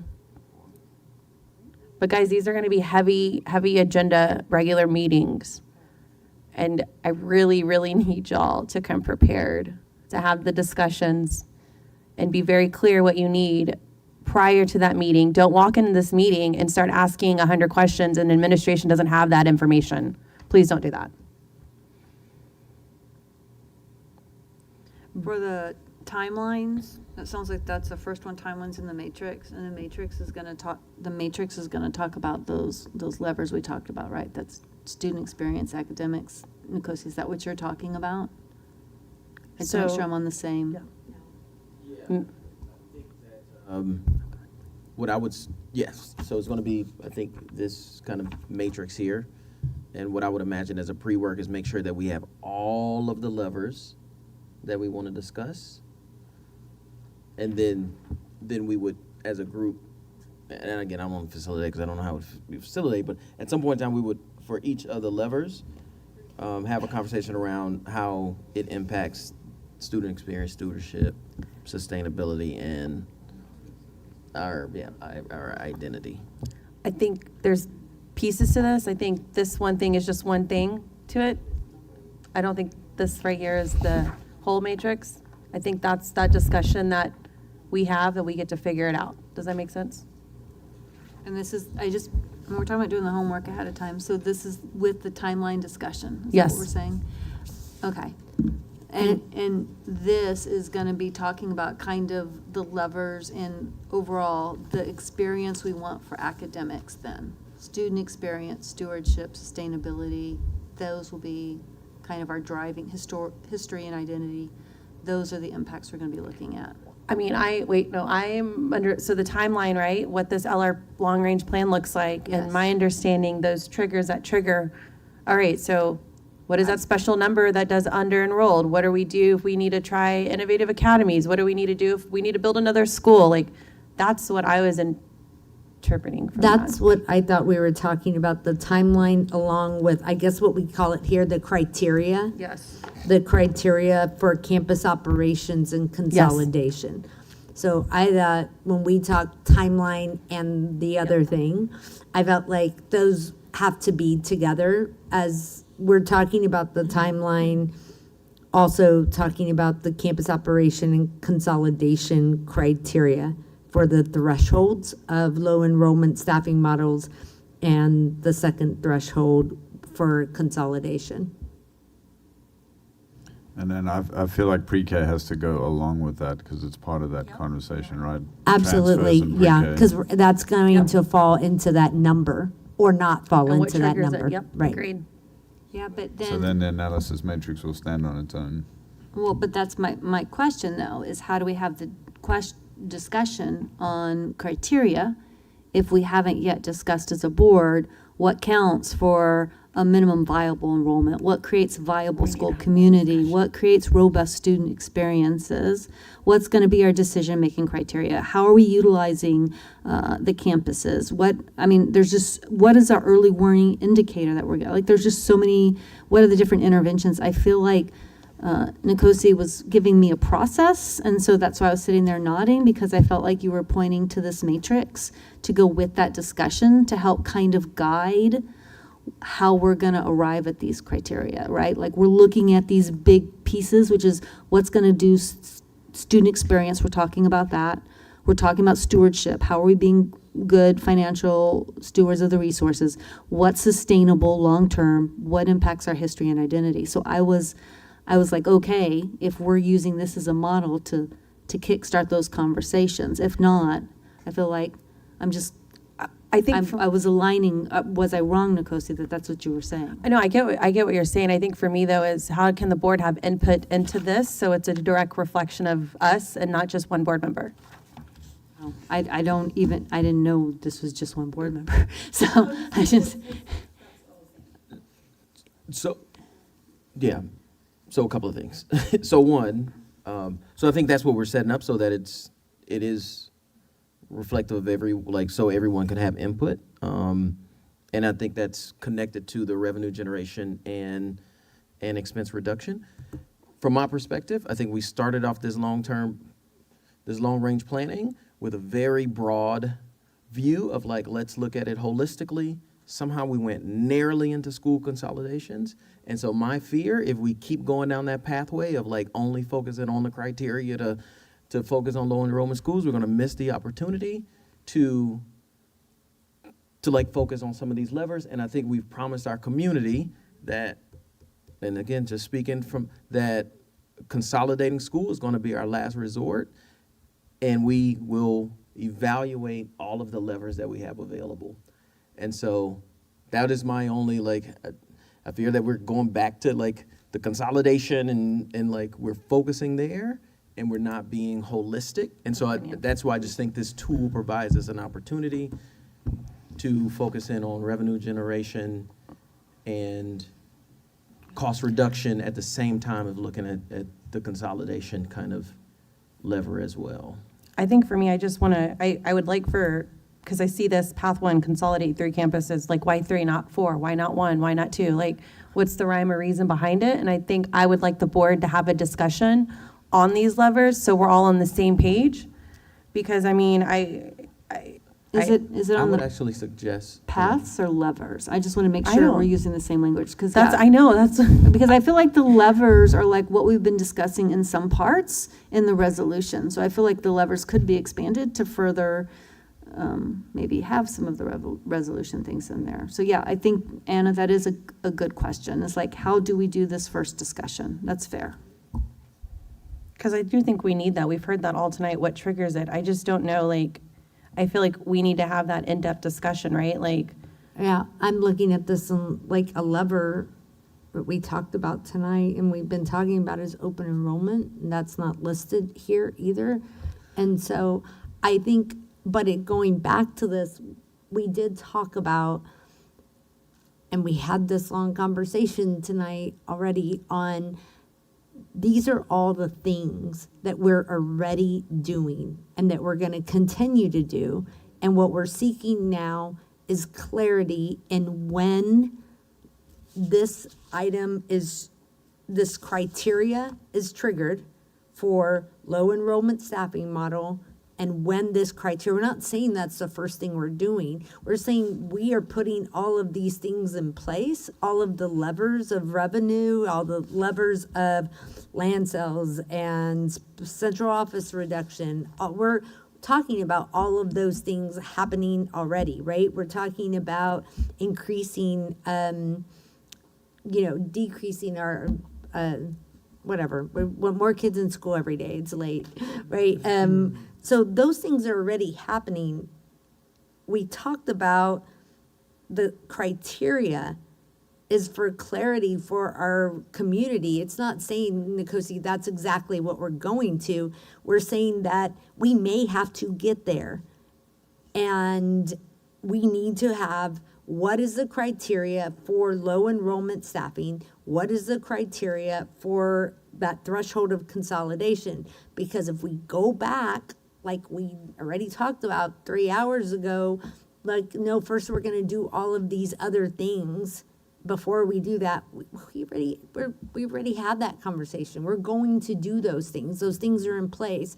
This piece is so that we can provide that clarity. And so for me, I'm thinking when we create a timeline, it's a timeline for clarity, right? Of this 1 year, the short term, the shorter, the looking at whether it's a 7-year or a 10-year, we're creating this timeline and we're looking at, and we're talking about the established criteria for campus operations and consolidation, because that's what that's where those are the things that we need and we promised our community we would give them.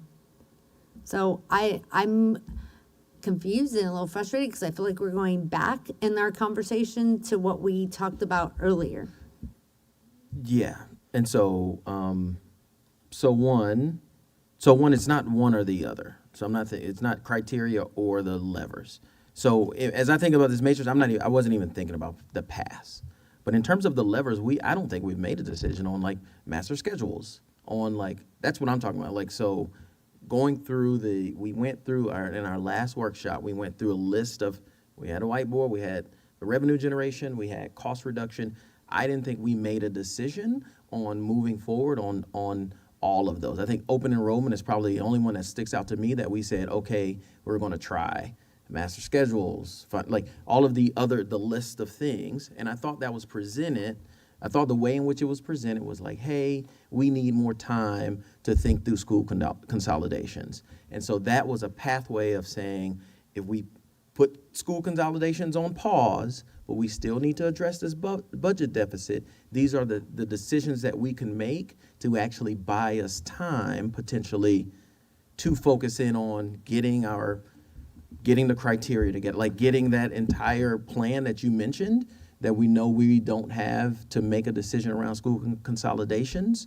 It was my understanding that we were exploring the levers to be able to, for lack of a better word, buy us time to get the criteria together. I don't like talking about buying time at all because I still think of Pete's little chart. Here's what I mean by buying time. We had a decision on October 9th. We're not going to make a decion on October 9th. That's buying time. I didn't say until next year. Or Okay, it might that's be buying fair time until enough. January. I think it's yes and yes, right? Like you said, they're two separate pieces. And so I don't necessarily think that they are two separate pieces. We still have to decide which of these levers do we want to execute now. But I think regardless of that piece, I still think we need to figure out and give that criteria. So I agree with you in that I think we're saying the same thing, and that it's yes and yes. Yeah, and we can sequence them in however, but I think, yeah. I think that some of the levers that people are talking about, they're going to take an immense amount of work to pull. You can't just decide we're going to get rid of block scheduling and pull that off to buy time. Because if we're really going to do community engagement, you say, we're not going to have block scheduling.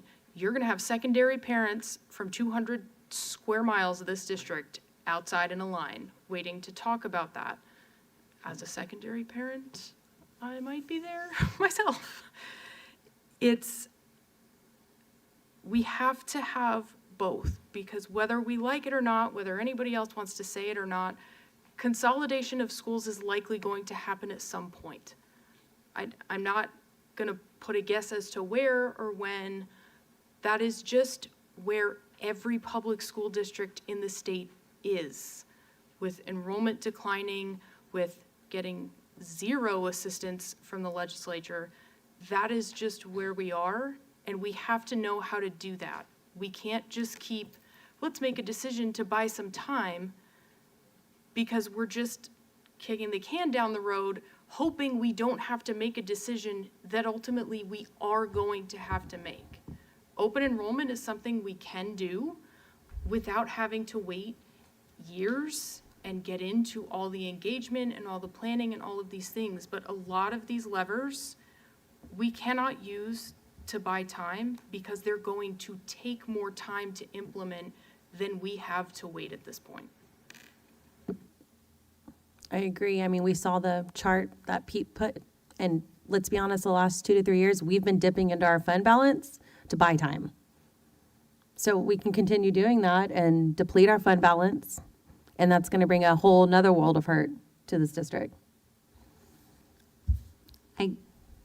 I strongly disagree, but I want to be very cautious because I think we've spent a lot of time going over this conversation, and I felt like there was goodwill.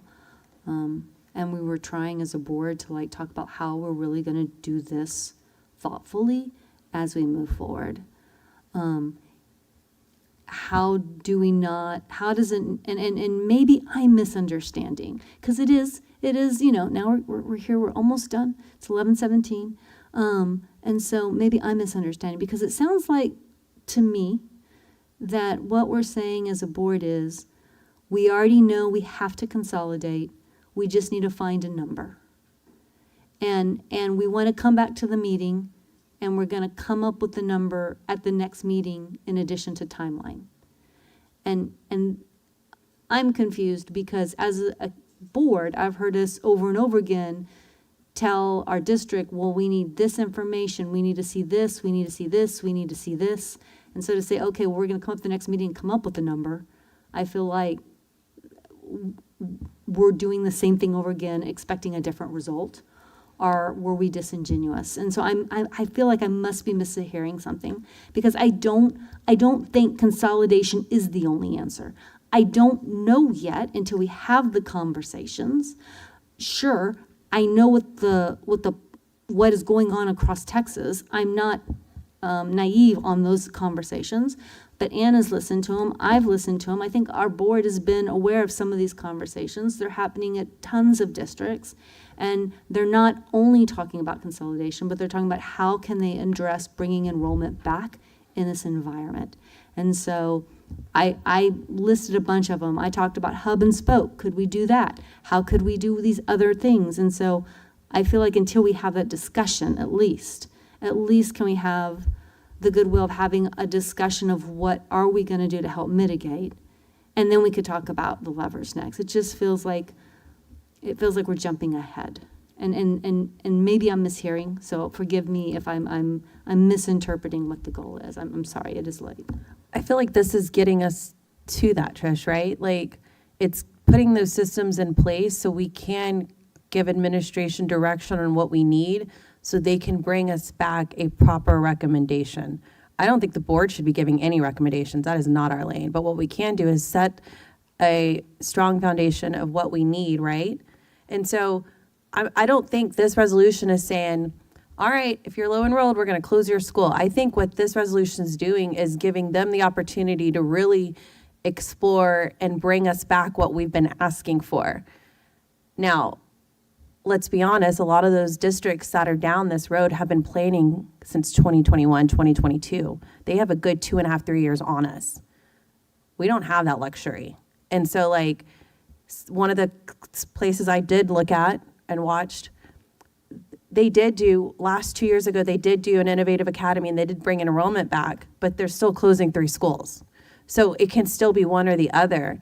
I don't think, though, it's limiting us from exploring those other options, is what I'm trying to say. Is there, do we need to decide the order of all the conversations tonight, or can we? No. Can we just have the initial conversation? Yes. On timeline Yes. first? So that before was- we go to capacity discussions. Can we just not? Well, capacity didn't come up in the parking lot. So the Are things. you saying capacity? Are you talking Threshold. about the Okay, I was like, criteria? what are we doing? Right. Sorry. I think I was Trish means triggered. the criteria. That's fine, yeah. That's what I was trying to get us to, is basically, it seems like this timeline and criteria is gonna be the big chunk, which will most likely be, Okay, if we're gonna have a discussion on criteria, then I wanna have because there's a whole lot of discussions and talking points. It's not just a cost per pupil. There's a whole lot of pieces we've been asking for. And my question is, can we not have at least first some kind of clarity on the timeline, so that we know what those pieces are before we have a meeting on criteria? I'm confused. Are you wanting to explore all the different options that could possibly be done at schools? Because I just don't think that's reasonable right now in our financial situation we're in. I don't know how we can say it's reasonable or not until we have a discussion at least on what are our expectations on timeline. There's a whole lot of assumptions being made here where your timeline might be 6 months, it might be 4 months, it might be 2 years. There's a whole lot of unexplanation of definitions and terms. This got us to a direction, but we did not have that conversation on timeline and what those next steps look like. No, we're gonna have another meeting on that. okay. But I just would caution us, if we're gonna try to combine it, it feels like it's disingenuous. I'll say I would caution us to think about, my timeline is based on the graph that Pete has showed us. Yes. Over the next 3 years, us going below the point of, we're too far into our fund balance. So that's part of the timeline.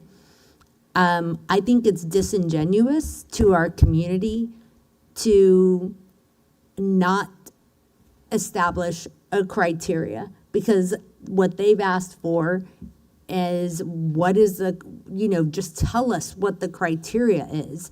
Don't change the criteria. We want to make sure, is pre-K included? Is pre-K not They want a included? number. They want to know, and I don't know what the number is. And like Dr. Gearing said, is it a number? Is it a percentage? Is it all these things? I have no idea.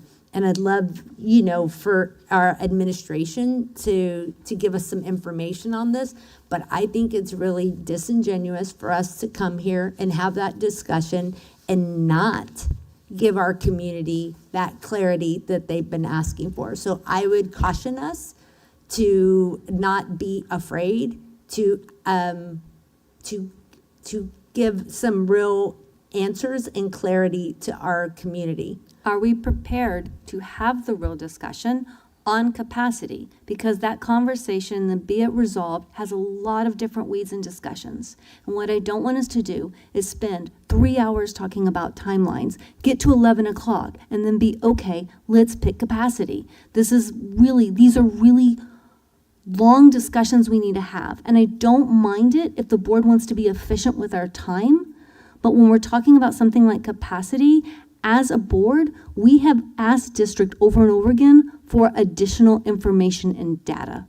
And so how do we expect as a board that we're gonna double up and do a discussion on timeline?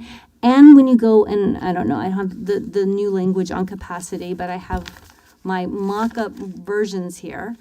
When we talk about capacity, are we talking about we're gonna pick the first trigger or the second trigger? And are we just gonna pick a number? And then are we gonna talk about what that number means as far as, there's just a whole lot of pieces That's why we gotta have here. that discussion, Trish. But we wanna have it with timeline. You understand what I'm saying? Like, Yeah. that's a long meeting. Are we prepared to do that? And is the district prepared to answer all the questions, not just then it's not gonna be just we need to see what we're spending per students. We need to talk then about the student experience. And I'm gonna wanna have a discussion, if it's not in this model, then I wanna know how this capacity is impacting our student experience, our stewardship, our sustainability, our history and our So my identity, question or to you, whatever, though. whatever we're So gonna here's my pick. question to you. The questions and all of that you want to get into, is it going to pertain to what we're trying to do in the long run, or is it just getting a bunch of information and in the weeds? The question that I want to know is, as we make these decisions for our campuses, are we making sustainable, long-term decisions for our campuses that ensure our students are thriving, that we've really thought about all the avenues and the opportunities out into our district? I believe this resolution is directing administration to go do that for us. Absolutely. I think the resolution does. I think the resolution is telling the district to go get us numbers and to go get us details and to go get us data. But now all of a sudden we're saying, oh no, now we want to have this discussion along with the timeline. We just said we were going to have the district start developing a process, developing these details. Okay, so then you just want to have this a separate meeting then? I want capacity to be a separate. And when you meeting. say capacity, can you clarify what that is? When we're talking about the campus consolidation threshold numbers. So you're wanting to have an actual, see, to me, that's a discussion I think the board needs to have, because what if I don't want capacity? And we don't need to wait forever for it Right, either. but to me, this is what is in those trigger marks that we're gonna have, because to me, I don't think we should even use capacity when we're talking about then- reconsolidation. Like, that's what I'm trying to understand. I'm sorry, it's 11:27. Triggers, we're talking about triggers, right? How can we talk about triggers before we talk about what? Levers. Is it not that right? No, it's criteria. It's criteria. Let's and make sure we're all using the thresholds. same. So criteria is, are we talking about the first, maybe, is the criteria a The first two criteria, threshold? those two thresholds. We're gonna talk about the two thresholds. Again, is that the right word then? Okay, so we're talking about criteria are the two thresholds. And you want to have that at our next meeting. But our resolution says that we want the district to establish a process. We want them to bring us data on a process for addressing this. Right? And we're not going to use that information they give us to establish a criteria. We're just going to pick a criteria randomly first. No, we haven't even discussed that. That was the whole intention. Like, I wish you would have brought this up earlier when we were doing this, because the whole intention of us was pulling out these big pieces so we can have these in-depth discussions and be able to give them clear direction. Absolutely. That's what we're trying to do here. That's what I said. That's when I said, and I'll go back to that conversation. I said, and I have it marked here, that I wanted to have a discussion about the hub and spoke models. I wanted to have discussion about small schools. I wanted to have discussions about enrollment analysis, define the minimum viable enrollment. I want to talk about viable school community, robust student experience, comprehensive academic programming. What are we doing when we're talking about these criteria numbers and how it impacts those things? That's what I said when we were having the original discussion. I think we need to be very careful about this because, Trish, I understand what you're talking about, but that is, whew. Go ahead, Francesca. Pete, maybe you can help with this a little bit, because I feel like maybe some of the ideas that are being thrown out, while they're amazing, and especially as a parent here, I know I would love to have access to some of that. My concern is that financially, we have to do the timeline, we have to do the criteria with where we are right now. And the point of putting that in an appendix was so that it can be shifted and changed as circumstances shift and change. So my question to you is, with where we are right now, how long do we have to, buy time or wait or try different ideas and implementations? What is our drop dead, no, you have no more time? You have to do something. You do not have any more time to implement new innovations right now. That's not to say we don't later. I'm asking right now. Going off memory, I believe the graphs show that with the current assumptions that we would have hit our optimum fund balance, the minimum we can be at or should be at the end of the 26-27 school year. Now that is prior to the $7 million. I can get that graph recalculated with $7 million more in revenue we anticipate getting this year and years to come. So that will change that a little bit. That will, they'll push this out another year or two. However, we can't wait 3 or 4 years to study everything out and do it. There are some things that I think that we could have a light discussion and make a change. There are some other things that are take a deeper discussions because it's going to have greater effect. You mentioned the master schedule, I think was brought up. There's a lot to the master schedule, whether it's A/B block maintaining, whether it's how we use that day, because at the end of the discussion or the main piece is we have our students for approximately 8 hours a day. So how do we maximize that 8 hours for instruction and for our goals, and then backtrack. So an A/B block is one way of doing it. An 8-period traditional way is doing it. There's a hybrid model that different hybrids that are ways of using it. So that's the conversation. And then obviously, from my little lane, there's obviously a cost associated with all these decisions, right?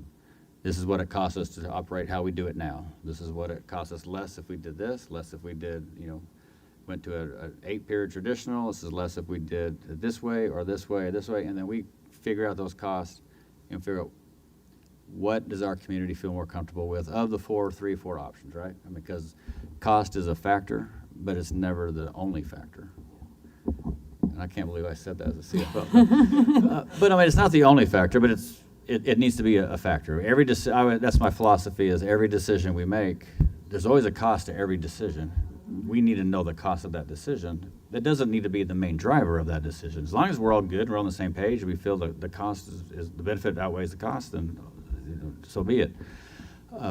But sometimes I think decisions have been made where the cost or sustainability maybe wasn't discussed to the extent it could be. So all those, what you said before was, we're looking at there's some, principals are meeting, there's some things that are easier to do. There's some things we can do for 26, 27. There are some other things that are going to probably take a lot more discussions that maybe 26, 27 might be a little too early, and that'd be 27, 28.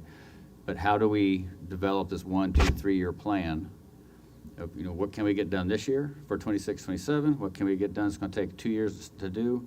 If we make any changes to some special programs, we have to get some teachers certified. That's going to take us 2 or 3 years. So we need to start now with that expectation and go forward.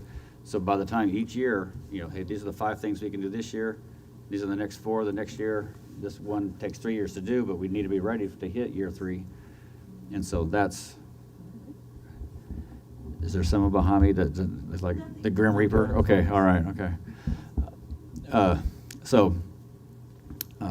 To answer your question, the model we had before was the end of 26, 27. With the new data or new funding, it'll be changed out a little bit. So we kind of have our 1, 2, 3 year runway.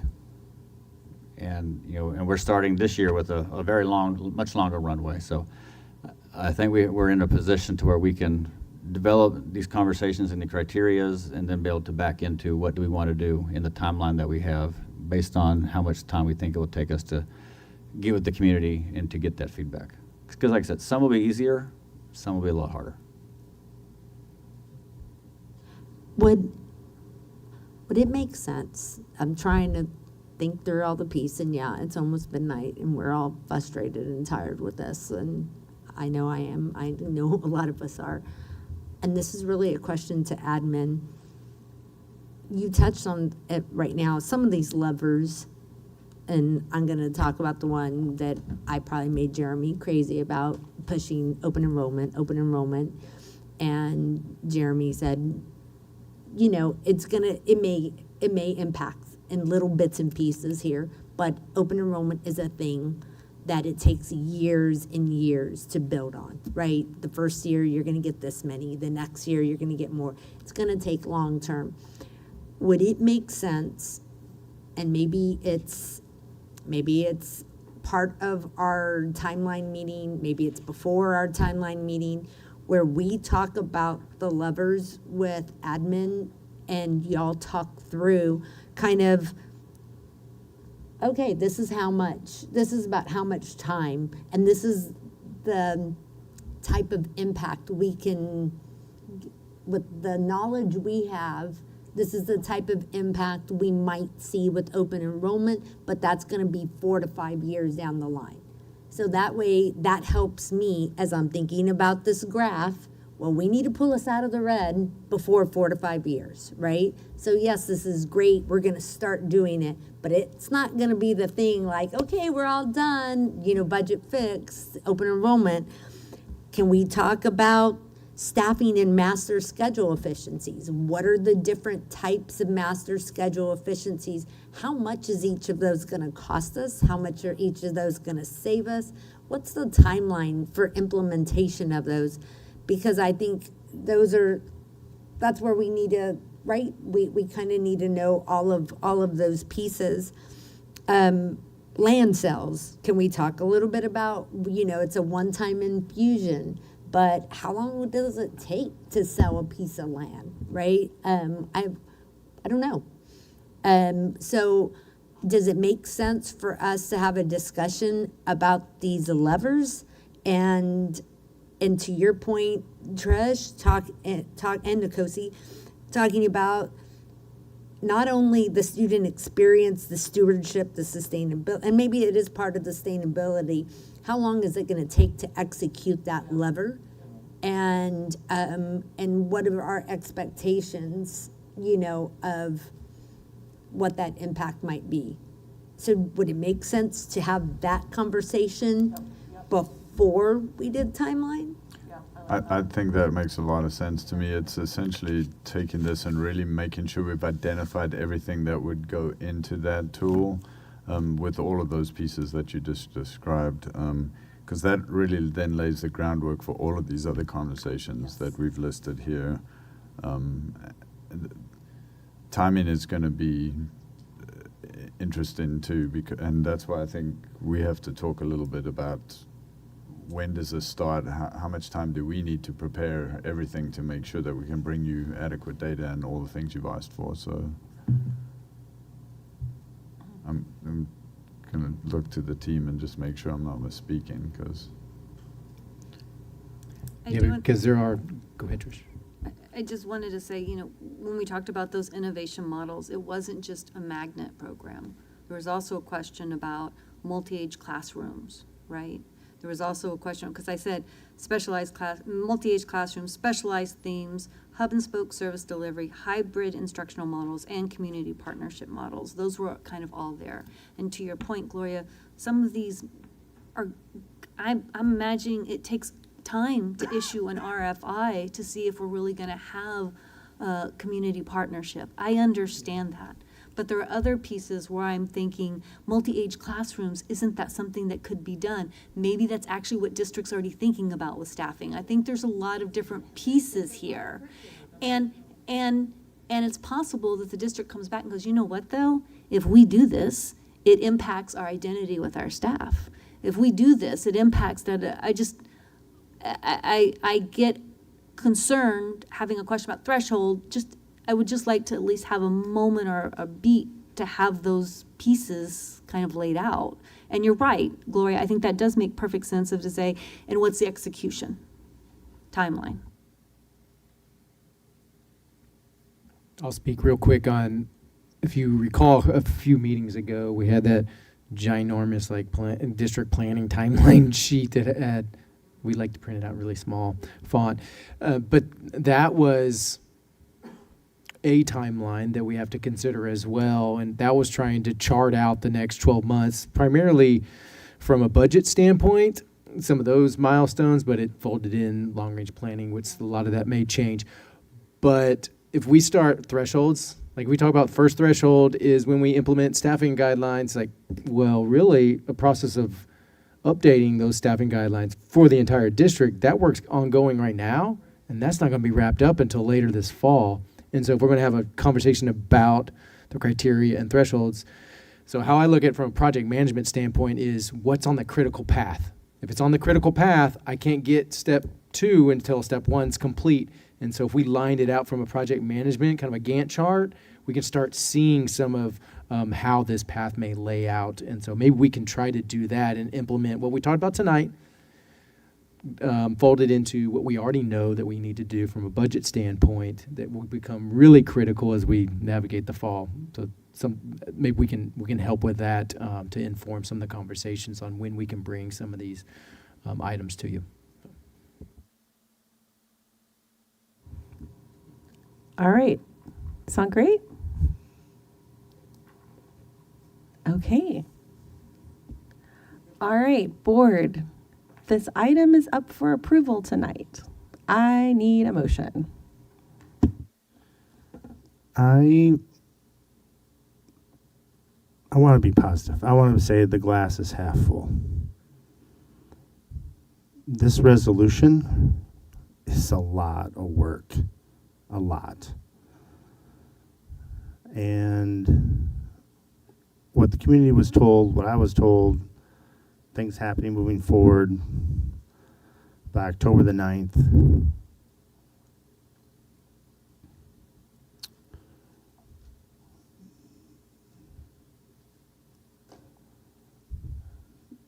It would be interesting to see what information you could come back with us. Dr. Guerin, do you think you can actually fill this out and get it back to us before the 9th, the resolution? We're not voting anything on the 9th. I think it was pretty clear at the last board meeting that is not happening. Okay. Yeah, and we want to do this right and be very intentional, and I mean, we are asking for a lot of data, Yeah, you know? okay. And so I'm hopeful that with the stuff that's risen from the parking lot, as we get ready, and that's why I was asking for the board, you know, so I'm just throwing this out there, say next board meeting, don't freak out yet. Say if we say pre-K, right? Sure. I really need the board to really, I'm not saying that's the next one, I'm just gonna be very clear, if it is, right? I need the board to really send in your question to administration to be very clear what we need. So that way, when we come to that meeting, we are ready to dig in and just go at it. And I want to be very intentional about that. And I don't want to limit our time because we have to get to another thing. So that's what we're trying to do here. So, Okay. yeah. All right, just want to be real clear on that. And yeah, and at the end of the resolution, and I believe after the last board meeting, I do believe this board will be holding administration accountable for getting that data, because I know none of us want to be in that position again, and I know I mean, this is the end of the road here. We've got to do something. And we're having all these meetings, like Anna talked about, we're looking at our board calendar and whether it's cleaning out some Thursday meetings and focusing on this. Maybe it's additional Tuesdays or additional Thursdays, whatever. My family would prefer if we kept this always on Thursdays, but you know, whatever. We can't, this one, there's no way this is ready by October 9th. There's no expectation, I think, from anyone here that we're going to be able to have a meeting over all of those topics that Sarah, that we as a group, you know, came up with, and then have admin give us all of that data in order for us to, so I just wanted to make, like, we're all clear that we're not making any decision on October 9th. Yeah, I don't really want to be here all night, because that would be an all-nighter. I don't think there would be enough hours in the day of October 9th to do that. So. Okay, board members. I move the board adopt the resolution regarding financial sustainability and long-range facility planning for Leander Independent School District as modified by the board during this meeting. I second. We have a motion from Francesca, a second from Gloria. Any discussion, board members? All right. All in favor, please raise your hand. 7 ayes, motion passes.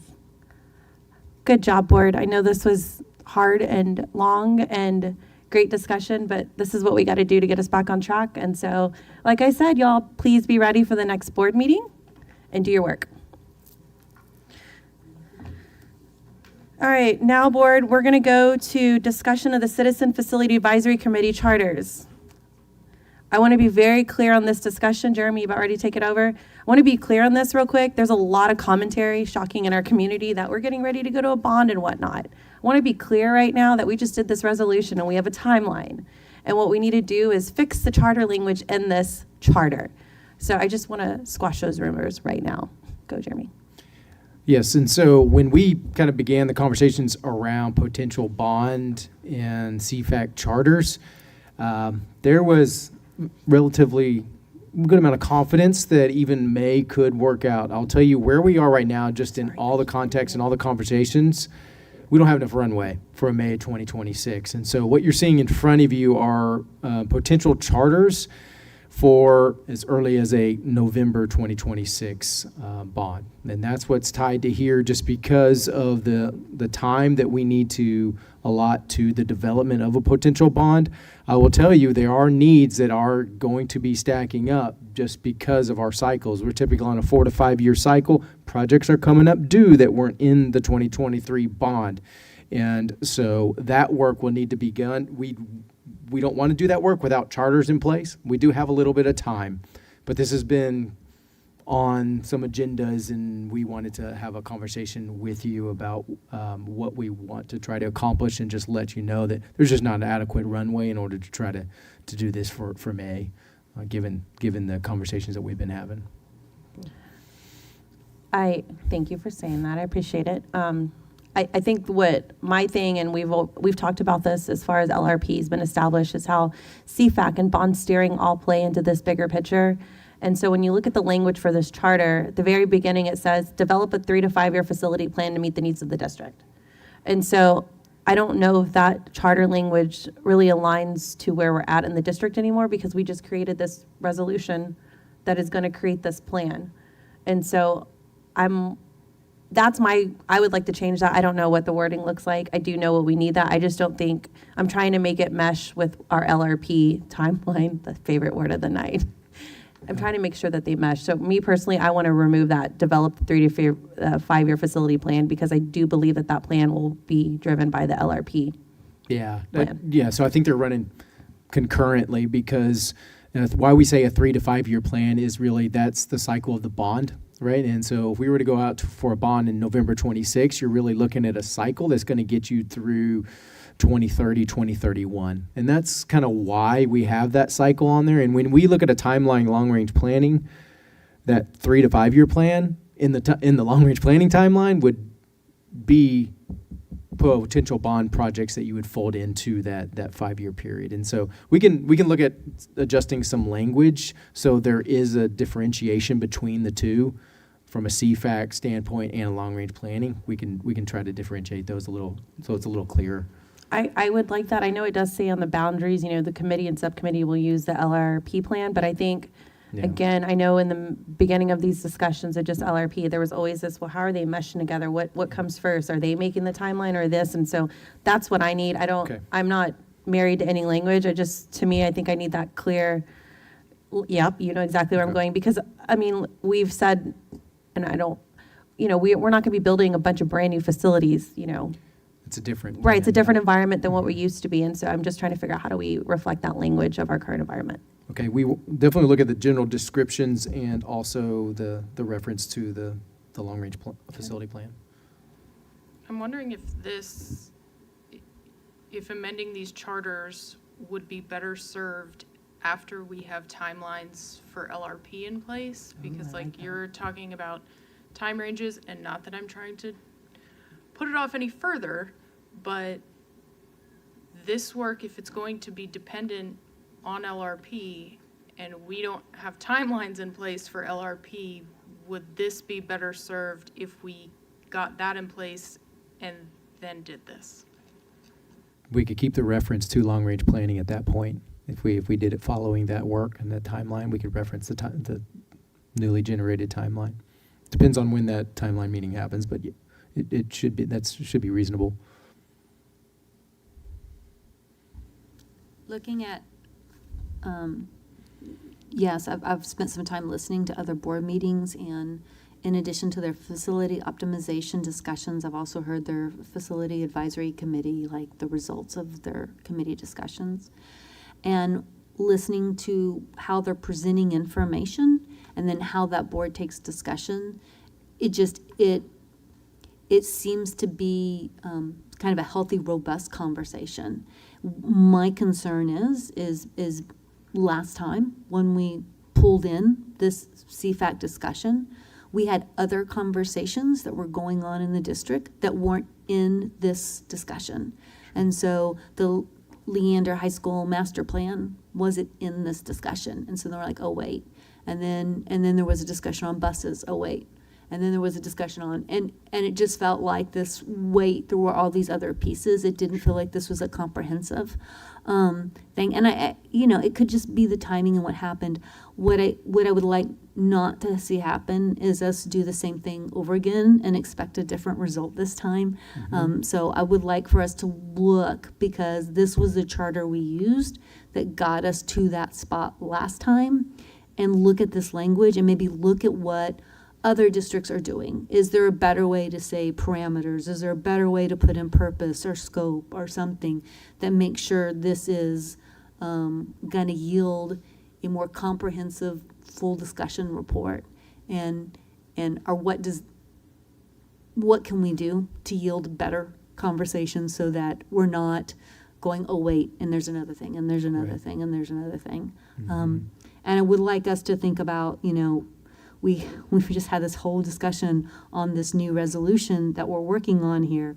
And now we're talking about committees and subcommittees are going to use the long-range facility plan. And so I just want us to be clear on what plan are they using to develop these conversations, and what what timeline is it that they're looking at? Because they may be telling us a bond in 5 years, but does this take into account what's going to happen in 10 years, right? That's why 10 years is my number, because I'm looking at like kind of where we were at 10 years ago and how we've changed. And so is that conversation or is that bigger picture in mind when they come to make decisions on like, okay, so then what do we really need in the next 5, considering here's where we're going to be in 10. So those are my thoughts. Absolutely, and just understand the conversations we're going to have are probably going to lead to other measures, right, that may need to be folded into a future bond as we look at long-range planning. And so if we looked at perfect timing, we would deploy this in like the beginning of March timeframe. So we have a little bit of runway if you think about our cadence. And so I think it'll be really important to fold this timing into the timeline. This is going to be a very impressive timeline that we generate. But I think it all impacts each other. So. I would love it if we could also somehow include the words in here, because it's not just about a facility plan to meet the needs, but something that talks about student experience and academics, again, tying it back into those strategic goals. I'm always curious of how we're going to start tying in better our facility planning to our academic planning. We have a CFAC, but we also have a DWIC, and we have our site-based committees. And they're saying, here's the campus improvements we need. Here's what we want to see in our hopes and dreams. And so is there a way to better align? And I think there are some other districts out there. I'd just like for you to look at maybe some of the languages. I've looked at a few. Just compare out there to see if you think there's something we can do to better enhance. Okay, thank you.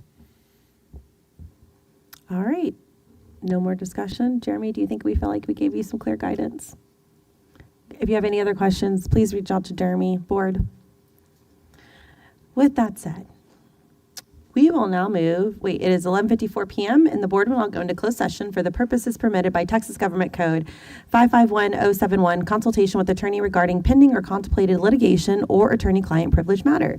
Texas Government Code 551074, personnel deliberation regarding resignations, terminations, employment, reassignments, duties, and evaluation of personnel and public officers. No action will be taken in closed session. Any action related to closed session agenda items will be taken when the board returns to open session.